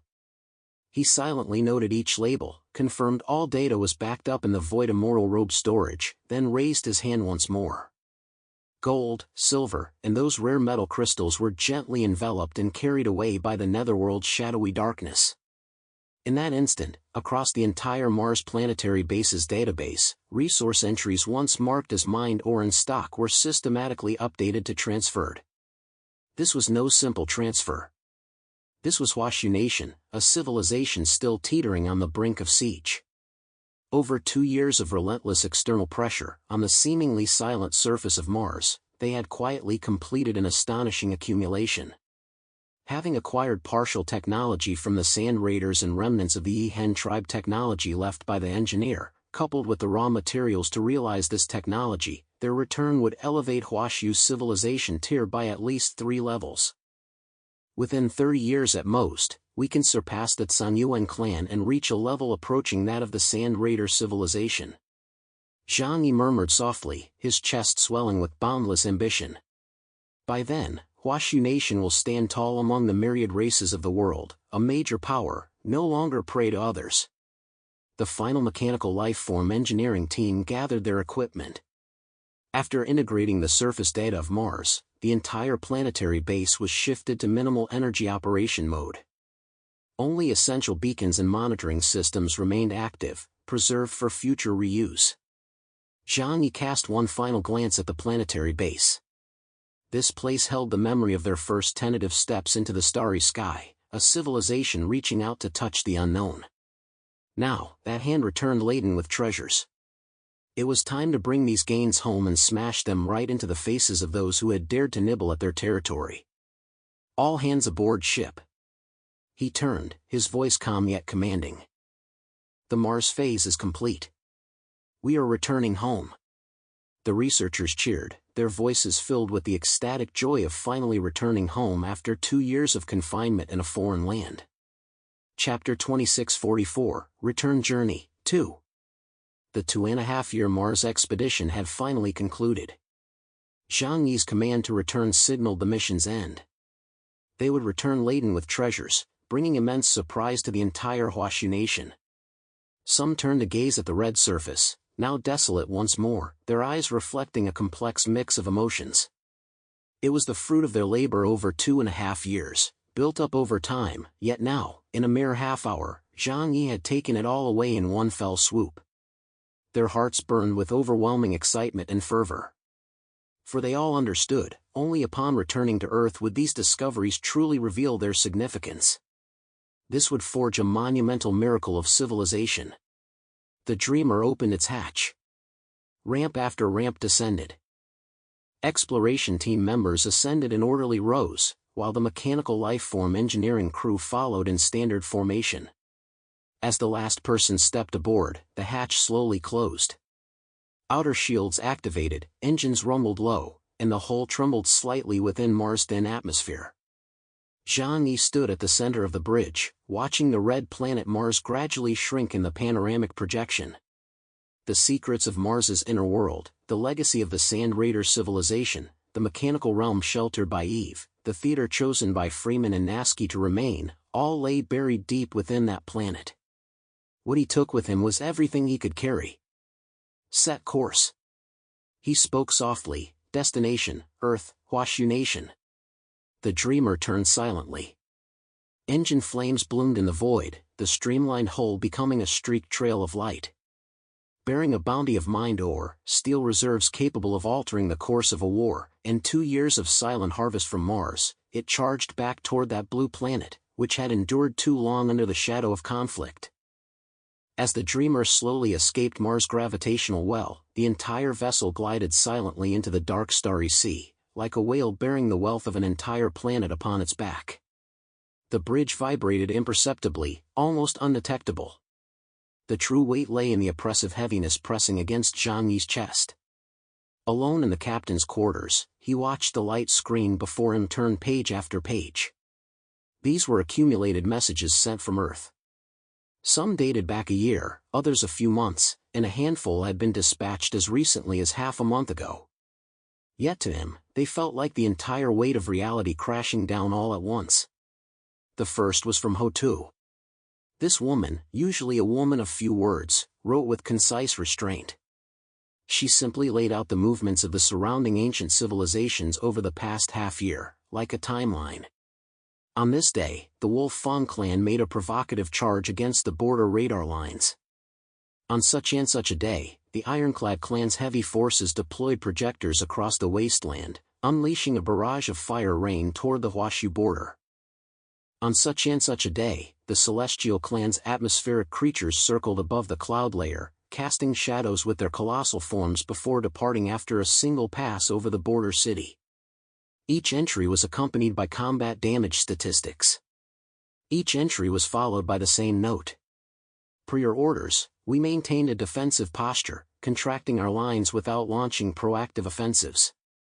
Zhang Yi lowered his eyelids and nodded slowly. They weren't fools. They understood that without Zhang Yi, any attempt to expand the conflict would only lead to their complete annihilation. Truly wise individuals never let rage cloud their judgment. Anger never truly strengthens a person, instead, it paves the way to ruin. The second letter came from Xiao Liu. Unlike Ho-Tua's, Xiao Liu's letter carried a heavier emotional weight. He detailed the plight of several small cities in the northwest of Huashu Kingdom. These cities had been incorporated into Huashu's defensive perimeter, guarded only by ordinary garrison troops and a small contingent of mutants. It began with supply convoys vanishing, then remote towns suffering nighttime raids by unknown forces. Then came the night when a town was jointly assaulted by the Wolf Fang clan and the Titan clan. A single punch demolished the defensive tower atop the city wall, engulfing the entire settlement in flames. The casualty figures were followed by a string of cold zeros. Xiao Liu wrote that he had requested permission to strike back. Even if it meant deploying the alien forces as an advance unit to teach the enemy a lesson. But each time, he recalled Zhang Yi's parting words, "Hold your ground. Don't make any rash moves." So he swallowed his rage and held back. "Chaos, I know you have a plan. But the brothers are really struggling to hold back. If you don't return, we'll just keep taking this beating. When will it ever end? Chaos, are you even still alive?" The characters on the light screen trembled slightly at the end. Zhang Yi could sense that by then, Xiao Liu believed him to be dead, even bordering on despair. Zhang Yi remained expressionless as he continued reviewing the subsequent letters. Anger simmered within him, yet he understood this was the inescapable reality of a world where the weak fell prey to the strong. The third letter came from Li Guangxiao in Donghai City. The maritime situation was even worse. After learning Zhang Yi might have perished in space, the Zepin kingdom, which shared a life-and-death grudge with him, began to stir restlessly. After all, one of their three pillar gods had, indirectly, met his end at Zhang Yi's hands. the Zepan Kingdom's fleet prowled beyond the border, occasionally unleashing sea beasts to probe the defenses. On the surface, the Zepan Kingdom maintained a semblance of decorum, even sending several diplomatic letters couched in polite language. But actions speak louder than words. The East Sea region's defensive lines stretched endlessly. From the newly rebuilt floating islands of Tianhai City, the towering shadows looming on the distant horizon were a constant sight. They're like sharks smelling blood. Every day now is spent on edge. If you can still see this letter, I hope you'll at least send a message back, letting us know you're still alive. The fourth letter was from Deng Shintong. Zhang Yi read it with particular attention.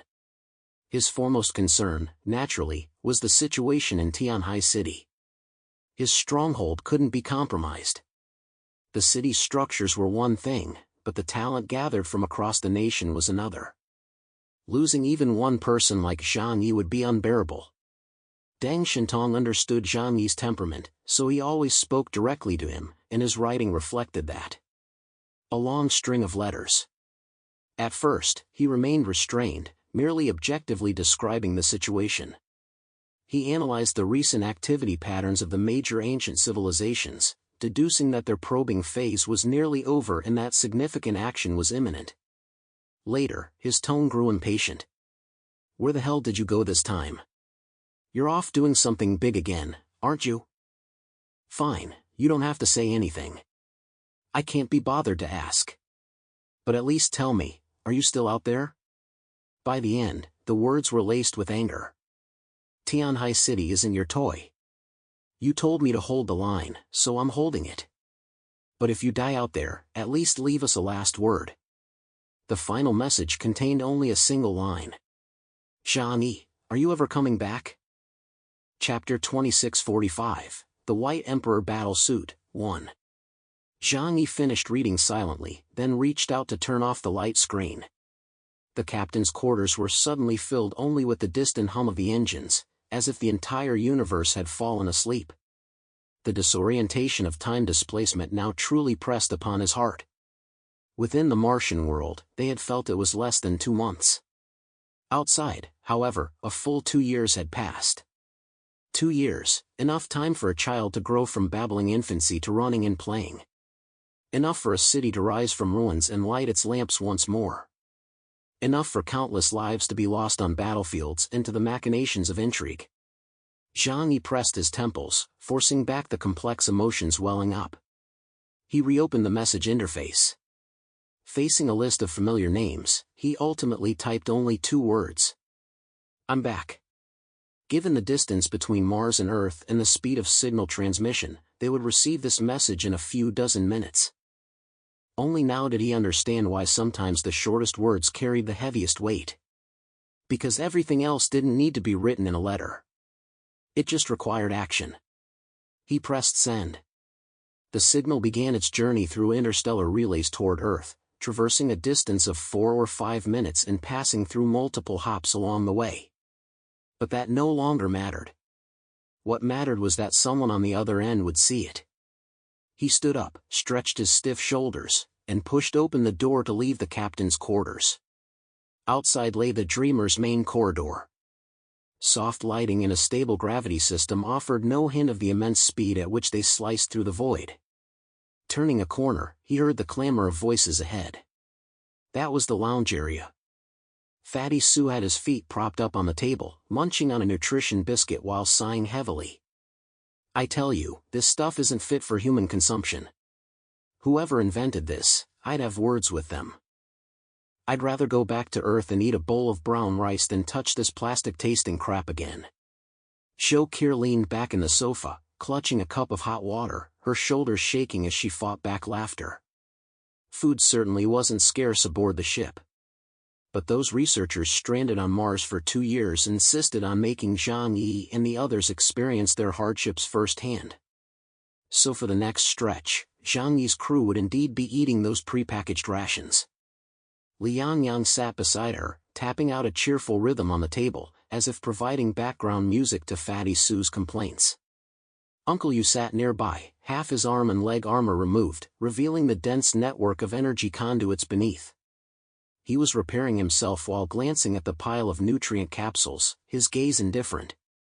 Evidently, to better adapt to diverse environments, he had sealed away his sense of taste in some corner of his consciousness.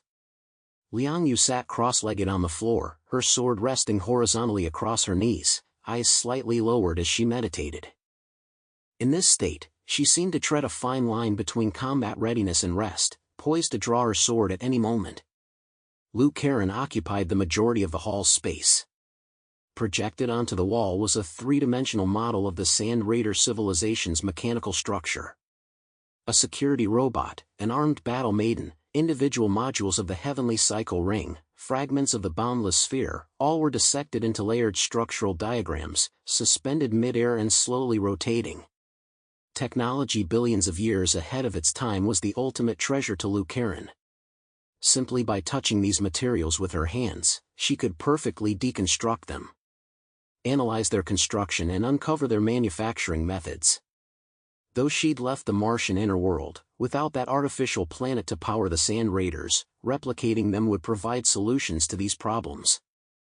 Especially the 13 armored battle maidens, they were essentially downgraded versions of Ling. Each armed battle maiden possessed independent combat capabilities. When united, they could even threaten Night-Tier mutants. Because they could continuously evolve through battle. Several mechanical engineering team members huddled nearby, eyes gleaming as they watched, occasionally exclaiming in awe. Yang Xinxin sat at the bar counter, holding a cup of black coffee. Her gaze lifted periodically, settling on the wall projection and Liu Karen. Her expression was calm, yet tinged with a lingering weariness. Zhang Yi stepped inside. The room fell silent for a moment before quickly resuming its clamor. "Big boss, you finally deigned to come out for some air." Fatty Su waved his hand, his mouth half full of a nutrition biscuit, his words muffled. "If you hadn't shown up, I'd have suspected you choked to death on nutrition capsules in the captain's quarters." "Brother." Liu Karen lifted her head the instant she heard his voice, her eyes shining like two little light bulbs. "You're here just in time. I have so many discoveries to show you." She scampered over, her soft little hands bearing a light layer of calluses, grabbing Zhang Yi's large hand and pulling him toward the area piled high with various mechanical equipment. Zhang Yi's eyes also sparkled. Liu Karen was the crucial tech tree within their team. Each of her technological breakthroughs brought a significant boost to the entire team's capabilities. "What major discovery is this?" Liu Karen gave Zhang Yi a playful wink. "You're definitely going to love this." She pulled Zhang Yi's hand to the wall, swept her hand through the air, and in the next instant, a pure white projection of battle intent materialized mid-air. The flawless 3D projection technology made it indistinguishable from the real thing. The pure white battle suit consisted of 4 parts: helmet, top, pants, and combat boots.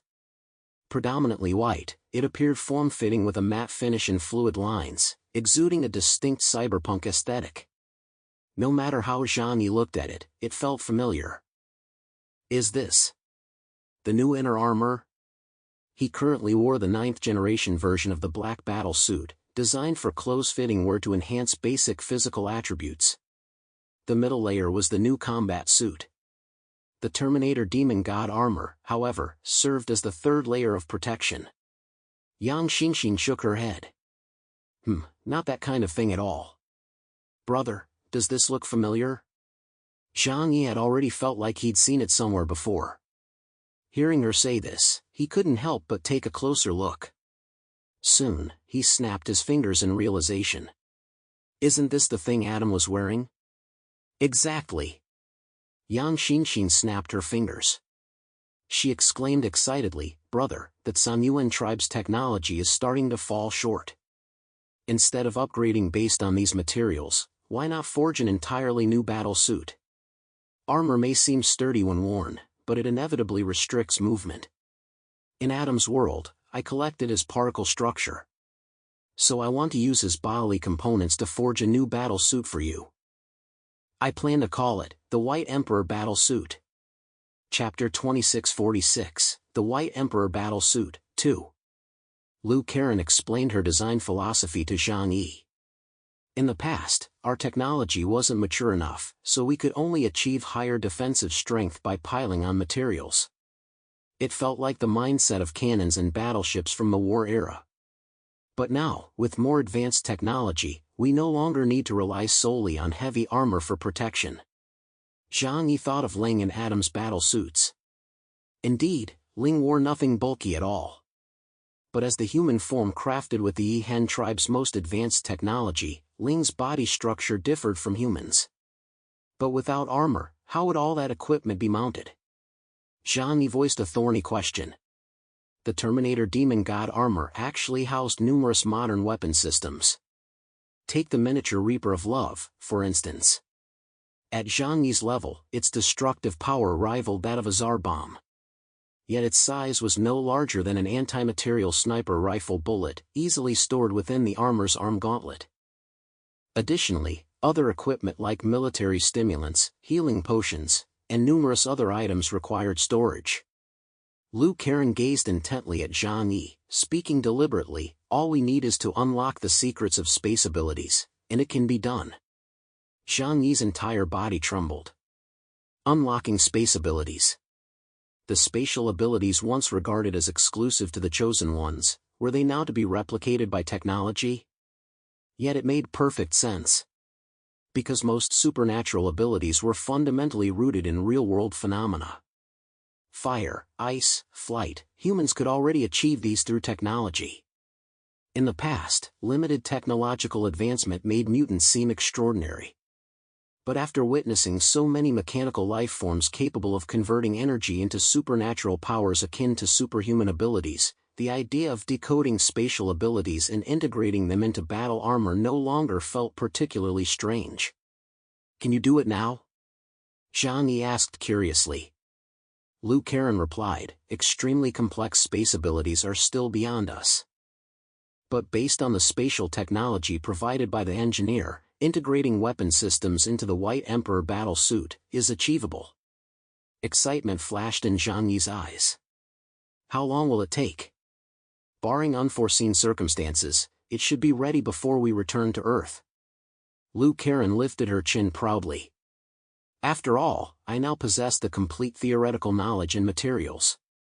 It's just a matter of putting theory into practice." Zhang Yi nodded immediately. "All right, focus on researching this for now.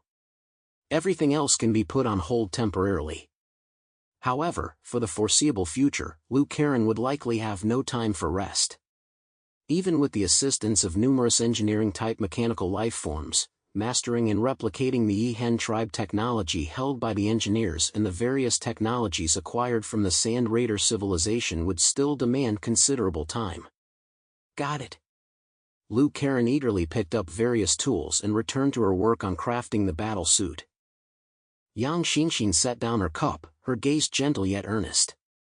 "Brother, have you finished reading the letter from Earthstar?" Zhang Yi nodded lightly. "I've read it." He walked to the counter, habitually picking up a cup of hot water that had been set aside for him, and took a sip. The searing heat traveled down his throat and settled in his chest, suppressing the churning emotions deep within. "What's the situation on Earthstar? Has Huashu Kingdom faced any major crises?" Uncle Yu put away his maintenance tools and looked up at him. This burly man, always charging ahead on the battlefield, now possessed an unusually calm gaze. "Without us, could the others still hold out?" Zhang Yi paused, choosing not to immediately reveal the worst details. "It's still within manageable limits for now." He set down the cup, his gaze sweeping over everyone present. "About a year after we left, the ancient civilizations surrounding us began stirring. The Wolf Fang clan, Ironclad tribe, and Titan clan have been testing the borders, attacking our garrisons and investigation squads. The Eastern Sea and Tianhai City are also under immense pressure from the land of the water's edge. But Ho-Tu and the others held their ground. At least the current losses remain within acceptable limits." "So," Liang Yu opened her eyes, her gaze sharp as swords. "They've been taking blows the whole time." "Yes." Zhang Yi sighed, narrowing his eyes slightly as he gazed into the cosmic expanse toward that Earth star, barely visible to the naked eye. "They're following my orders." They're doing well. When one lacks sufficient strength, it's best to play it safe and bide one's time. There's no fault in that. But you see, the situation deteriorates with alarming speed. I suspect it won't be long before those ancient civilizations, salivating over Huashu Kingdom's vast lands, make their move. The air in the rest area hung heavy for a moment. No one spoke immediately. The lands Huashu Kingdom occupied were the most fertile in the Mesopotamian region. If the Creator were to issue an oracle in the future, selecting the 7th generation species as the new humanity, then all major races would compete for the right to become the angelic race. Becoming angels would earn them Kagago's favor. Even if the Drucker race were to revive in the future, they would gain an extra chance at survival. And land, especially fertile continental plates, would undoubtedly become the most contested territory. Fatty Su chewed on his biscuit, then suddenly tossed the wrapper aside. His earnest gaze fixed on Zhang Yi. "Big boss." He looked up, eyes red but gleaming. "So you absolutely mustn't vanish like that again. Wherever you go, you have to take us with you. If you pull another stunt like this, and one day you come back to find your brothers all beaten to death fighting for you, how will you live with yourself?" The words were blunt, but they came from the heart. "Don't worry." Zhang Yi raised his hand and patted the man's chubby head. "Now that I'm back, I won't let them fight and suffer in vain. I've already sent word to the 6 major regions in Deng Shintong. Tell them to prepare. We're coming back." This time, he narrowed his eyes, a murderous intent and an unmistakable surge of excitement rippling through his gaze. "It's our turn to strike." His power had awakened, and his ability index now stood at 56,000 points. Though his ability index had only increased by 1,000 points, the enhancement to his overall combat prowess far exceeded that numerical gain. For he had learned to harness his 3 powers more effectively.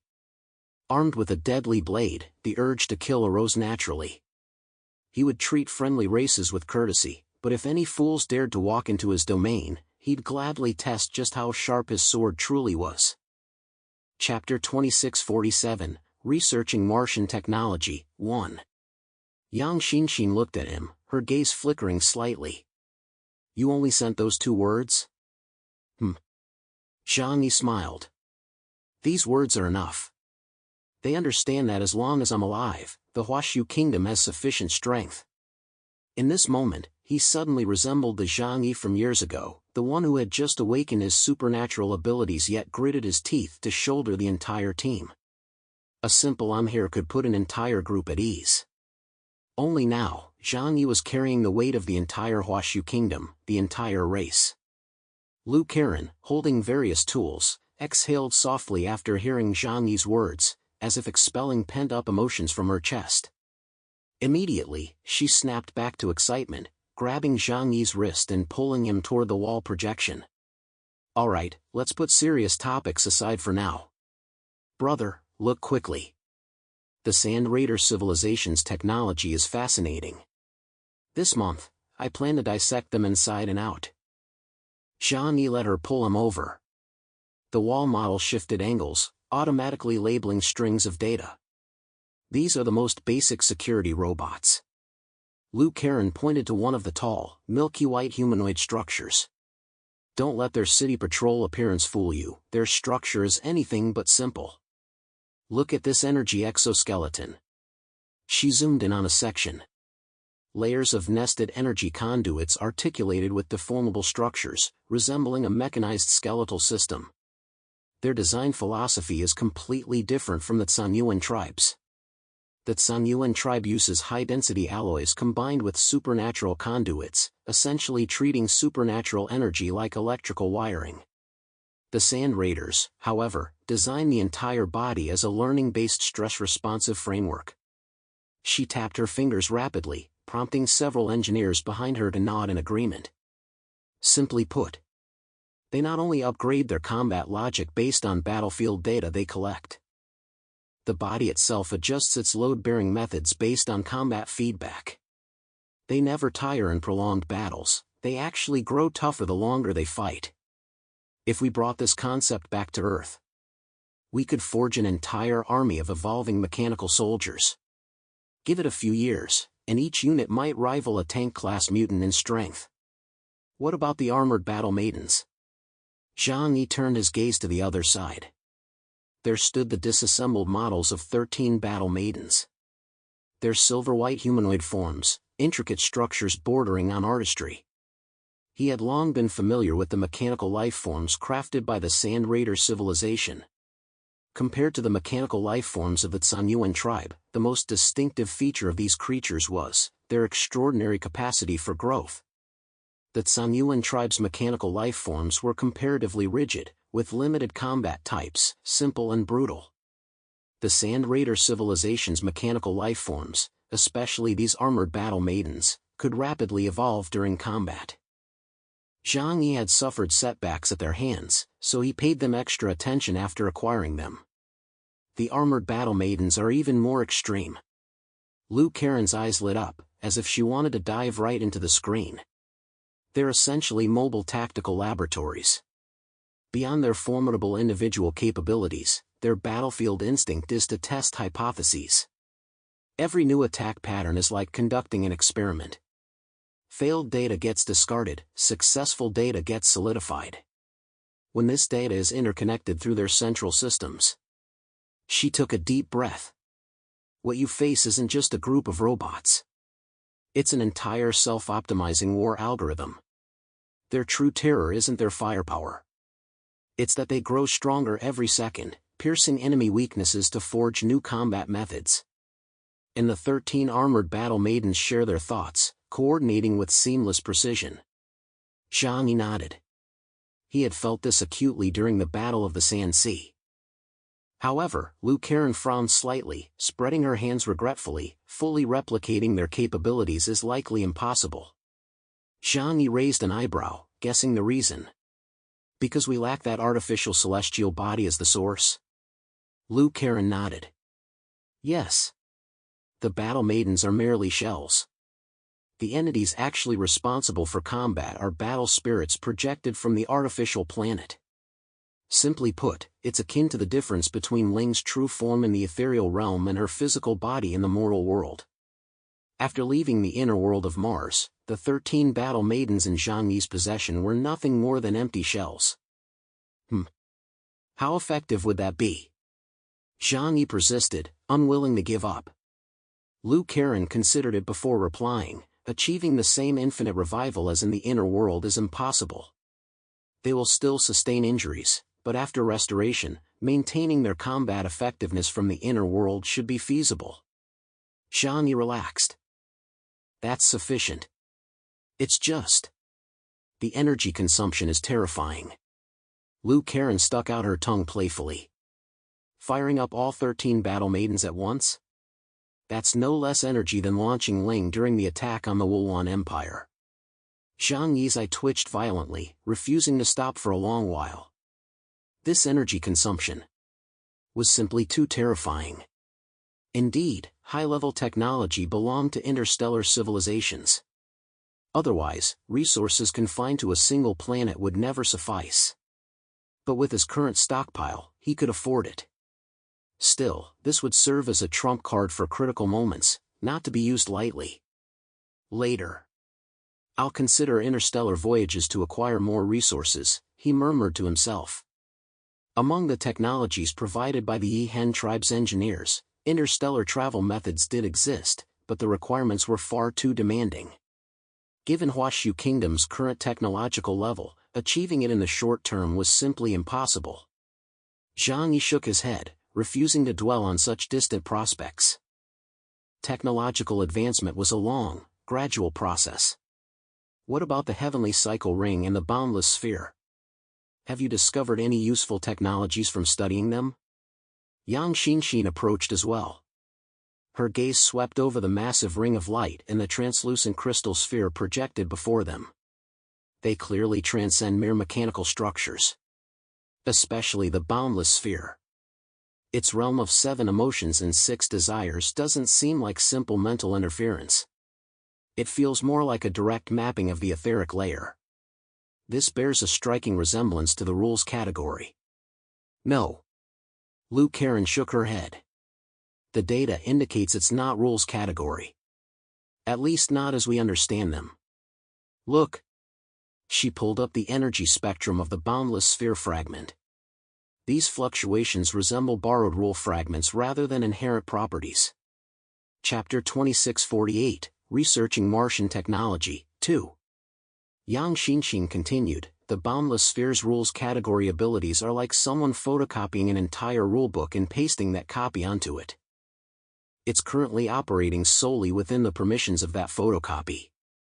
Its abilities likely originate from the spirit of a once powerful sand raider within the artificial celestial body. But this implies one crucial thing. She lifted her head to meet Zhang Yi's gaze, her tone earnest. At some stage, the Sand Raider civilization must have encountered genuine rules category power. Otherwise, they couldn't have achieved this level of engineering. They couldn't create from nothing, only deconstruct, reassemble, and exploit existing elements. That's the limitation of civilization. Yet it's also its terrifying aspect. They forcibly implanted power not their own into mechanical terminal bodies. Thus we have the heavenly cycle ring, the boundless sphere, even the death songstress. This approach bears a striking resemblance to certain human researchers' mindset. Yang Xinxin added softly. Ignore the consequences first. Build it, then worry about it later. Exactly. Lu Karen sighed, his expression unexpectedly grave. That's precisely what worries me most now. The Sand Raider civilization perished.